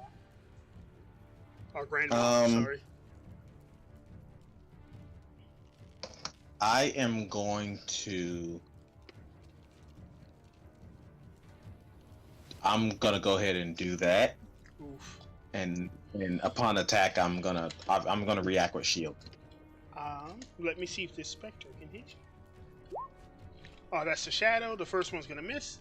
Second one is going to attack with a 22. What is your AC, Devon?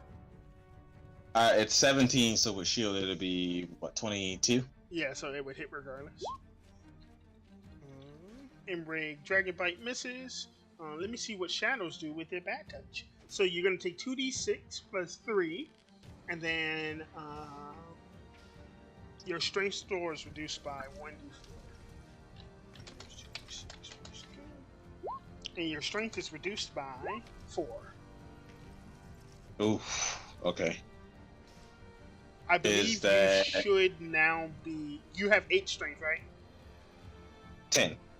So your strength is now 6. You might be encumbered now, but we won't worry about that for now. And then... Is that all? No. Dog is going to go d20 plus 4. Miss.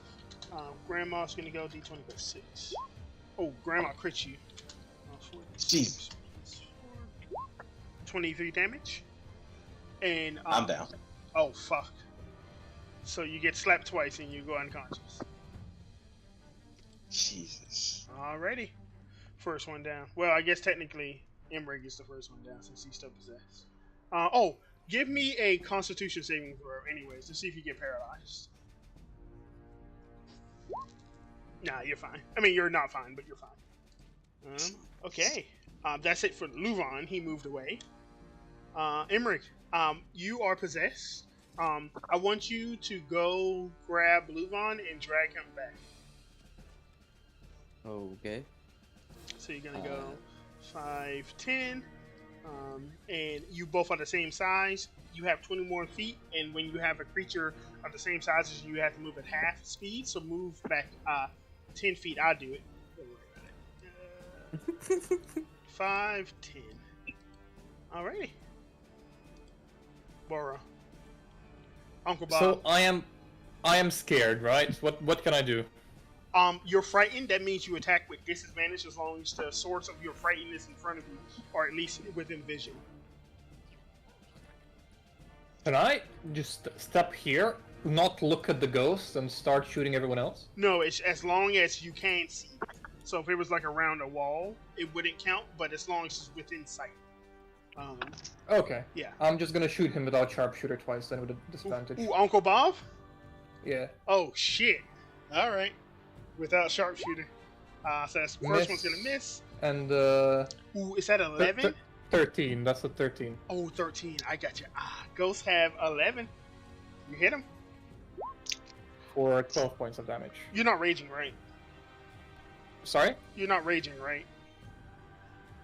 If I'm not raging, I would have rage now, then. I got you. Okay, yeah. 12 will kill. Ah!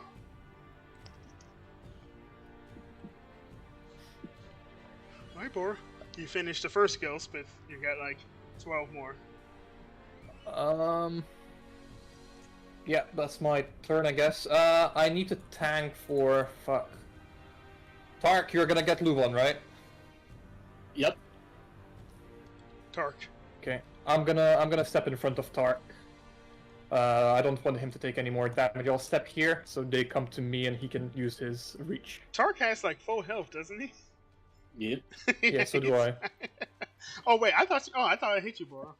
Alright, Tark. You hit me for 5 damage, which is fine. Yeah. Alright. It's my turn. Mm-hmm. I'm going to provoke an attack of opportunity from that dog over there. Okay. What the dog doing? What the dog doing? I'll give him... Yeah. 5, he misses.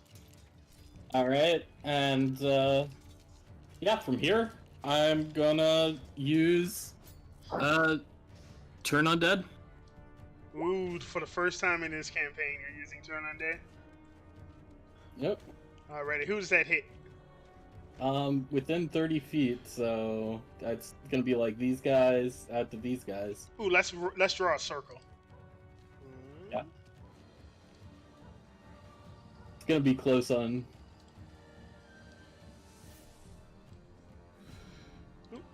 It's not a circle. Yeah, I know. I'm trying to grab it so I can stretch it, but Sam's That's dead an wife is in the ellipsis. fucking way. Get out of the way. Okay.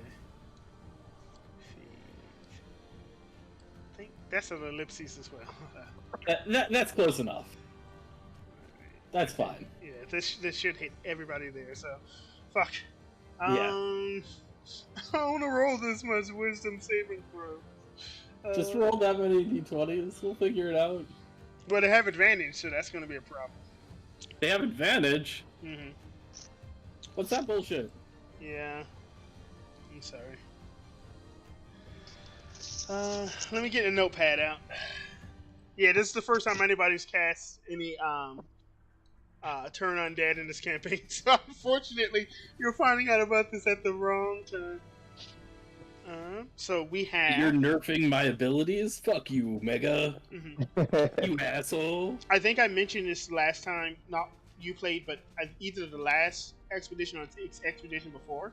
But the overworld is basically similar to like the Shadowfell, which is like very hospitable for undead. And I mentioned it during the lore doc that clerics do not get communication from their deities anymore. Just showing that like stuff like Turn Undead and everything is not going to be as effective in this campaign as they would be otherwise. So I'm still gonna be mad at you, okay? Let me be mad, okay? So we have horse. I have horse. We have dog number 1. I'm just writing all this down so I can make this save. We have ghost in Emmerich.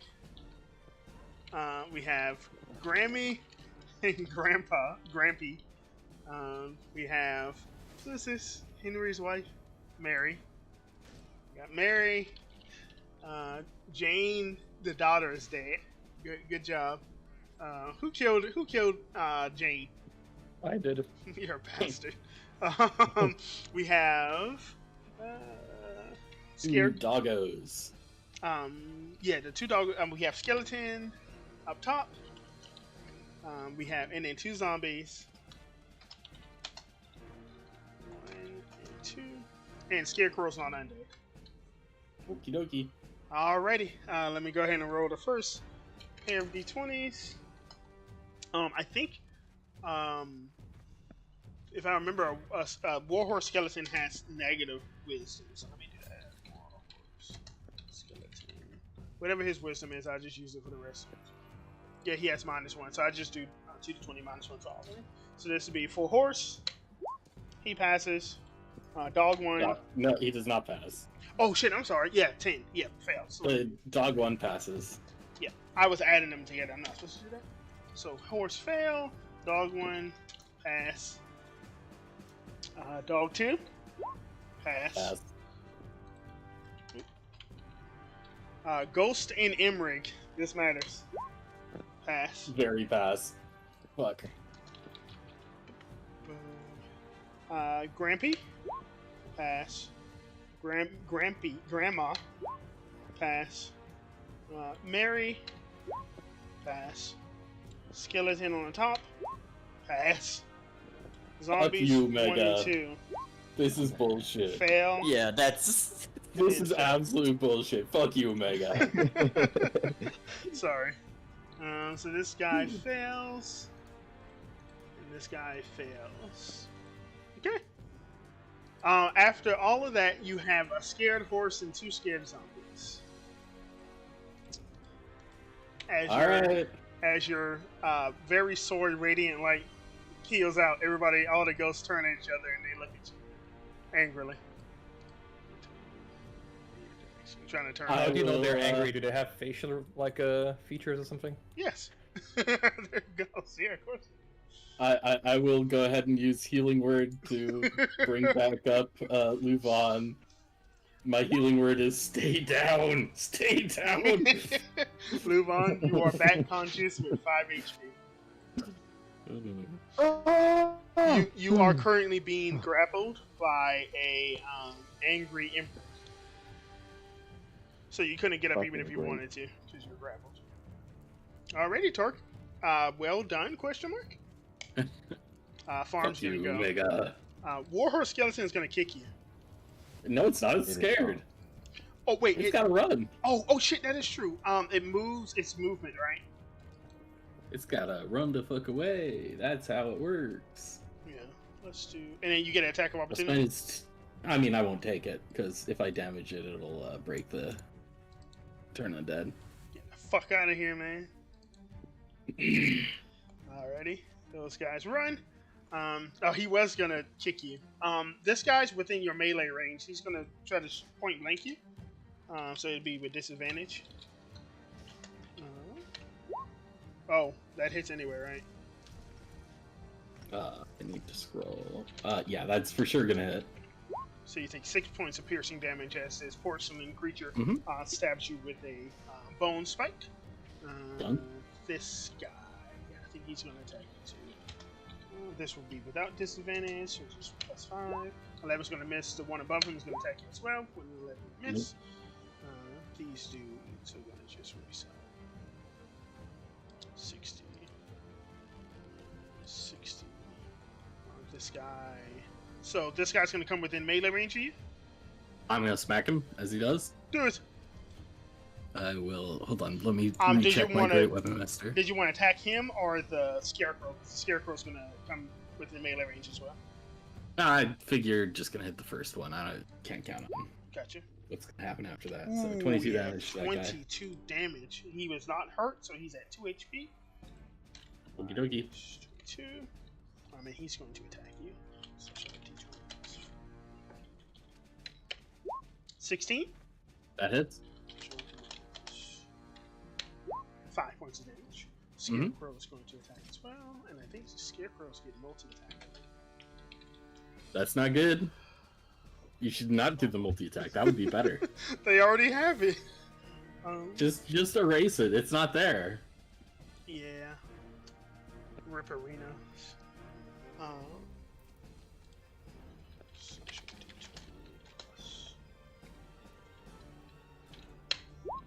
11? Nope. 19. Yep. 2d4 plus 2. And I think you have to make a wisdom saving throw or become frightened by them. Yeah. Okay. You passed, so you're fine, but you took 5 points of damage from the Why is there zombies growling in my ears? What the fuck? What is Mary to do? Boro's right there. Spectre. I will make the same proposition to Sam that I made to Uncle Bob. Mano a mano. You can do that on your turn. Spectre is going to attempt to life drain you, Boro.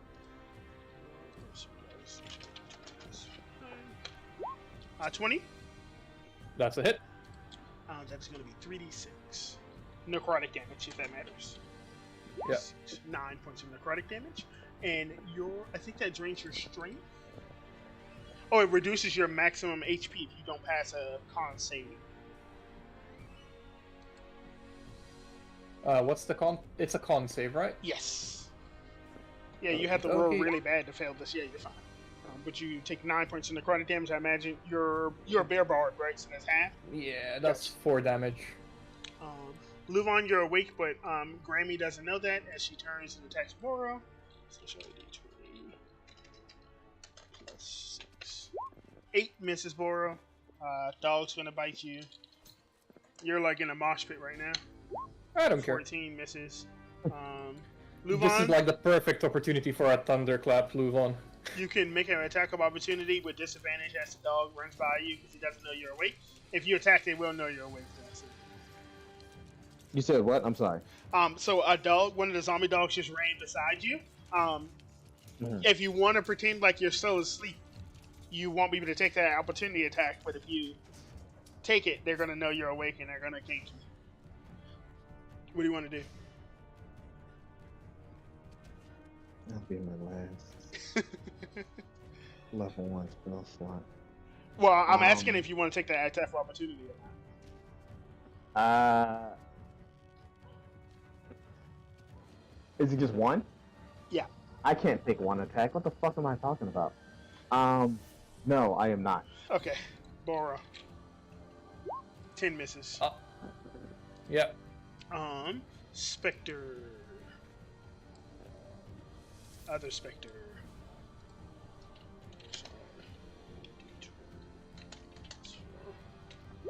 Oh, these are shadows, not specters. 17 misses?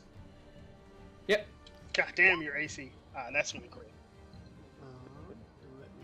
Oh, shadows do bad things to you. 4d6 plus 2. 4d6 plus 2. Boro, that's 16 points of necrotic damage, and your strength is reduced by 1. Okay. Oh, Grampy. I think he's gonna attack Tark. Pretty rude. Yeah, that's a hit. And make me a con save. I go down. Oh, okay. Still make that con save because. Oh, you're paralyzed. Okay. Paralyzed and unconscious. Hello. Let me put a thingy on your body so we know what's going on. Let's do this. And you're unconscious. So whenever it comes to your turn again, we can repeat that save. Alrighty, I think that's everybody from the farm. I think those guys back there are just gonna come up on lane this one. Who's like rubbing their mic? Who's doing this? Sorry, that might be mine. Stop it. Get some help. Levon, you are conscious, but you are currently grappled in the mouth of a dragon. What do you do? I attempt to break free. You should just thunderclap him. He's gonna be pushed away, right? Oh, Yes. yeah, I guess I don't need to move for that, do I? No. You got a perfect thunderclap like right here. You sure you don't want to do this? Do it. That's like perfect. Nah, but the ghost, the dragon is biting you, so I don't know. Depends what you want to do, I Yeah. guess. This would be even better. Yeah, of course. Sure. Oh my god. Yeah, it's down to the wire. I'll just remain grappled and I'll do that first one. But the first one you put it over. Oh shit, okay. Do you still have action surge? He's a level 1 fighter. I Yeah. Are you Yeah, level? I don't have actions. Yeah, I'm Yeah. still level 1 fighter. Ah, okay. Yeah, I don't have Okay. actions yet, yeah. So I need to make 3 con saves. Should have second wind though, right? Yes. Yeah, you might want to use that. So we have Yeah. Grandpa, who has a +3, so he's gonna fail. Go ahead and roll that Thunderwave damage for us. Henry's wife has save, fails. Does the ghost come flying out of the body of the dragon? He's not Thunderwaving the dragon. Is he not? No. Nope. No. So dog, pass, fail. I think top one's gonna pass and take 5, and he is at 1 HP. And the bottom one is gonna fail and take 10, and he is at 1 HP. Okay. Henry's wife is going to fail and take 5 because she's resistant. 22, 17. Grandpa failed. He's going to take 10 because he is not resistant. Both specters, let me roll for them. 2d20. They have no extra con. So we got a fail, so they're both going to take 5 because they're resistant. Oh, there's shadows too. Shadows don't have the same health as specters, they have 16. So they both take... Oh, but I think shadows are resistant, right? Yeah. So they're going to take 5 regardless. 16 minus 5 is 11. And that's the first damage these two guys have taken. Okay. I think... Oh, Boro, you gotta make a con save too. Don't even worry about it. Oop, wrong one, but same story. Mm. Fail. I take 5. Yes, you take 5. No, I take 5. Mm-hmm. Okay. Everyone that failed is pushed back, right? Ooh, that is true. So we have... Yeah. This. I think everybody in this line fails. So we'll grab these guys. 10 feet. Move them up one. Boro, you two are pushed back 10. Well, it's like away from him, so you're gonna move like here. Oh. Yeah, that's fine. These two guys are gonna move. So, yeah. Cool. Uncle Bob, get out of here. Alrighty. Okay. I think that's everybody moved. Cool. Luvan, you are still in the mouth of a dragon. What else do you want to do? I'm gonna use my bonus action to use second wind. Yeah. Yeah. Oh, you! Oh, Kidding me. brutal. Emmerich. Are you serious? Emmerich, Yes. Um, yes. you have a disdain for elves for some reason. I think you've been Okay. watching too much Alex Jones. Give me a bite attack against Luvan with advantage. Yeah, crush me Okay. fit, man. Oh my goodness gracious. Luvan, you Lovely. are unconscious. Yes. That's it for Emrig. Wait, no, I think you're unconscious, so he's gonna. Boop. Alrighty, Boro.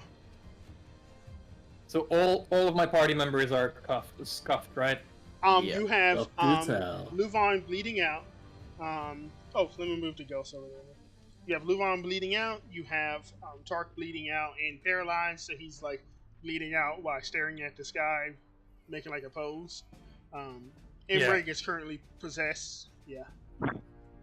I will do what I did before to the previous ghosts. I'll be like, come on out, I'll kill everybody you love, just like I did to the 3 last ghosts. Or 3, like, Sammy, Bob, and whatever the fuck else it was. Give me that intimidation check. Yes, sir. One moment. Uno momento, por favor. No. No? Okay. I can't find it. There we go. You want to talk about it? Yeah, I feel like if I had inspiration from somewhere, maybe, we did good on killing other ghosts, maybe I feel inspired. Can anybody give me a good reason why he should have advantage here? Because I killed 3 ghosts already, and she's not sure if I'm actually backing up what I'm saying. That's fair. Is that fair, Luvan? I want you to be honest. I'd say that's fair. I mean, everyone else getting, chopped to bits, but he's the one still standing, and he's already killed 3 of them. I would say you I'd would be like, have oh. disadvantage because you were killing literally all of his workers and farm animals a little while ago. If anything, there should be advantage for that, right? No, you I pissed showed him my off. powers. Maybe. Torch, give me a tiebreaker here. What do you think? I don't think you should have advantage or disadvantage. Just straight row, Just a straight roll. which is a 1. That's going to fail, unfortunately. Oh, wait, maybe he can roll below a 4? He rolled a 1! What the fuck? Okay. Well, Emmerich, Yes. you spit a ghost out. As it turns to face Boro. You killed my wife! But that was your action, Boro. Was that my action? Yes. Fuck, okay. I'm like, Tark. Emrig, please help me out here for a second at least. Tark. So you pass your death save. Give me a con save to become unparalyzed. DC 10. Fail. Still paralyzed. Farm ghost. This farmer ghost is gonna punch you in the face. Withering touch.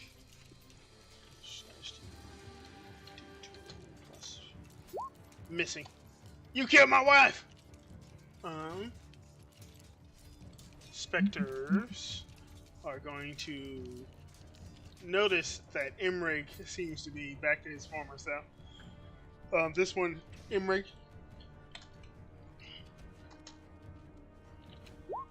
Uh, 24. Spectre hits. Hits. And you are going to take 3d6 necrotic damage, Emrig. I don't know if that's persisted by you. Let me roll it for you. 3d6. Could I at 14? least be dodging? Sure, why not? That's such an inconsequential thing. 14 points of necrotic damage, Emmerich, and I Yep. need you to give me a con save, or your max HP is reduced by 14. You hit my temporary hit point, so does that apply to my Yes. real hit point? Mhm. Even though, okay. Yeah. Can't save. Ooh. Your max HP is reduced by 14. Okay. Not permanently. That's until you finish a long rest. So. Okay, so I lose now the extra HP, so he hit me for 28. No, Pretty you don't much. lose temp HP. You just lose max. No, HP. I lose the temp HP due to the hit. Well, what I'm right? saying The is, damage? don't count that towards your temp HP, because your temp HP is like an instant thing. So, like, if your max HP was reduced to 1, you still have that temp HP because it appears when you first transform. Does that make sense? So it's just your max HP. Don't count that from your temp HP too. Okay, so I have 35 temp HP while having 21 normal HP Yes. max. Okay. Boro, that Spectre attacks you and misses. You got 2 dog attacks at disadvantage. Miss. Woo. Grampy is going to step here and attack the dragon's ass. D20 plus 6. Missing. Grandma's going to attack the dragon as well. Hitting. For 11 points 18 of hits, damage. exactly. 11 points of damage, and make me another con save or become paralyzed. Oh, so you're paralyzed. Yep. I don't want to roll all these other attacks. I think these other guys are just gonna like file in and watch the mosh pit. Yeah, fuck it. I don't want to roll a bunch of attacks. Luvine. Yep. Am I free now? Mhm. Wait, aren't I down? I just need to make. I need to make a. Yeah. Yeah. 1 second. Just roll a natural 20, no problem. Oh my god. Okay. That's your first fail. Just don't roll a 1 for hey. Emmerich, you are paralyzed. You can Yep. repeat the con save at the end of your turn. Coolio. Pass. You are now unparalyzed, but you are surrounded by zombie dogs, naked grandma, who's very old, so it's a lot of droopage. 2 worker ghosts, Naked grandma. a naked grandpa, and then Mary's wife, Mary Henry's wife, is in the background yelling at you. He says, "You're probably the reason why my husband's late." And that's the end of your turn, Emmerich. Boro, you are dodging. What do you do? Boro is pissed off. So, can you explain to me? There's 2 shadows, Yes. a ghost. Yes. Is the ghost bloodied in any shape, way, or form? He's at 31 HP. He's gonna get the gat. He's at full. I That's think. not full for Yeah, a their ghost. full is like 42 or something like that. Yeah, it's like 40 or 50 something. Oh, he got hit 13 once. hits? Nice. Sorry, 10 hit? Yes. Well, is it 10? Yes. Yeah, 10 misses. He's got 11. And I'm gonna do it again. That hits. Sorry, so that's gonna be 22 points of damage. Ooh. Bloody. And I'll say it again, trying to intimidate him. I said, mano a mano, not with your friends.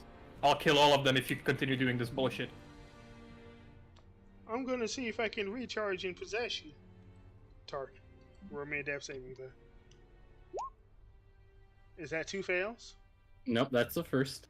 Okay.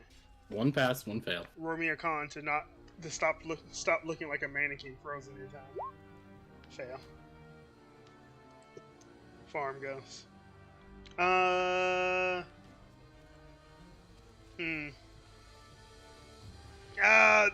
Fuck. Let me see. What's your HP at, Boro? Don't worry about it. This guy's trying to size you up. He's an angry ghost and you killed his wife. I don't think he cares. Let me roll. I'll roll a check for him. Advantage. Maybe if he didn't kill his wife, he would be more amenable to your challenge.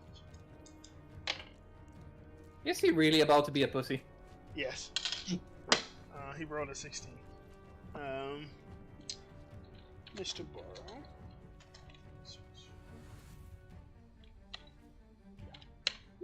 14 misses. He tries to punch you again to drain your life and you dodge out of the way. Shadow above him. 15 misses. 2 dogs behind you. Miss. Emmerich. Did you not get to go, Emmerich? Yeah, you're not in the turnover. He was paralyzed. He was I'm paralyzed. paralyzed. Yeah, I got you. Not anymore. Well, not anymore, but I will be again. Yeah, exactly. That hits. 10 points of damage, Emmerich, and make that con save. Okie dokie, can't save. Pass. So you're not paralyzed this time. I think this shadow is gonna spend this time like yelling at you about coming into people's homes and killing their families. And then Mary is going to like give them advantage on their intimidation check to make you fuck off. Alrighty. Luvan, please don't roll a 1. I'll do my best. Okay. Nice. So that's 2. I think you should. Sorry. That's 2 passes, 1 fail, I think, for Luvan. 1-1, I think. Yeah, 1-1. Okay. Fuck. Emmerich, I think you should get Tark, and Tark can heal Luvan for the next round. Emmerich does not have a lot of HP. Yeah, it's a Emmerich. scary thing to untransform here. I mean, he loses, if he untransforms 14 HP to heal Tark, right? Yeah. And then the zombies go. Yeah, do what you're gonna do. I won't judge your decision either way. This one is bloody, the ghost, right? Yeah. Fuck.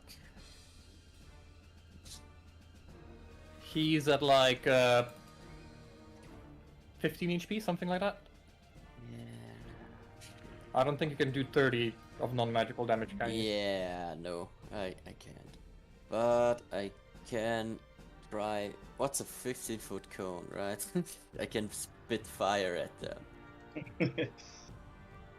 I mean, you can try to appease. I mean, they think they're alive, right? It's draconic, right? That I speak. Oh, yeah, you can't speak. They're trying to kill us, get them! Yeah, so. Ooga booga. Oof. So many opportunity attacks. Shit balls. I'll. Fuck it. I will make a check if you transform back and put, like, your hands up and say, please, I'm sorry! Or something like that. Yeah, I'm just trying to figure out what action do I use to untransform. Probably action, free action, grovel and apologize, and bonus action heal. Yeah, that's what I'm thinking. Yeah. The bonus action heal Tark, so he can grovel as well. That's what I'm thinking. Yeah. Fuck those 10 Grovel? HP, I guess. I'm a dwarf now. I tell them, we're very sorry. My friend here, and I cast Healing Word on Tark. That's your healing word, my friend Yeah. here. my friend here, he and I and the rest of us, we just, it's just been a misunderstanding. We've been, we're very sorry. Can we try? See, we try to help you. I don't know. Give me a second, I'm making them all turn towards you, including the dogs. Alrighty. Oh, Tark, you got 9 points of healing, by the way. Yep. Farmer Sam puts his fist up towards you, and he says in response right before Boros' turn, how are you supposed to bring back my wife? You killed her! And my daughter! No such thing. Wait, did you say those are the same? Did you troll him? Did you say those are the same? Okay, alrighty. Bora. Those are the same. He's getting the fucking Ghost Slayer crossbow in the face. Ooh, you gonna shoot him? Oh, that's a fucking lulu. Oh, shit. Yeah, that's a hit for 23 damage. Ah! Wait. Ah! And then I shoot one of the specters for a 9 to hit. Which misses. Trying. Alrighty. Anything else, Bora? Nope. Tark, you are still paralyzed. Give me a con save. Oh yeah, that's right. I can't heal this turn. What? Oh I'm my. continue to Oh be my paralyzed God. forever. I've failed 4 con save. Well, DC 10 too, right? It's yeah, not even it's hard. literally one. DC. I should have healed his wife. He should have killed his wife. Imrig, they're not as mad as you as they are at Mora. Go for you, Bora. Yeah, that's fine. Imrig, this ghost is going to attempt to occupy your space. Are you going to move backwards? Do it. Yeah, I guess, yeah.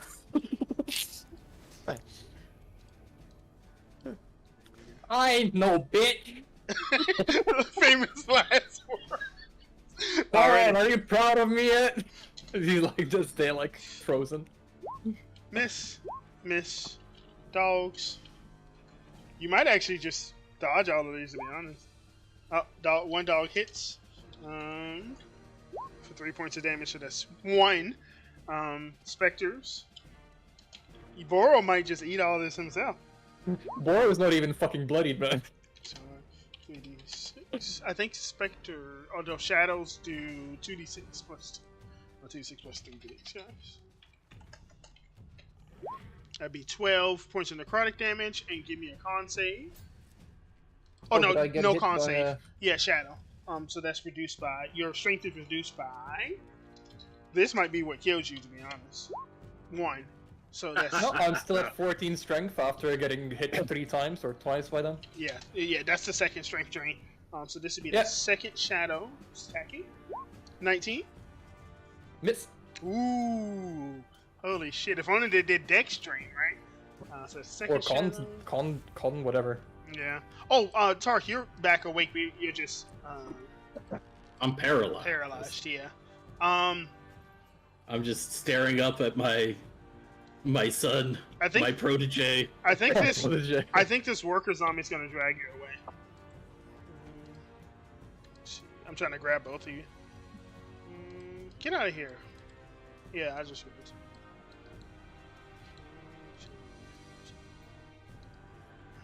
Easy. Way too easy. Anything else? Yeah, I guess this skeleton's gonna shoot you. Well, they don't really have like a leader anymore, so I'm trying to figure out what they're gonna do. All their ghost buddies are dead. I think he's just gonna sort of look awkwardly for the rest of his turn, and I think he's going to get ready to impale you, Boro, next turn. And then the rest of the guys are just gonna, I think, race forward since you guys did kill their boss just now. Yeah. Nice. Louvain. Oh boy. Second pass. Emmerich. You see that they, for the most part, literally left you alone. Burn me! Burn me with your fire!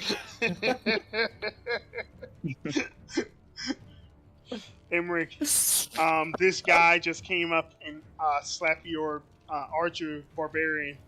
What you doing?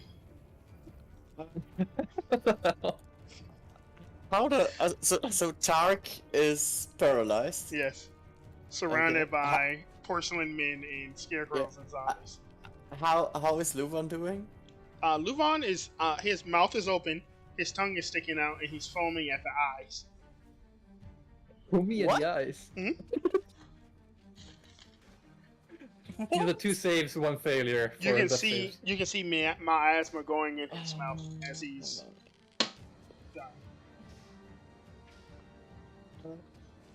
It kind of sounds like on The Simpsons when Homer is like drilling.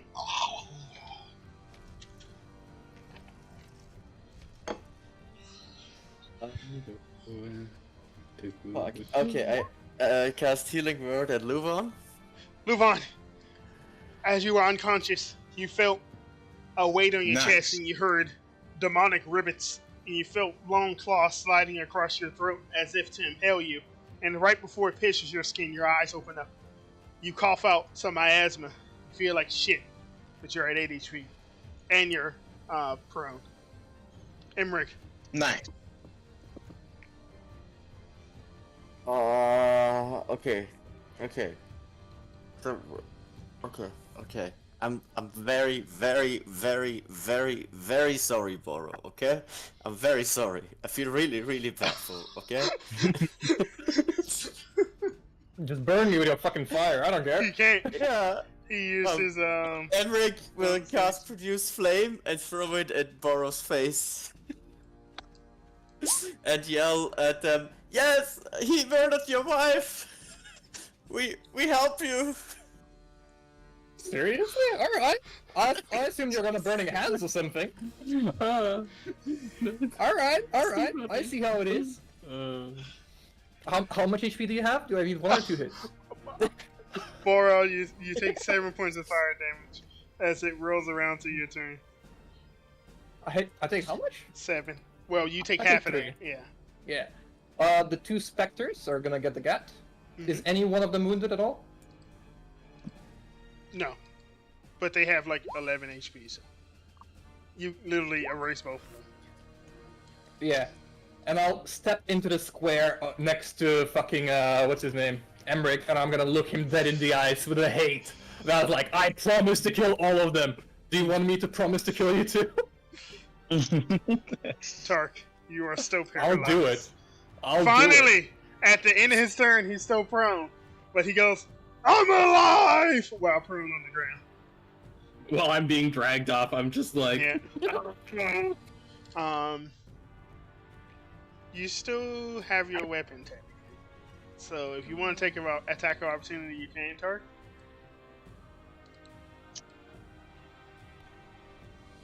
What you doing, Tark? I'll kill all of them alone if I have to. no, I'm not taking an attack of opportunity. Okay. Boro. Yes. Miss. Yep. Miss. Uh-huh. Hit. Yep. This is like Rocky or some shit. Take that. This guy goes here. He's gonna shoot you too, Boro. 19. Miss. God damn that AC! Huh! Damn barbarians. Says the noted barbarian lover. Exactly. I don't love barbarians. I hate them. Said the guy playing a druid barbarian like a year ago. So. That was last time. Okay, come on, guys. Come on. Boro, give me a athletics check. Can I do acrobatics? Yes, either or. Just remember, if you do acrobatics, you don't have advantage since you're a barbarian. What's better, a +2 or advantage, guys? Usually advantage. Yeah. Oh, yeah. 11 is your DC. You break. 25. They Good tried to luck. grapple you and you pushed them off. You are currently grappled, Tark, by this guy. I think he's just going to continue grappling you. Lovingly. He looks like he's dead. He's on the floor. He's eating the grass, man. I ain't done shit. I ain't done shit. Tark, give me a acrobatics or athletics. 19 is your DC. You fail. You are now considered restrained as these two zombies have you held. Put a little note on you. A little net. This guy's gonna come up here and look down on you. This guy's gonna come up here. Boro, What's up? miss. As a bone spike comes your way. This guy's just gonna come down here, I think. Use his movement to get there. Good thing is, if you guys win this, you clear out the farm. That's good. This is literally fucking We everybody. literally won this encounter if the druid doesn't fucking hit me again, okay? We win this encounter if we killed that first ghost first. Fuck. Imrig. This zombie's trying to move under you to push you behind. What are you doing? I'm moving out of the way. I'm letting it. There you We're burned. go. I'm fending off a fucking horde here, guys. Any help? 15 misses, Boro. You are eating so many fucking attacks. Grandpa and Grandma. What the dog's eating? Trying to bite you first. What the dog doing? They're trying to get some. They're trying to get some fucking gnome or goblin. Miss. Grandpa. Miss. Grandma. Miss. Damn, dude. So many fucking attacks. Scarecrow's bored. Come over here. Hang out. Fuck. That's everybody, I think. Yeah. Oh no, Warhorse. He's not scared anymore. Dun, dun, dun, dun. No, he's still scared. Why wouldn't he be Oh scared? yeah, of course he is. I think it's turn not on- concentration. Yeah, turn on dead. It's not concentration, is it? I think Nope. it goes away if you're incapacitated. Well, let's just double check. Yeah.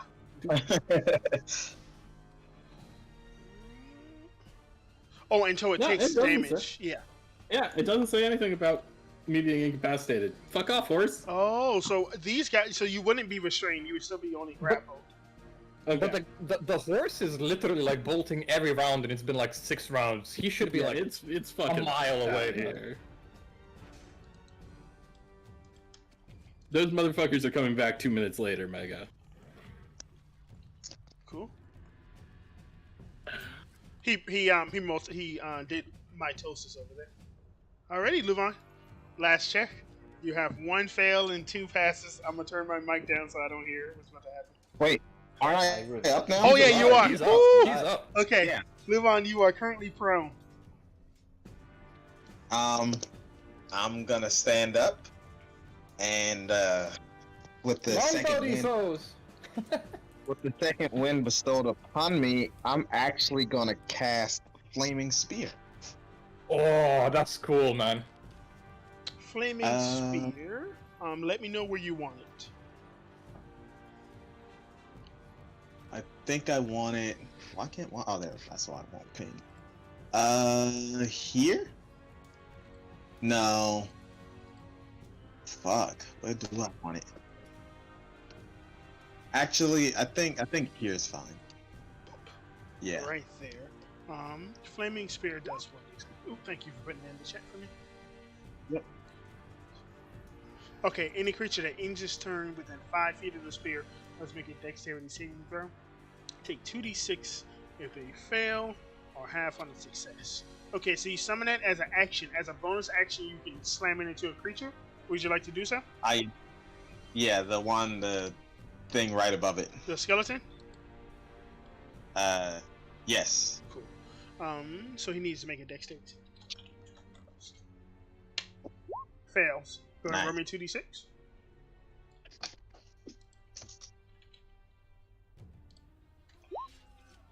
Wow. Damage. Every bit counts. Cool. Anything else, Luvon? That's your action, bonus action, and you stood up? That's gonna do. Move 15 feet back and go prone again, honestly. Yeah, I guess I'll move back some. That's 15 there. Just in case we have to do what we need to do. I would go prone again if I was you. And or Rick, you're getting shot. You see Boro being ripped to shreds. What do you do? They didn't hit me once. He's dying. There's Boro bits everywhere. And he looks like an old goblin now. Okay. Okay. Second level. I yell at Boro. They're trying to kill you for murdering their people. You know, that seems reasonable. Alrighty, Emmerich, anything else? I heal you for 13, and then take the dodge action. Well, 13, holy shit. It's gonna take them extra 4 turns to kill me. Boro. Boro. Okay, so, I'm sorry, but these tokens make it pretty difficult to understand, and it's a horde, so I understand, right? But what kind of creatures are these? There's some zombies, there's some dogs. What is the red lady, and what are the 2 ghoul-looking things? That is a ghast. This is a zombie dog. This is a zombie dog. And the 3 creatures below you are zombies. So the red lady is what again, sorry? The red lady is a specter. Fuck the specters, I'm shooting the ghasts. Yes. Ping me which one you want to attack first. The green one. You attack the green one with a 9, that is gonna miss. But I crit one. Yes, you attacking him again? Yeah, of course. Yes.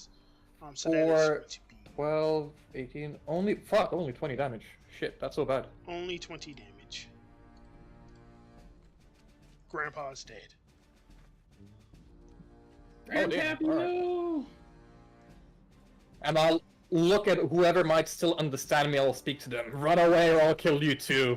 Oh, that's actually Grandma. You like shot Sags off. And Grandpa's gonna rage and kill you next time. Grandma got run over by a goblin. Tark, you are currently grappled in prone. Yep. I am going to cast Protection from Good and Evil on myself. Smart. Okay. And you're staying. I guess you can't technically move, right? When you're Yeah, I can't move. I don't have any relevant bonus actions, so that's my turn. You're just wiggling on the ground. Alrighty. I think Sanctuary might have been better if you had that prepped. No, I've made my decision. I'm good. Yeah, yeah. Fuck, man. I think Grandpa's gonna be replaced by Mary, and Mary's going to attempt to bad touch you. Let's do 5. Give me the ghost clap. Of course. 3d6. I think, yeah, specters, right? 3d6, yeah. And you have to do I succeed, yes. So that'd be 8. For 4 points of damage. Grandma. Oh, I think first the zombies are going to go ahead and give me that acrobatics or athletics. We'll do 2d20. Plus. Would danger sense give me advantage on using acrobatics? No. 23. Good luck. 25. Oh, They not can't 25. even do I said 25, but that didn't count. So those 2 zombies used to turn to attempt to grapple you. The one below you is just going to. I think he's going to try to grapple you well. Do that again. So that'll be a Yeah, mom's a hoe. DC 13. 19. Pass. I am the unmovable object. You have 1, 2, 3, 4, 5 skeleton shots coming for you. So it's 5d. Can they shoot through ally squares? Yes, you will have +2 to your AC for this. So they have to hit they have to hit 22 to hit you. So this would be +5. So we have a 24, a 24 and a 24. So there's 3 24s. So we 6 plus 16 points of damage, cut in half to 8. The one below is going to attack you as well, so you have +2. 3 24s. Okay. So so 7 divided by 2 is 3. Oh, I see what you're doing. 2 Yeah. And 2. Yeah, 7 points of damage. 18 misses as that skeleton below attempts to shoot you. These 2 zombies are still scared. They're just going to run into the water since they're scared of Tark's ore. Tark, does your thingy do anything against constructs? Nope. I haven't done anything against them yet, though. Yeah, I think they're just going to loom over you. And I think they're going to get wide. Just in case you decide to attack. They're like wolves or something. So there's that. That was all the skeletons. Did I attack for Grandma yet? I don't think I did. Yes, you have attacked with everyone. On my side, at least. Zombies tried to grapple me, dogs tried to attack, all the skeletons shot. I don't think Grandma The lady tried to get you though. Alright. Grandpa, Roll yeah, it. I think Grandpa didn't go. I think that's the Yes. one. Yeah, thing. exactly. That's the only thing. D20 plus 6. 19? Nope. Misses. Gotcha. Grandpa tries to grab you. Misses. I think the skeletons are going to move away from the flaming, burning spear of pain. All the... Sorry. I'm trying to figure out, there's 1 specter and 1 ghast left, right? Or ghoul, whatever it is. Yes, ghast. Yeah. Yes. Oops, excuse me. Just gonna step over you, Tark. Wait, did that one? No, I'm not. Never mind. I'm not gonna. I'm not gonna meme. You were nice to me, so I'm not gonna meme.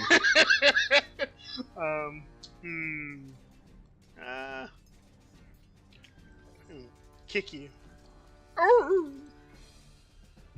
Dog dies because it had 1 HP. Okay.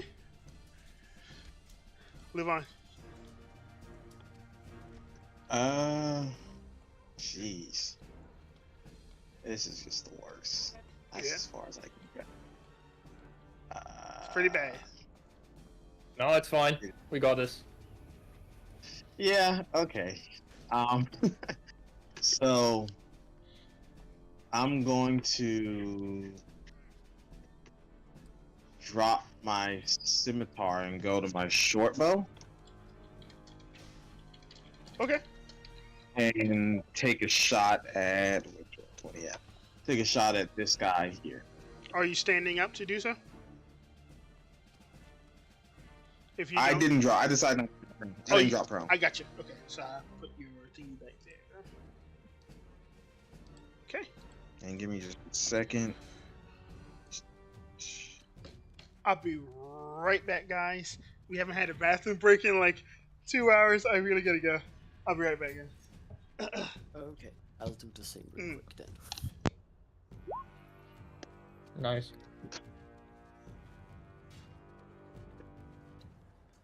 Only 4 points. Why of is it fucking- rolling 0 plus dex damage? That's clearly not right. Oh yeah. Should be It's should D6 have plus some 4. kind of roll there. Is it Oh a my D6 God. or a D8? Roll an extra d6 if it's a short bow.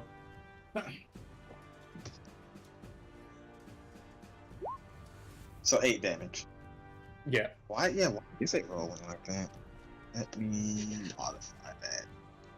That's Because it should be nine. add my dex. It should be. I added my dex modifier, right? Yeah, so you roll the dex and no dice for damage. So you roll the flat 4 from 18 dex or 19, whatever you have. I see.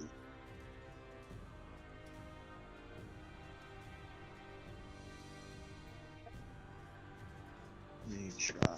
Hello? Hello. He rolled 8 for damage on that skeleton. Oh, because he's got 4 plus 4 dex. Yeah. Gotcha. Skeleton hasn't been hurt, so he's Wow. not taking weak. And then for my bonus action, I'm going to slam my spear. Yeah, for. You know what? I'm just gonna hunt. I'm just gonna keep hunting this skeleton. So I'm gonna slam it into this skeleton up here. Okay. Let me make a dex save for you. D20 plus 2. I believe your DC is 14, so that passes. Go ahead and roll me that 2d6, I think. It's gonna take 4 points of fire damage. And that. Embrick, do you still have any of your dragon forms? That's gonna do it for me. Yes, I have a dragon form left. Yes. I think we won this then, yeah. Mega, Mhm. I have to ask a very question first. Since that you have every 3 rounds you roll for a horde, Mm-hmm. do you do that or? Yes, I've rolled already. Okay. Okay, great. Good to know. Mm. Okay. Tark is still down, right? Nope. No, I'm up, but down. He is Yeah, he is yeah. No, I mean he is grappled he's conscious, but he's and he I'm is grappled, prone. yeah. Yes. yeah, I'm yeah. grappled by this guy and prone. Yeah, but you were really passive, like you didn't do anything. So at the I moment, cast a spell on myself. yeah. But you were like, yeah, I don't harm you, you don't harm me, right? Okay. I'm biding my time. He's gonna go Super Saiyan. And he's soon. calling me a coward for repositioning, huh? Yeah. Boy. Oh boy.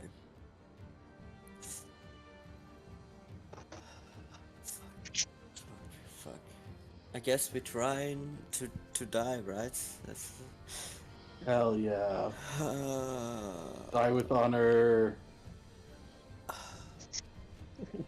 We won this encounter. You're still not sure, guys. It's fine. Yeah, Yeah, I mean, I this highly is doubt actually it. a win. Easy win.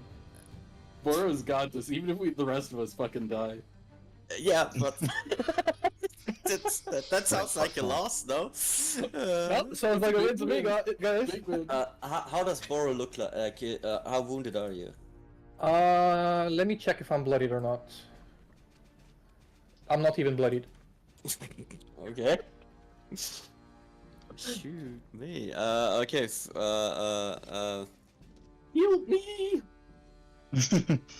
Honestly, just kill the Ghast or the Spectre. The Ghoul or the Spectre, whatever they are. Is the only 2 threats we have at the moment. Build these fucking constructs on me. I'm scared. Oh, there's those ones as well, right. They're just not fighting me. Like this is the ghost, right? Or We No, don't have this those. is a We have the Spectre, red one. and this is a ghoul, a ghast. Sorry. okay. Okay.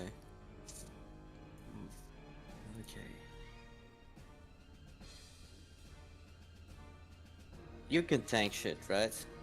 It's fine.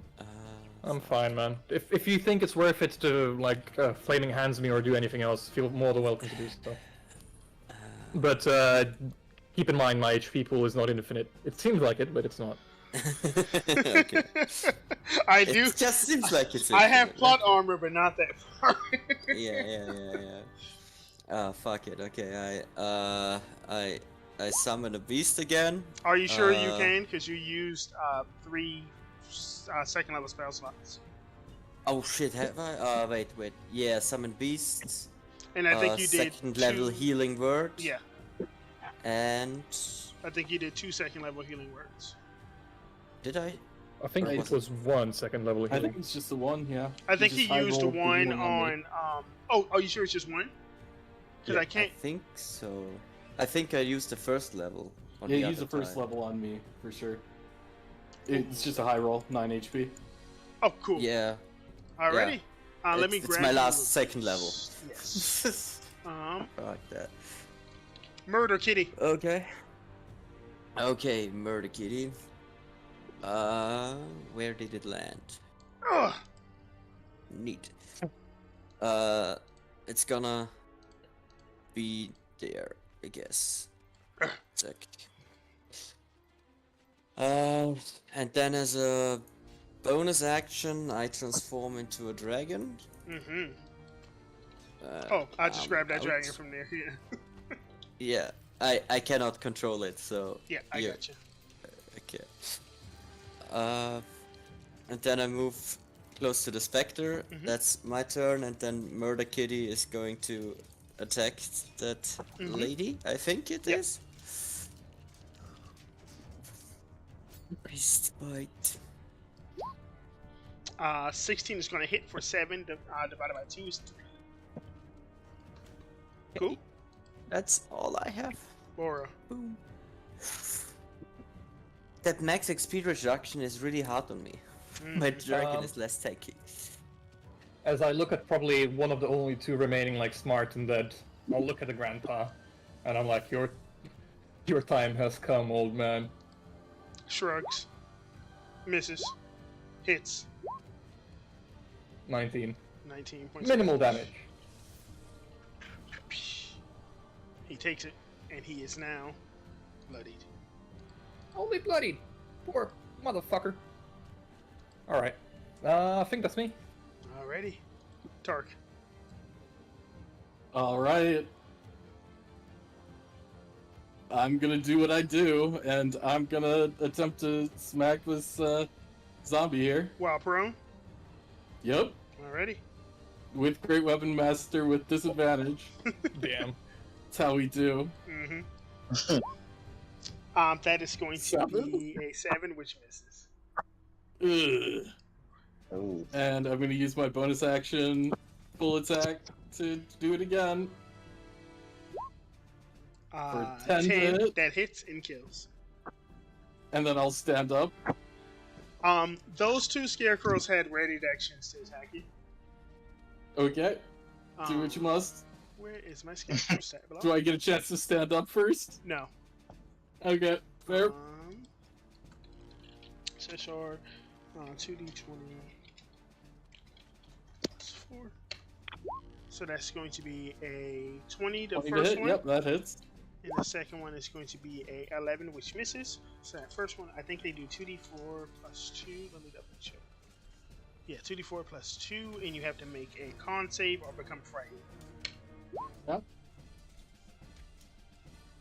Unsave against frightened? That's very weird. Oh, sorry, Wiz. My bad. I think that actually passes. Is DC 11, so you're fine. Okay. Now you stand up and you see the look in their soulless eyes as they get ready to impale you a bunch. I'll be fine, guys. I'll be fine. The one on the south of you is going to multi-attack you, or the one on the east. You can only ready 1 attack, not 2, right? No, yeah. It's now their turn, though. Oh, it's their turn. Okay. Yeah, I go Fair back down. 15 points of damage. Yeah, I go back down, like I said. You didn't have to roll it. I wanted to. He wanted to establish dominance. Yes. Mr. Boro does a 21 hit. Yes. Give me a wisdom saving throw and take 9 points of slashing damage.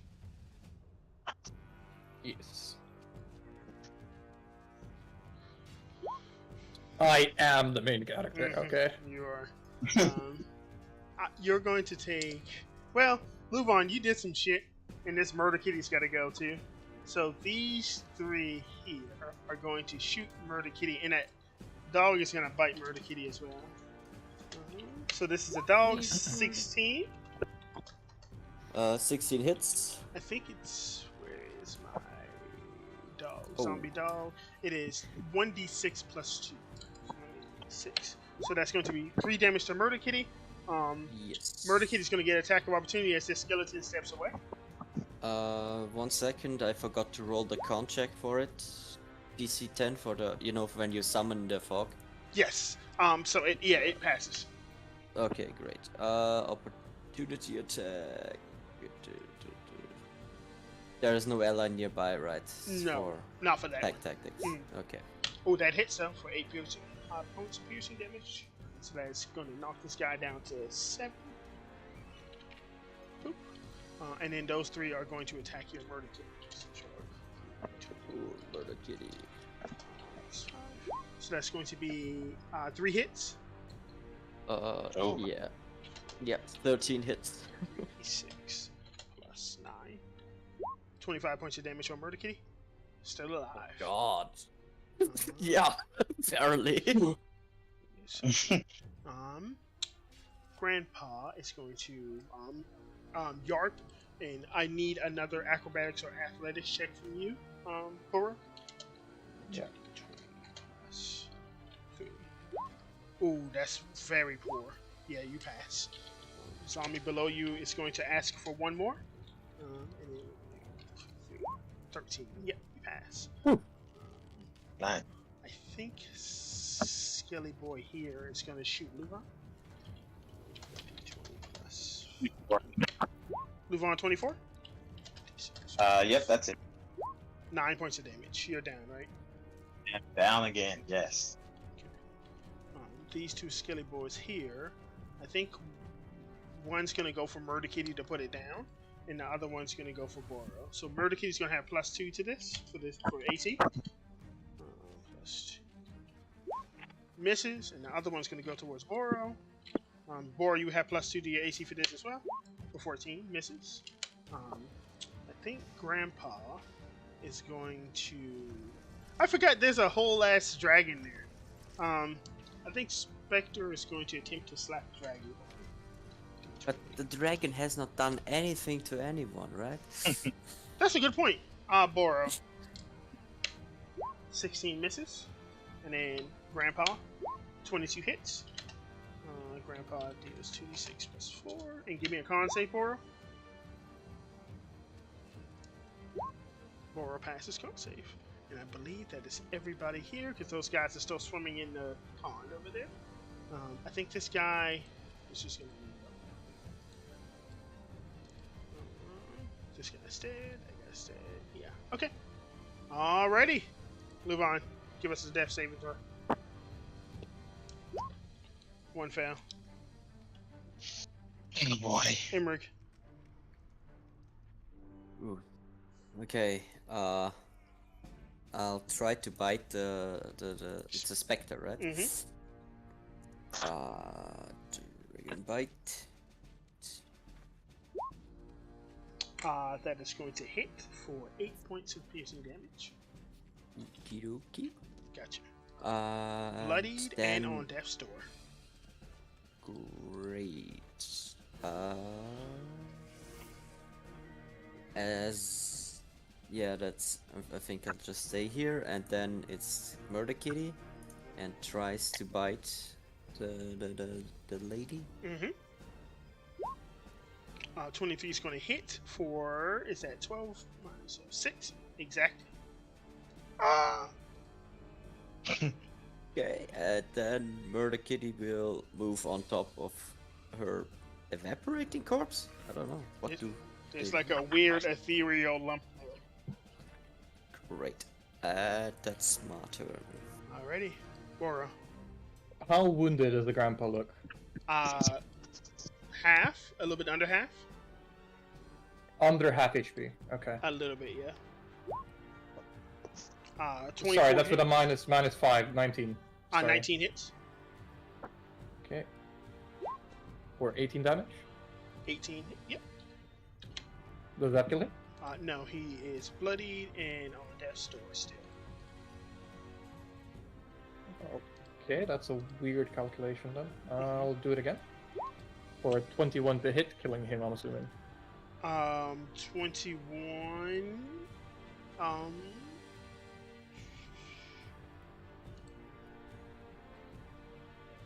Just take a look at everything.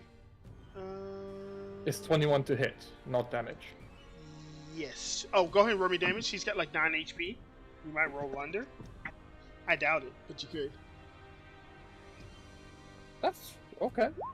Yeah, no. Sorry, so that's 7? No, 9, exactly 9. Exactly. 9. Grandpa dies. And I'll look towards the scarecrows and I'll tell them, it's like, Ooh. we are your new masters. You will Luvon. plow the fields. Luvon, Yes. roll me that damage for the spear. They stopped right next to it. And I think they're vulnerable to it too. Yep, so they take Does it double still damage. exist even while I'm down? Oh, it's gone. Yeah, sorry. Yeah. There we go. They're not going to listen to you, Bor. You're going to have to fight every single last one of them. Sorry. It do be like that sometimes. That's one fail. Farm guys. I think Boro, yours was the end of the turn, so let me roll for a horde.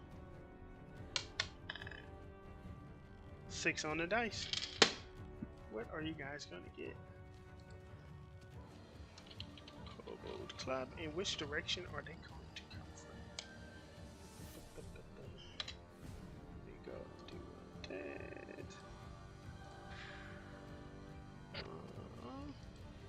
What we needed was more bullshit in this combat. Yeah. Oh my. Let me see. The amount of fucking strength drain, HP drain, possession, horrifying visage, what else was there? Paralyzation and bullshit like that. Let me see. Which... Bernadette being cuck.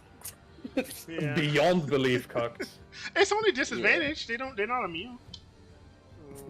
And they have a -1 to wit save, so even with advantage, they should still fail. They just roll. But they didn't. Fuck you. Sorry.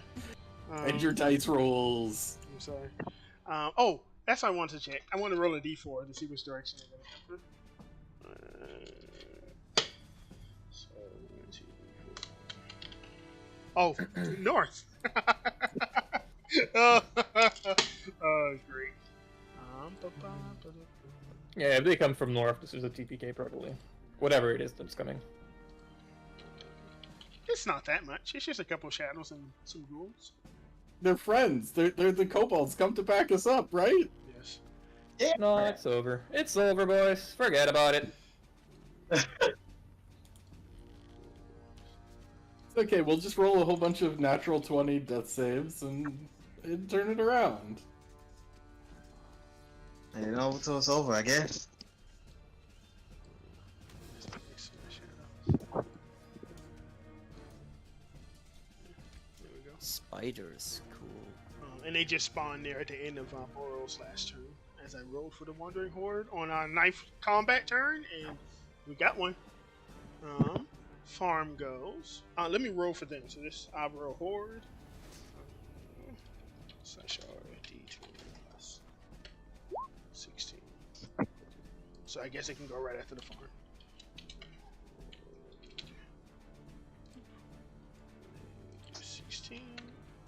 Descending again. So Tark is unconscious. And Horde will go after farm. Okay. Boro. Yeah.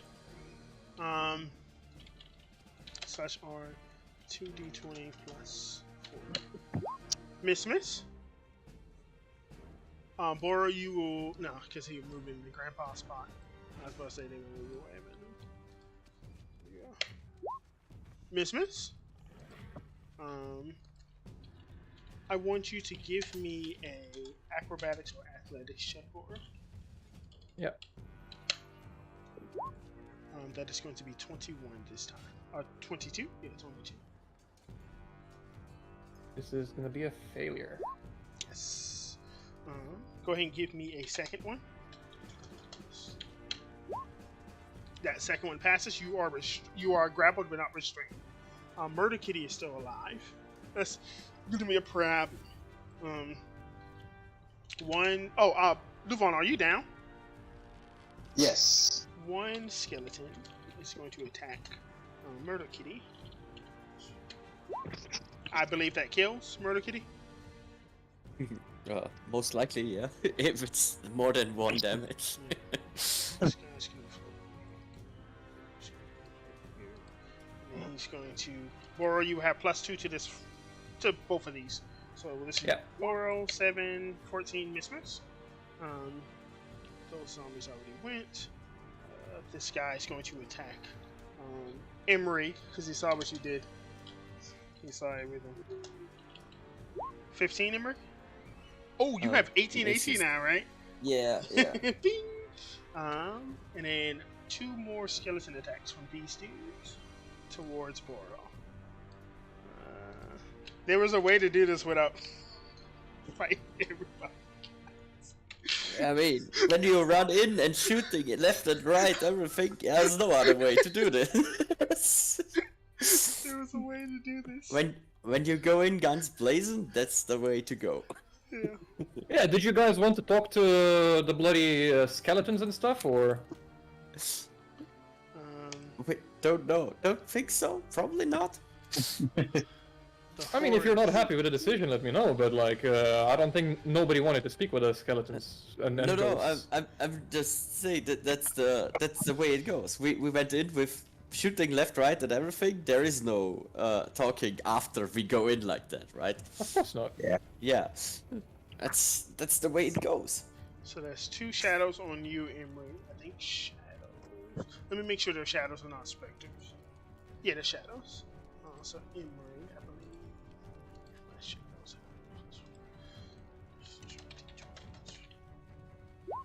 16, miss. Misses. Crit. But hits. I That's a think crit. shadows Right. have 2d6, so that'll be 46 plus 2. And your strength will be reduced by 4. Okay. Just let me know when your strength reaches 0 because you die.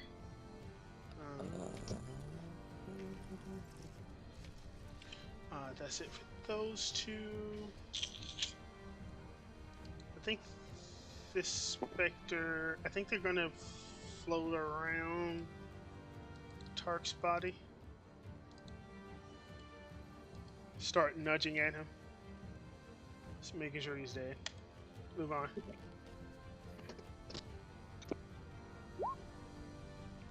Is that your first fail? Second fail. Ooh. Emmerich. Okay. There's gotta be a way out of this, right? Yeah, running like a little bitch. My advice would be grab Luvon and run. How can I grab Luvon? You're a dragon. I have not dragon strength, I have dwarf strength, right? Yes. So yeah. I mean, I believe. Sword strength -4. Yeah. Yeah. I think in 5e you can drag anything as long as it's the same size as you. You can move half speed. Yeah. I don't think half speed movement is a good plan when running away, or is it? Mm. I'll What disengage. kind of coward leaves his team? I know, I'm trying to save that guy. I disengage and then run over to Luvon. Mm-hmm. And then I'll Well, use my bonus action and turn back into a dwarf. Mhm. Because all my HP are drained anyway. Mhm. So then I stand there with my shield out. Yeah, Nice. that's my action, movement, and bonus action. Yep. Boro. Boro is gonna plead with him one more time. He's gonna like, alright, there was enough bloodshed for today. Let's finish this here. Boro, And, none of these are intelligent undead. You killed all of them. yeah, no, I'm gonna shoot the one grappling me. Oh yeah. This hit. 14 for 22. 2 HP.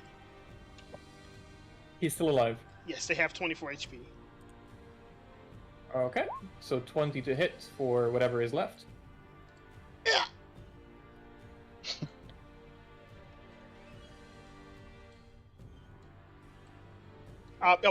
You hit and kill.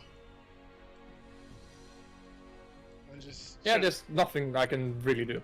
I'm pretty much dead, so Fuck. it's over. Target. The horde really fucked us. If it wasn't for the horde, we could have probably fight this. Mm. But Dies. Emric, yeah. Wait, no shit, for real? Yep. Oh no. Sorry, This is indeed a Target. TPK. Farm goes. Imrig, 2 bow attacks hit. My AC is 20 with my shield up. Hit. That's hits. 6 points of piercing damage. Okie dokie.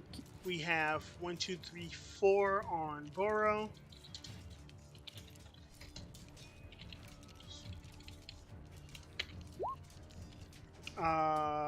One is a Miss, 21. miss. Does 21 miss? Don't I have +2 from Yes, all the yeah. horde around me? Yes, Yep. you do. Okay. So it's that. Constructs go. Boro. 2d20 plus 4. Oop. That's miss, because it's +4, not equal 4. One's 18. Miss. What else? Dog. D20 plus 4. Oh man. 23. D6 plus 2. So 1 point of damage. Yep. And I believe that's everybody who's not turned. I'm trying to collect all these bodies, so if by some miracle you guys win, I can get your fucking XP. Am I missing any other bodies? I think there was like a red guy and a ghost that disappeared. So 2 ghosts. Let me grab some ghosts. I'm sorry, Tark. I didn't mean to do it. I feel bad. It's yes. all your fault, Mega, for cutting my ability. Sorry. Fuck you! I wanted you guys to find out, but not like this. Not like this. Yeah, hardly. This You was a bastard. bad time for that to happen. It would have been so good. My turn on death would have been great. Now I like you it. Did I not kill one of these zombies? killed the top one. There was one here. Oh, okay. Oh yeah, that's what I was about to say. They're going to both attack. Oh, I think. Yeah, they're both going to attack you. 2d20 plus 4. 1 crit. 2d8 plus 2. 10 points of damage, so 5. Yeah. Alright, Bora, how are you looking? Don't worry about it. The Horde. I think, Tark, they're going to start doing weird things to your corpse. What the fuck is wrong with you, Mega? Give me a second. Because you're going to... Chill, bro, chill. What I'm trying to say is you get turned undead. So they're going to, like, Okay. start, like, ripping your arms up and stuff. And we don't want to see that. These two over here don't have a body to fuck with. Boro, how much of a noisemaker are you being? Because Imrig and Luvan's there and you're there. I'm trying to figure out who's there, who they're going to attack. What do you mean? Are you making a lot of noise? Drawing a lot of attention to yourself? Because we have 2 shadows here who. I mean, the whole fighting is happening literally there. Those two just literally have already fucked off. I don't think they're making half as much noise as me fighting 20 enemies at the same time. Let me double check. Okay, I'll roll a d4 on a 1d. They're going after them. Anyways, Anyways, the Shadow Realm. Nice. Emmerich. Miss.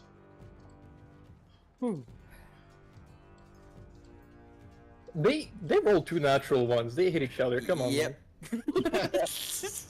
I They don't. fall on their own claws. I think they were immune to their own damage, so that wouldn't matter.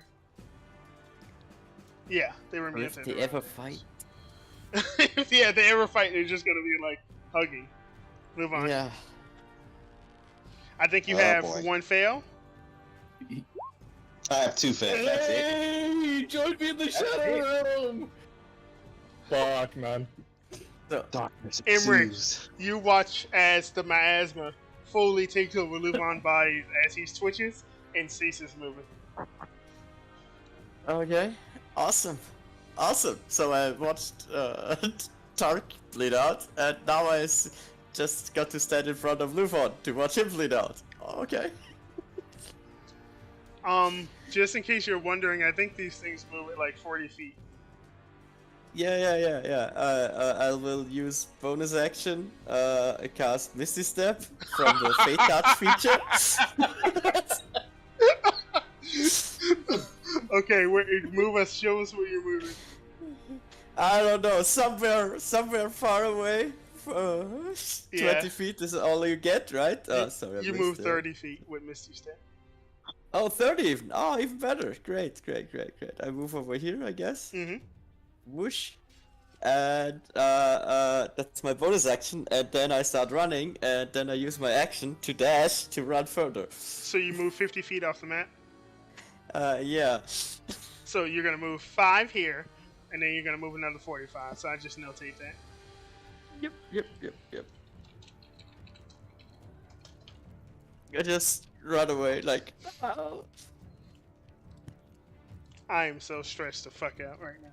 Alrighty. Okay. Bora.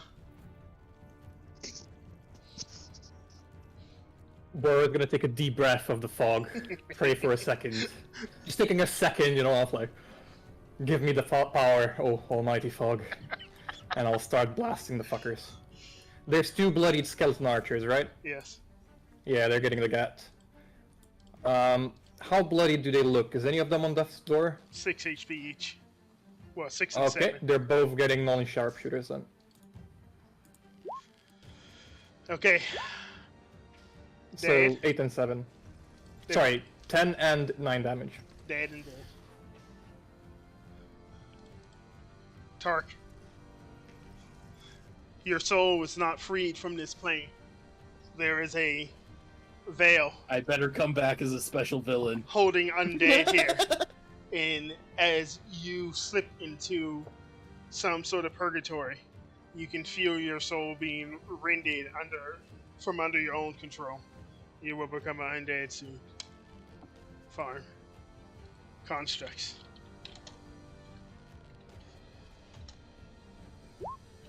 Miss. 21. Who's attacking me? The constructs. Yeah, 21 is a hit, yeah. 3. Yeah. Zombie dog. MVP. Miss. 4 living skeletons.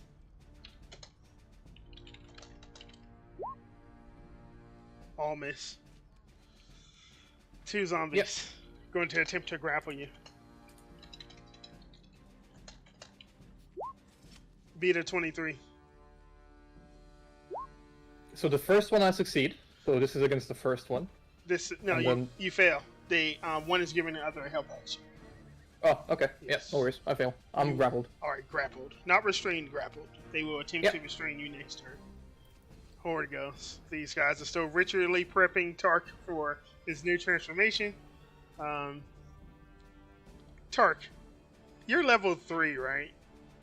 correct? Yeah. I was almost level 4. I was gonna say if you hit level 5, you could have when you died, you would have exploded and became one of the construct undead. But yeah, no, you're just gonna become some lame undead. It's fine. Oh, the shadows. Embrick's kind of far away. How far do they move? Like 40 feet around? I mean, they're starting to prep Luvar, right? Oh yeah, true. Redacted. Time to redact you, Luvon. There we are. We don't need to see what's happening there. When do we start the undead parties where we level up? Oh man. Okay. I feel bad. I'm sorry, guys. Emmerich, what are you doing? Running like a little bitch, I cast Logstrider on myself to run faster like a little bitch. Okay, Emmerich. You hear squelching of flesh and crunching of bones behind you as you leave. You are considered out of the combat now. How much HP do skeletons usually have? More Like, than zombies or less? 15 or so. I'm shooting the skeletons. Okay,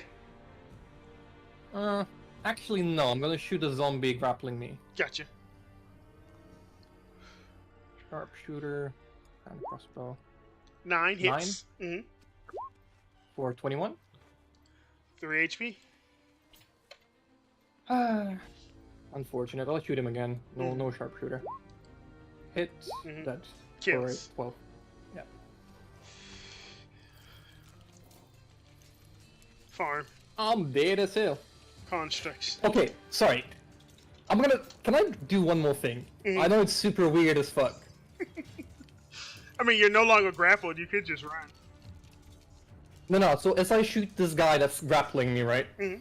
Could I fall with him, what seems to be in a pile of 500 bodies under my feet?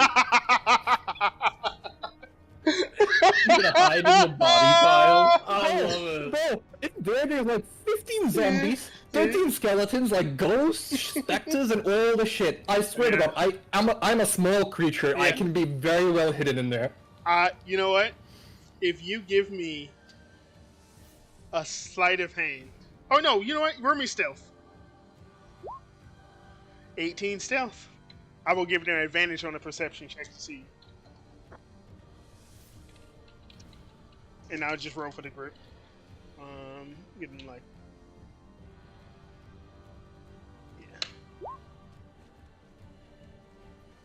Yeah. 16.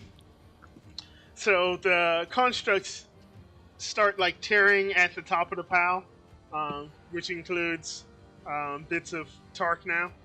I want you to give me. You rolled an 18, they rolled a 16. I will give you 2 rounds before they clear enough flesh to come get you. What are you doing? So if I get 2 rounds, they're coming after me anyways, right? So you have 2 rounds to figure out what you're going to do. You could.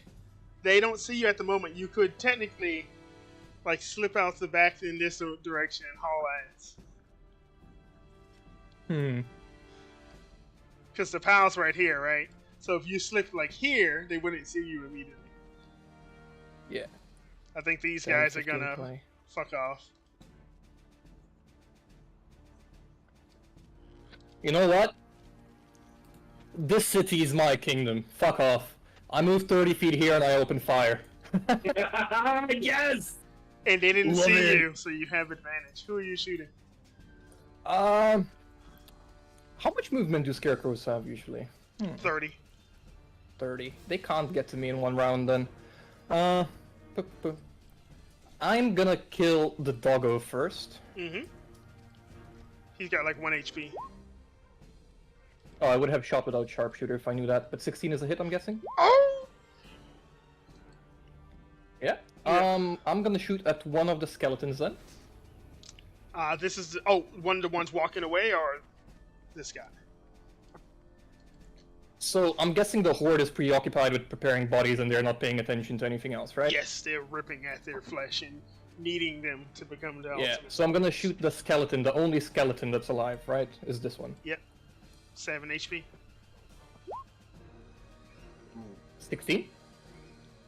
Oh, because he doesn't see you. Yes, that hits.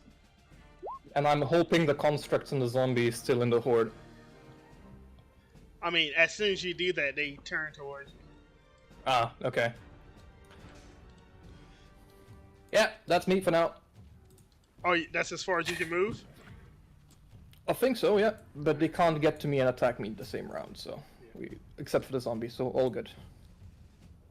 Zombies are slow, right? Should be. I think they So move the construct at 30. stash. I think zombies move at 30. Oh, they move at 20, actually. Okay.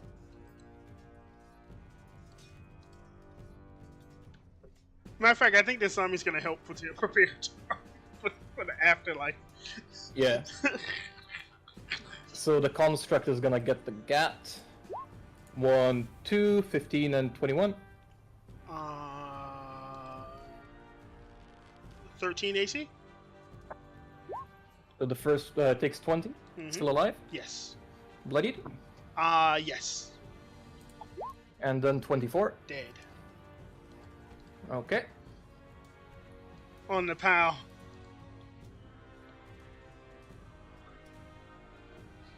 It wasn't supposed to go this way, gang.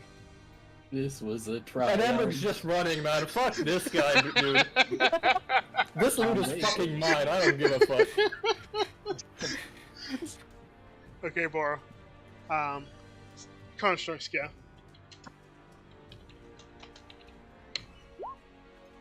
Miss. My turn, right? I'll give you one more round before they finish preparing those bodies. 14 Hits. for 19 damage, and the second one is an 18 for 21. Dead. That I'm gonna move 30 feet into the city, as I proclaim this is mine now, bitches. So 5, 10, 15, 20, 25, 30. That's my turn. So what's going to happen is, unless all of these creatures are double tapped, they're basically going to respawn in like a day. What's the plan? I'm gonna fucking burn the entire fucking village after I loot it. I don't give a fuck. Oh, you're not even staying here. You're just trying to leave. No, I'm gonna kill all the zombies and skeletons, and then I'm gonna loot and leave. That's what I'm asking. Like, what is your next plan of action? I'm killing all the remaining undead and then double tapping them. Okay. So you moved, and they became aware of you and stopped prepping those bodies. I'm turning them towards you. Hold on. Yep. Okay. And their turn is going to be to move towards you, 30 feet. Yep. I think these shadows fly, so they can fly 40.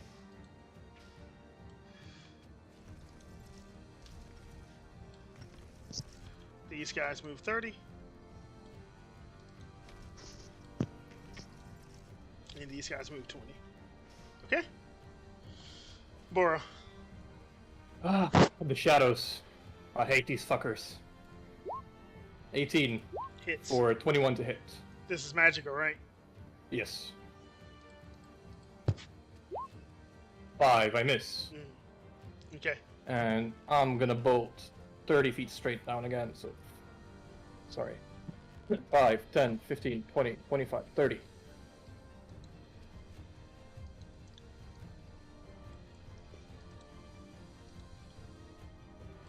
That one cannot attack, but the other one can. Yep.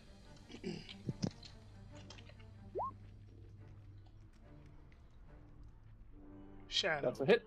have 2d6 plus 2.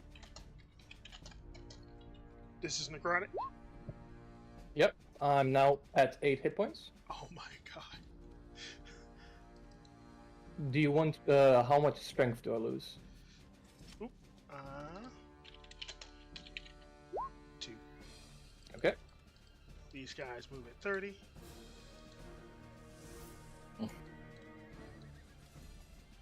Okay. Oh damn, they got all the way here. Alright. Are these zombies, or what are these? Those are ghouls. Okay.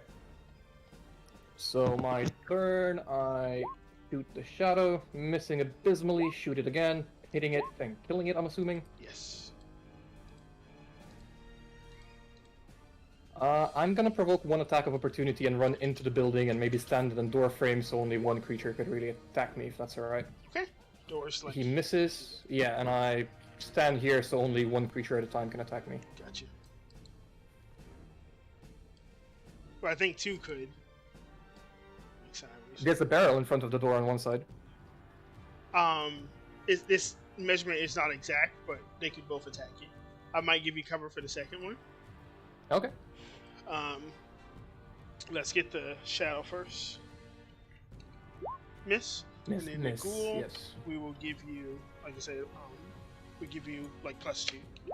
Miss. I think shadows can actually move through your space. Yeah, so I think it's gonna move like behind you. When Okay. you come into this place, it looks like people have been trying to keep it tidy, but not doing a really good job. You basically move into like a very dusty parlor, like somebody's living room. As the shadow goes behind you, this guy steps here, and this guy can move close enough to get an attack as well.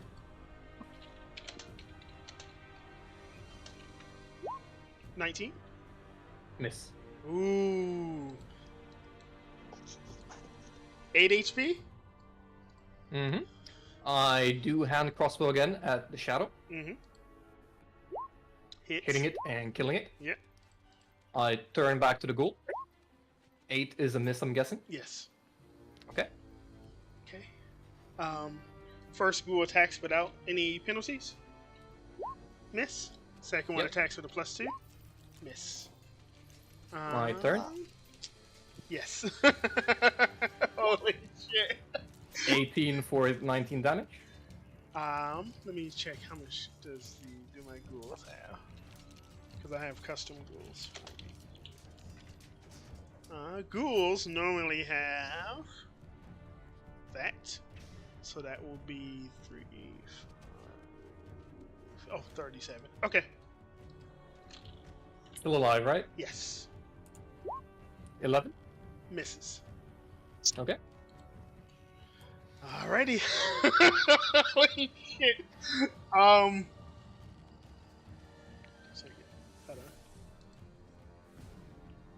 I look around the building as I'm shooting. Is there any red bubbly potions that seem like healing? This looks like a pretty normal like house for like a Yeah. farming family. Albeit dusty and decrepit, but relatively normal. I'm rolling an int check really quick. See if they're smart enough to know they should give each other advantage. No. First one. Miss. Second one. Miss. Holy shit. Okay. What you doing? The only thing I fucking can, my friend. Miss. Hit. I hope I kill one of them. That kills. Perfect. Steps in his place. Bora. Miss. Miss. 6 and a 14. I think 14 might hit, huh? Yeah, 14 hits. Wait. Yeah, for Yeah. Get that zombie in there. Mega, what are you doing? I'm sorry, I don't know. I'm Get him in there. Oh, the zombie! Oh, true! Let me see, because he could have attacked last turn. Hold on. too late, my friend, Yeah, too late. That's fair. That's fair. Alrighty. The ghoul's still alive. Ghoul's gonna attack. Miss zombie. I can't believe this shit. Miss. Okay. The ghoul, he has it coming. I take another deep breath, I huff the fucking fog, and I'm like, thank you! Thank you for listening to my prayer. Hit. Oh, Kill. I'm surprised I haven't crit a single time in the entire combat. And I hit the zombie then for 22 damage. 2 HP. Yep, he can take Get a him, swing at me, I zombie. guess. I believe in you, zombie. I believe in me too. Ooh. For 4 points of damage. Thank you. Where are you at? I'm at 4 HP. Alrighty. Zombies in front of you. 15 to hit for 11 damage. Zombie dies. Wow. Boro takes a deep breath again of the fog and he's like, fuck. What now? I'm gonna get on the bridge here. I don't know if Embrig is running without looking back, but I'll yell out real loud. Would you yell? You cut out. I yell out, Embrig! I mean, depending how long the fight lasted, right? How far he's away. It's been like a minute after you ran. Yeah, he's gotta be quite out. Yeah. And I'm gonna go start around, like, double tapping the bodies, maybe taking skulls away so they don't reanimate again, you know, breaking the skulls down into the rocks. Let me see how far these guys have moved, because they might come back and start shooting at you. So they would have moved. I think they'd be back there. You start shooting at those corpses. I think they would eventually shuffle over here, or you're gonna get into a duel off, because they have some range on them, but not as much as you. Sorry, which ones? These guys.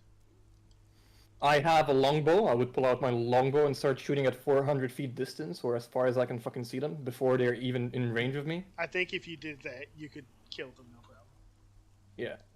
I got so much fucking XP. I gotta look at the fuck. These two in the water here that were scared, they aren't scared anymore. What are you gonna do with Yeah, them? but they would have, like, kept swimming away. I'll kill them, obviously. Okay.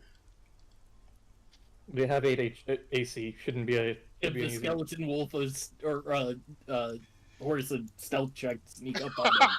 Yeah, just like a fucking bone naga, Do a right? stealth check. Do it. Like a bone fucking naga. Fuck off. Okay, so you do go around and you stealth them, and you like double tap them.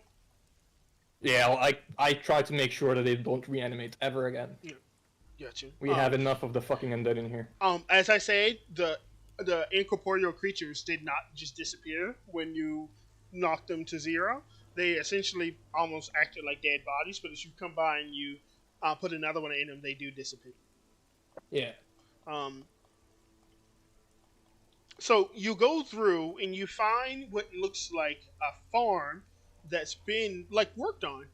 You go over. Do you investigate the fields to the west or the east?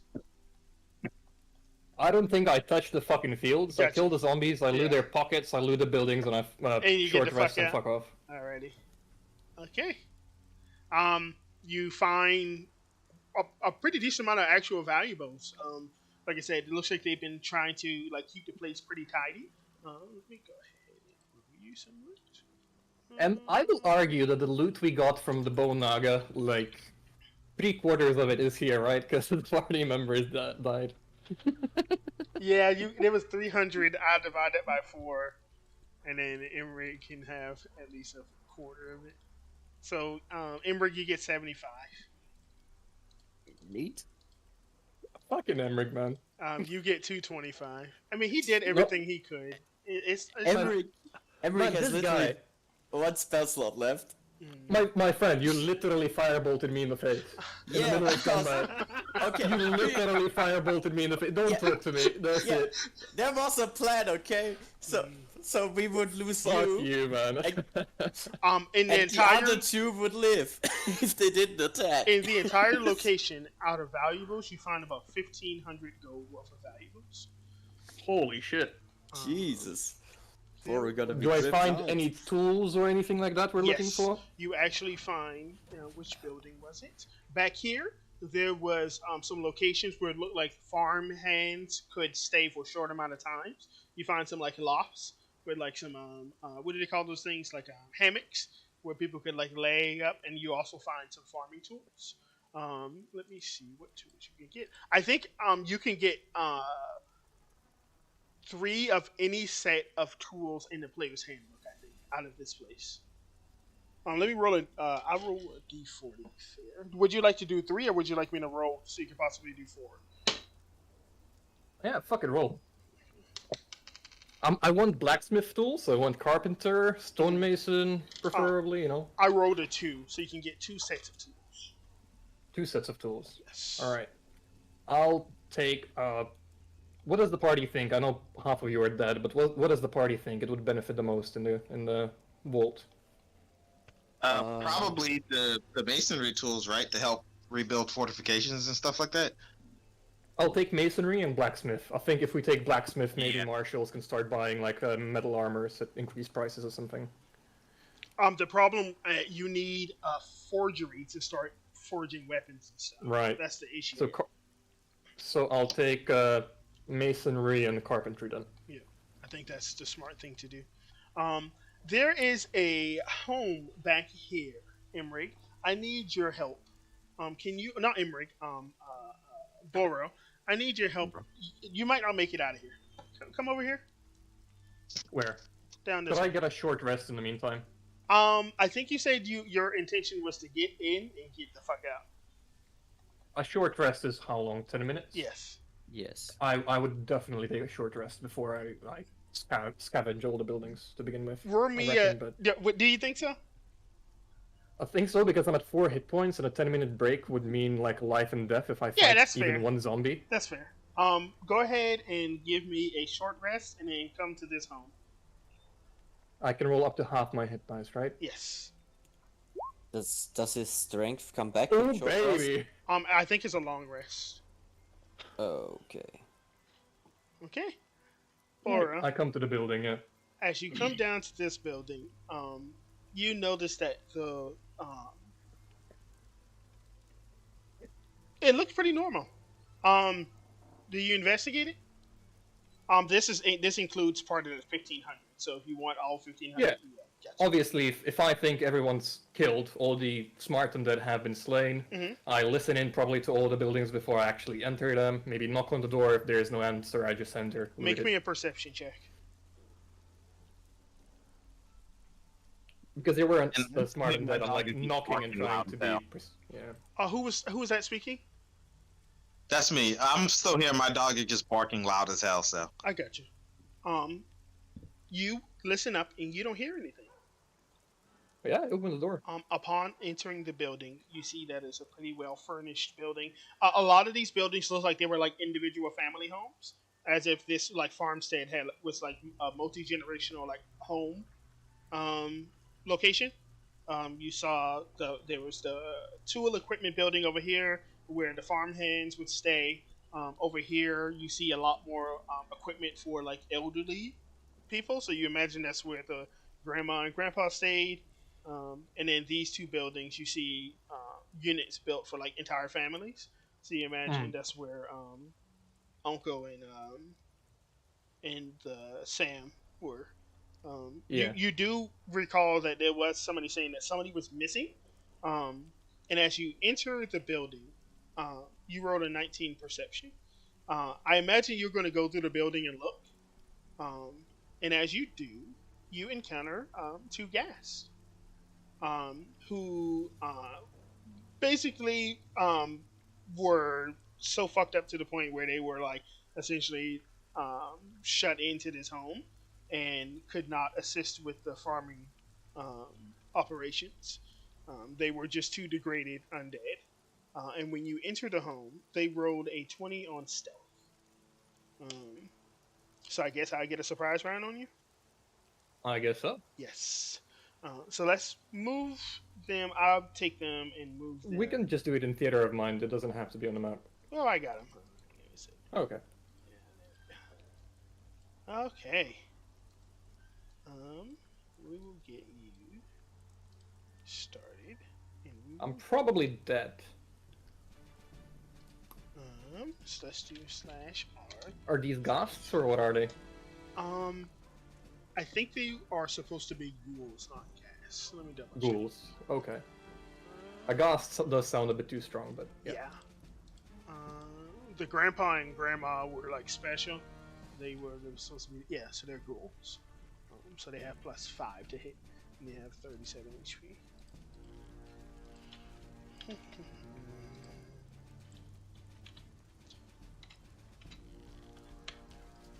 Imrig, I imagine you didn't come back. Don't think so. Gotcha. Okay. Like, would Emmerich have a reason to come back? Like, would he have any inclination that, you know, after 2 people died, the third one would live? That's the first one is a hit. Mhm. And roll the second one. I think their ghouls have 2d4 plus 3. Gotcha. So this first one, make me that con save to not be paralyzed. And the second one is going to be a miss. So I'm you're not fine. paralyzed. Do we roll initiative now, or Yes. do I just get to act afterwards? We will roll initiative. D20 plus. Nice. Oh. Jesus. D209? Yeah, you go first, Laura. Bonus action rage. Hand crossbow the lady in the face first. Mm-hmm. Sorry, that was with the Great Weapon Master. I didn't, sorry, Sharpshooter. whatever it's called. Yeah. Yeah. So for 23. Mm-hmm. And that's my turn for now. If I can, I'll squeeze in here into like a door frame or something, and then get at least 1 with -2 What to hit. what I was doing is like you're all in the building. Oh, we're all in the building. Yeah. Okay, no worries. So here's the first one. Miss. Miss. Miss. Does she look on death's door or just bloodied? On Bloody's door. Fuck you, that means nothing to me. 21, that's 21 damage. Damn. I shoot the other one for 16 to hit for 24 damage. Yeah. It was like in that space where it's not. Yeah. He's dead. That's Yeah. just more fucking XP. Hey man, I must say, Emmerich is not getting any of this experience, right? Hopefully. I think Emrich's gonna get like a line share from the combat itself, but as far as like the ones you took care of yourself, I don't think so. Yeah. I And- gotta know the XP like total for this because it's got to be insane. It's gonna. And- be fine. It's like clearing an objective as well experience. There should Yeah. be quite a bit. Right. The only question I have is, as I'm leaving, I would like to cover Korons and Korons and Luvan's bodies so- with dirt, just like Goku did to Vegeta in the Planet Namek. As you Just, look you know. at them, you saw that the undead in particular took care to remove the skin around their faces and detach. Yeah, I don't the care. I limbs. shoot an arrow in their face and I bury them. Jesus Christ! Hold on, fuck. This You is were trying to roleplay like, bro, nope. this is 1, 2, 3, 4 families that were here. Let me roll magic items for you. Emmerich, how are you gonna feel when Boro is gonna come back triumphant? He will have many questions how the fuck you made it out alive. He literally did the fucking protagonist thing, and like it's just like I have to do this. Resolve. Okay, Bro, 4 I coulda have fucking ran. magic. I could items. have ran. I could have ran, and I just fucked everybody. Yeah. Listen, Tark lives on through his apprentice Boro. I'm not mad. I might multi-class into a war cleric, and I take your holy symbol as my, guidance or whatever it is. I don't Carry know. on the Clangadon. Let's go. Clanged it in holy symbol. Okay. You can also take that longbow that you wanted. The No, oversized. I think I one. bury you with a longbow. Okay. Did Lou want to have anything of interest on him? No, not really. I'll take your spellbook and bring it back to the wizards of the city or whatever it is. That works. I did get absorb elements in case anybody. Yeah, somebody can learn like sphere of fire and stuff like that as well. You have some nice Right. spells in there. And his weapon. Nah, I bury him with his weapon. You can use it with strength. I'm good. With Dex, right? You can use it As with. well. You got to use a feat to use it with Dex. Oh, okay. So that's 1 item. There's 2. Yeah, I roll for the items. You got 4 of them. Boro comes back with magical plate mail, you know, like a Vorpal sword. He gets the hand of Vecna. Yeah. A +5 Warcaster's pick or something, you know. Orb of Dragon control, so he can control his new queen. God damn it. So that's 1, that's 2. Ooh, that's really fucking cool. I like that one.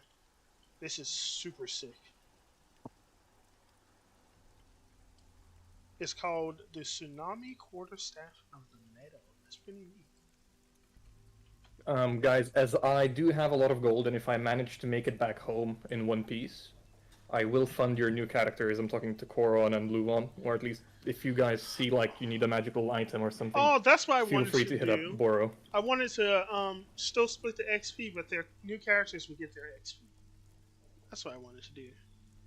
Alright. Sounds. Based.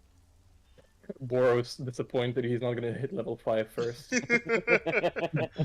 Well, I will say, since you were the one to sort of make sure nobody got no XP. I'll absolutely donate half of my experience to Boro. Okay. Let's see how much we get. Maybe I do hit level 5. I don't mind even if I have to start from level 1 or 2. It's no big deal. Yeah. What do you think your guy's gonna make now? Well, he's I haven't calculating thought about everything. it. I'll have to go and reread Mega's rules to figure out how to abuse it best, other than the way that I already had found. You will play a cleric, right? Fuck cleric, bro. Okay, so for the most part, the majority of the items I rolled were kind of shit. But they make sense because you are at like a farm. Yeah. So in addition to that 15, so you got that 1500 GP. Plus, how much from the party members? 225. 225. Yeah. Luvan and Tark, you guys might have gold on your persons already. I think Luvan had a scroll of absorb elements. Yeah, and then I have like 50 gold, 49 gold. That's 71. 49 plus 71 plus 78 for my own, so I'm currently at 1923 gold. And I just want to make sure you're not going to look at the fields, right? Sorry? You're not looking in the fields? Unless something catches my eye while I'm looting the buildings, I don't think Boro is a herbalist or a field plower or anything like that, so Yeah, probably not. You don't care about In character- vegetables?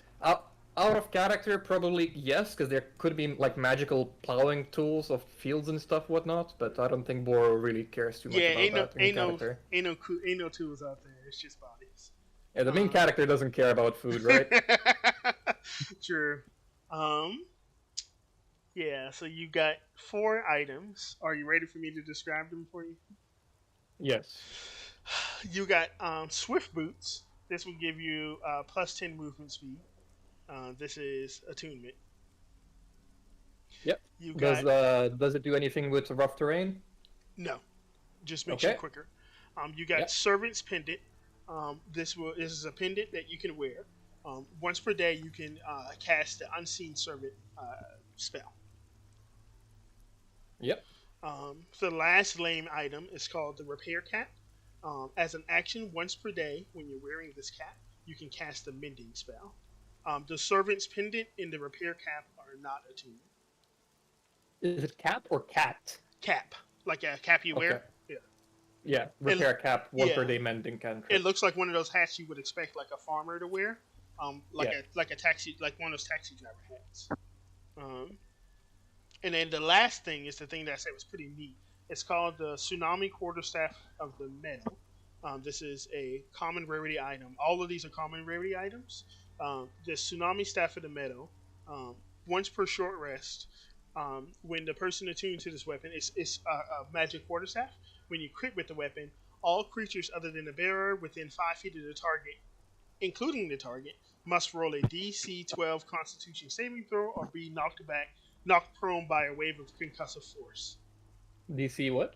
12. Constitution. Yes, DC 12. Yeah. Alright. If somebody wants to roll a cleric or something, or another druid, they can have it.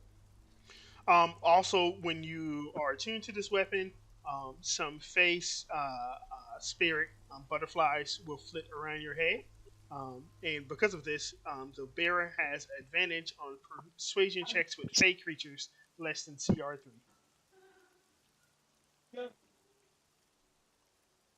I will make sure to put all of this in the Discord. So, that was all the magic items they had here. You got the 1,500 gold. Boro, you're not home yet. The one thing I will say, right, because I'm assuming Emrig is running home, right? Yes. And his short dwarven feet is running at like 25 feet around. Yes. And Boro is potentially running with his new boots at 40 or 50 if he leveled up to level 5. I will say that you can catch up to him and beat him mercilessly. And as you look at Boro, he has a new drip. He's in high heels, a dress, a cap bladder's cap. There's a quarterstaff in his hands, and he's running with a serpent's pendant. I guess the last thing I wanted to say was thank you guys for playing with me. I'm so sorry that it didn't turn out the way that I wanted it to. I did not expect that to be as hard as it was. I didn't expect the brute force. I didn't necessarily plan for it to be brute force, but I guess everything worked out well. Question mark. Yeah. So it's all good, Mega. You never know how it's gonna go with these things. yeah. Give me a second while I total up some XP for you guys. If you guys want to, you can go ahead and take off, and I can just tell you what the XP later. Or if you guys have any shout outs for anything else you're doing on the internet, feel free to do so now. I'm gonna need a drink. I would just like to discuss with you my next character. That's all. Sure. Boro is the name. I need to do some stuff. Give me a second. You got. And Boro has 2 new gods that he follows. Clangalang, or whatever his name was. Clangadin. An actual, like, legitimate god from the fucking... Forgotten Realms? Yeah, it's. I didn't even make it up. I swear to God, it has the funniest fucking name. Okay. I was like, who's a dwarven god of war? And I think Boro is probably calling him Clangalang rather than Clangadin. You worship Clangalang? I worship Clangalang, yeah. For giving me the power to kill all these undead, in revenge for killing your cleric. And then I kind of prayed to the fog, and my prayers have been answered, so Boro's leaning even more into that, like, we should open ourselves up to the fog. Boro, he seems to be a pretty cool dude. You yourself will get... Let me check. This is from the encounters you kind of won yourself. You killed 4 ghouls. I have no idea how the fuck you did it, but you killed 4 ghouls. 4 shadows, a couple of ghosts, it was right? 3 shadows. You Some killed zombies. 3 skeletons. 1, 2, 3, and then you killed 2 zombies. So we have 338 XP for you for all of those. That's very low. Okay. Yeah, they don't give that much. They just do a lot of damage. I'm trying to figure I out... don't think I actually killed anything. I don't think I killed a single monster. Well, it's fine. No, you killed a bunch of zombies. You did. Maybe not in this encounter, but in the previous encounter you did. Oh, yeah, first one. Specifically for our surviving... Well, I'm trying to figure out how I want to do Discovery XP. This is Discovery plus clearing an objective, Yeah, right? exactly, yeah. So I was about to say that's a lot of XP right there by itself. I was trying to figure out if I want to do Discovery per PC or per player. I'm gonna say I'm super pissed off at Emmerich. He shouldn't get the clear experience, right? Hey! I think he. Does that sound fair, Emmerich? What? No, I'm just joking. Okay. Come on. Mate, What I'm trying the difference would be if Emmerich stayed, he was dead 2 turns later. Yeah. The outcome would be exactly the same, except Emmerich would be dead as well.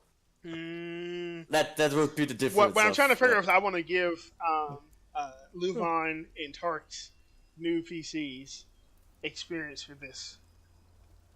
I think I'll do like half the experience they would normally get, and this could be like through the tales that Imrig and Boreal tells them about what the fuck happened at the farm or something like that. Does that sound right? Yeah. Yeah. Okay. Sure, yeah. Being that this was like a level 5 area, I will say everybody will get 500 XP. So that's to you, Boreal. For the other guys, you will get 250 for your new PCs. And then Boreal, you can get another. I'll do 250 for clearing it. Yeah, I'm not hitting level 5. You guys Sub. met the succubus and didn't get into combat with her, so I'll give you another 200 for meeting her. For having a peaceful encounter with her. I think for the information you gain for the nature of the Sea of Forgotten, basically the Sea of Forgotten, about like that there's a succubus that sort of roams it, as well as the knowledge that there are apparently Bone Naga that roam it. I'll give you guys an extra 100 XP, and once again that'll be halved for the players making new PCs. And then let me finish tallying up the total XP since I already did the ones that Boreal killed solo. So let me get rid of these guys. So much stuff, guys. Yeah, because I haven't given you the all the XP for the actual combat yet, Boreal. Yeah. And then this will be split between Boreal. Well, I'll tell you guys the total XP that would go. We'll see. Hold on. Give me a second, guys. I'm 2k away, 1.9k away from level 5. So we have Ghost, Toast. We have 2 Ghosts. There were 2 Ghasts.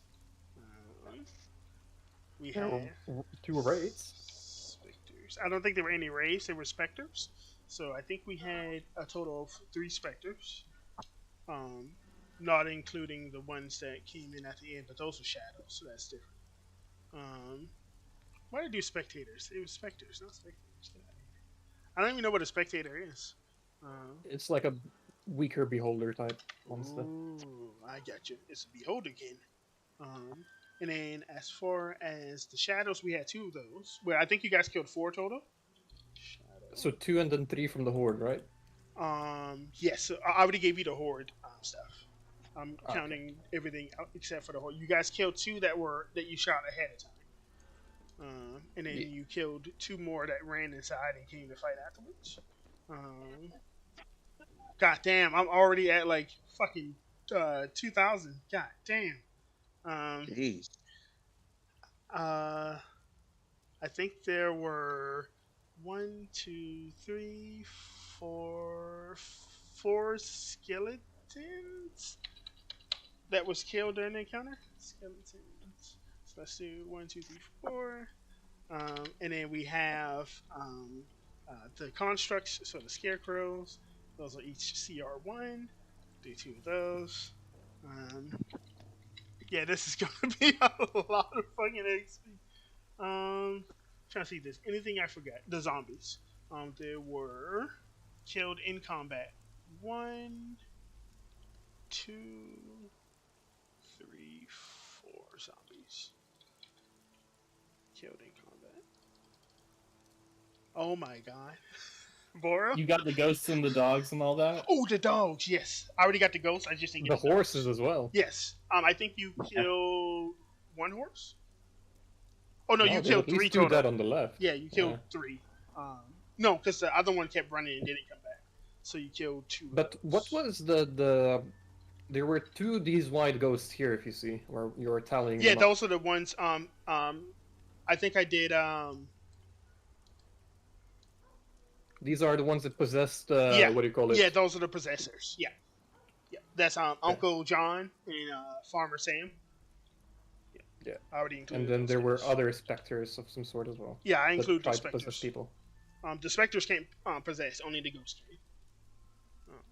1, 2, War horses.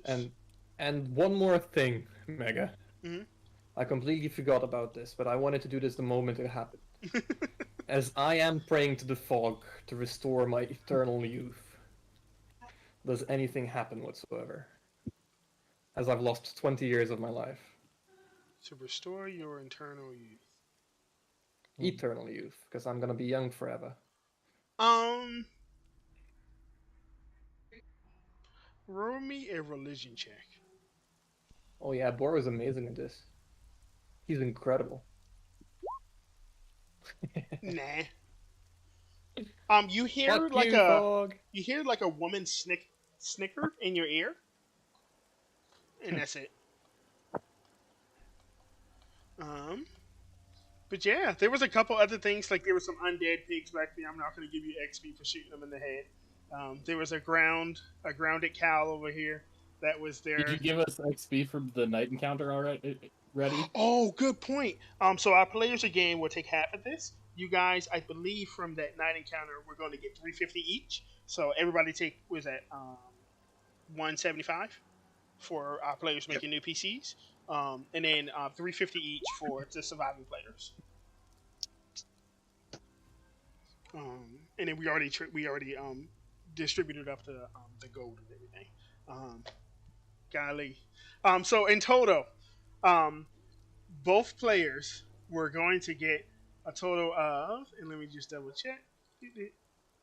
Yeah, everybody was going to get 1275 if everybody survived, but both players will get 2550. Now, what I'm saying is, both players will get 2550. If you guys want to, we can take that 2550. I can multiply it by 2 and divide it by 4, or you can just keep your XP, and the other guys can just get their own XP by not dying. What's the plan? I've got a plan. What if we divide it by 3, and then each of the dead players gets a half share? Does that sound fair? Borat? I'll take whatever, my friend. So Borat, That way I would still hit level 5 and the other players would get some experience. I would be happy with that, yeah. Emmerich? Sorry, how we're splitting? So originally we were just going to do it for the surviving players for the entire encounter. Yeah. But Tark brought up a good idea. What if we split it 3 ways, and then the players making new PCs split the third share? Oh, okay. Does that sound? So instead of 2550, you would be getting 19. No, 1700 something each. Or is it 17? Mm-hmm. Yeah, fine with me. Yeah. Okay. Yeah. What the fuck is 1700 divided by 2? We figured it out. 850. Yeah, 850. Let's go, baby. So, Luvan and Tark, on top of the XP, I already said you guys would get an extra 850. Emmerich and you haven't been keeping count. I lost count. It's 1425. I've got you. Thank you. Thank you. You guys will each get the surviving players will get 1700 from the combat experience. Okie dokie. Yeah. Emmerich and Boro. It's funny how it worked out that the players who took the magic items were the ones who survived at the end. That is kind of funny. Yeah. You guys have like a physical reminder of the pain that you guys experienced today by losing more people. And next week, I believe, is the mission to go save Dane. Or maybe next week it might be. Oh, it's actually it's just the mission to go save Dane. But yeah, thank you guys for playing with me. I'm sorry that it didn't work out in the end. Sometimes you win sometimes you win games, sometimes you lose games. But Yeah. I appreciate you guys for playing with me. I have to take off. I actually have to cook some dinner before my wife gets home and hits me with a rolling pin. But yeah, thank you guys for playing with me. I super appreciate it. Thank you for everybody who was in the audience watching. Like I said, we'll be back next Sunday. I believe the game will take place at 3 p.m. EST in order to go save, or quote unquote save. It's a possibility.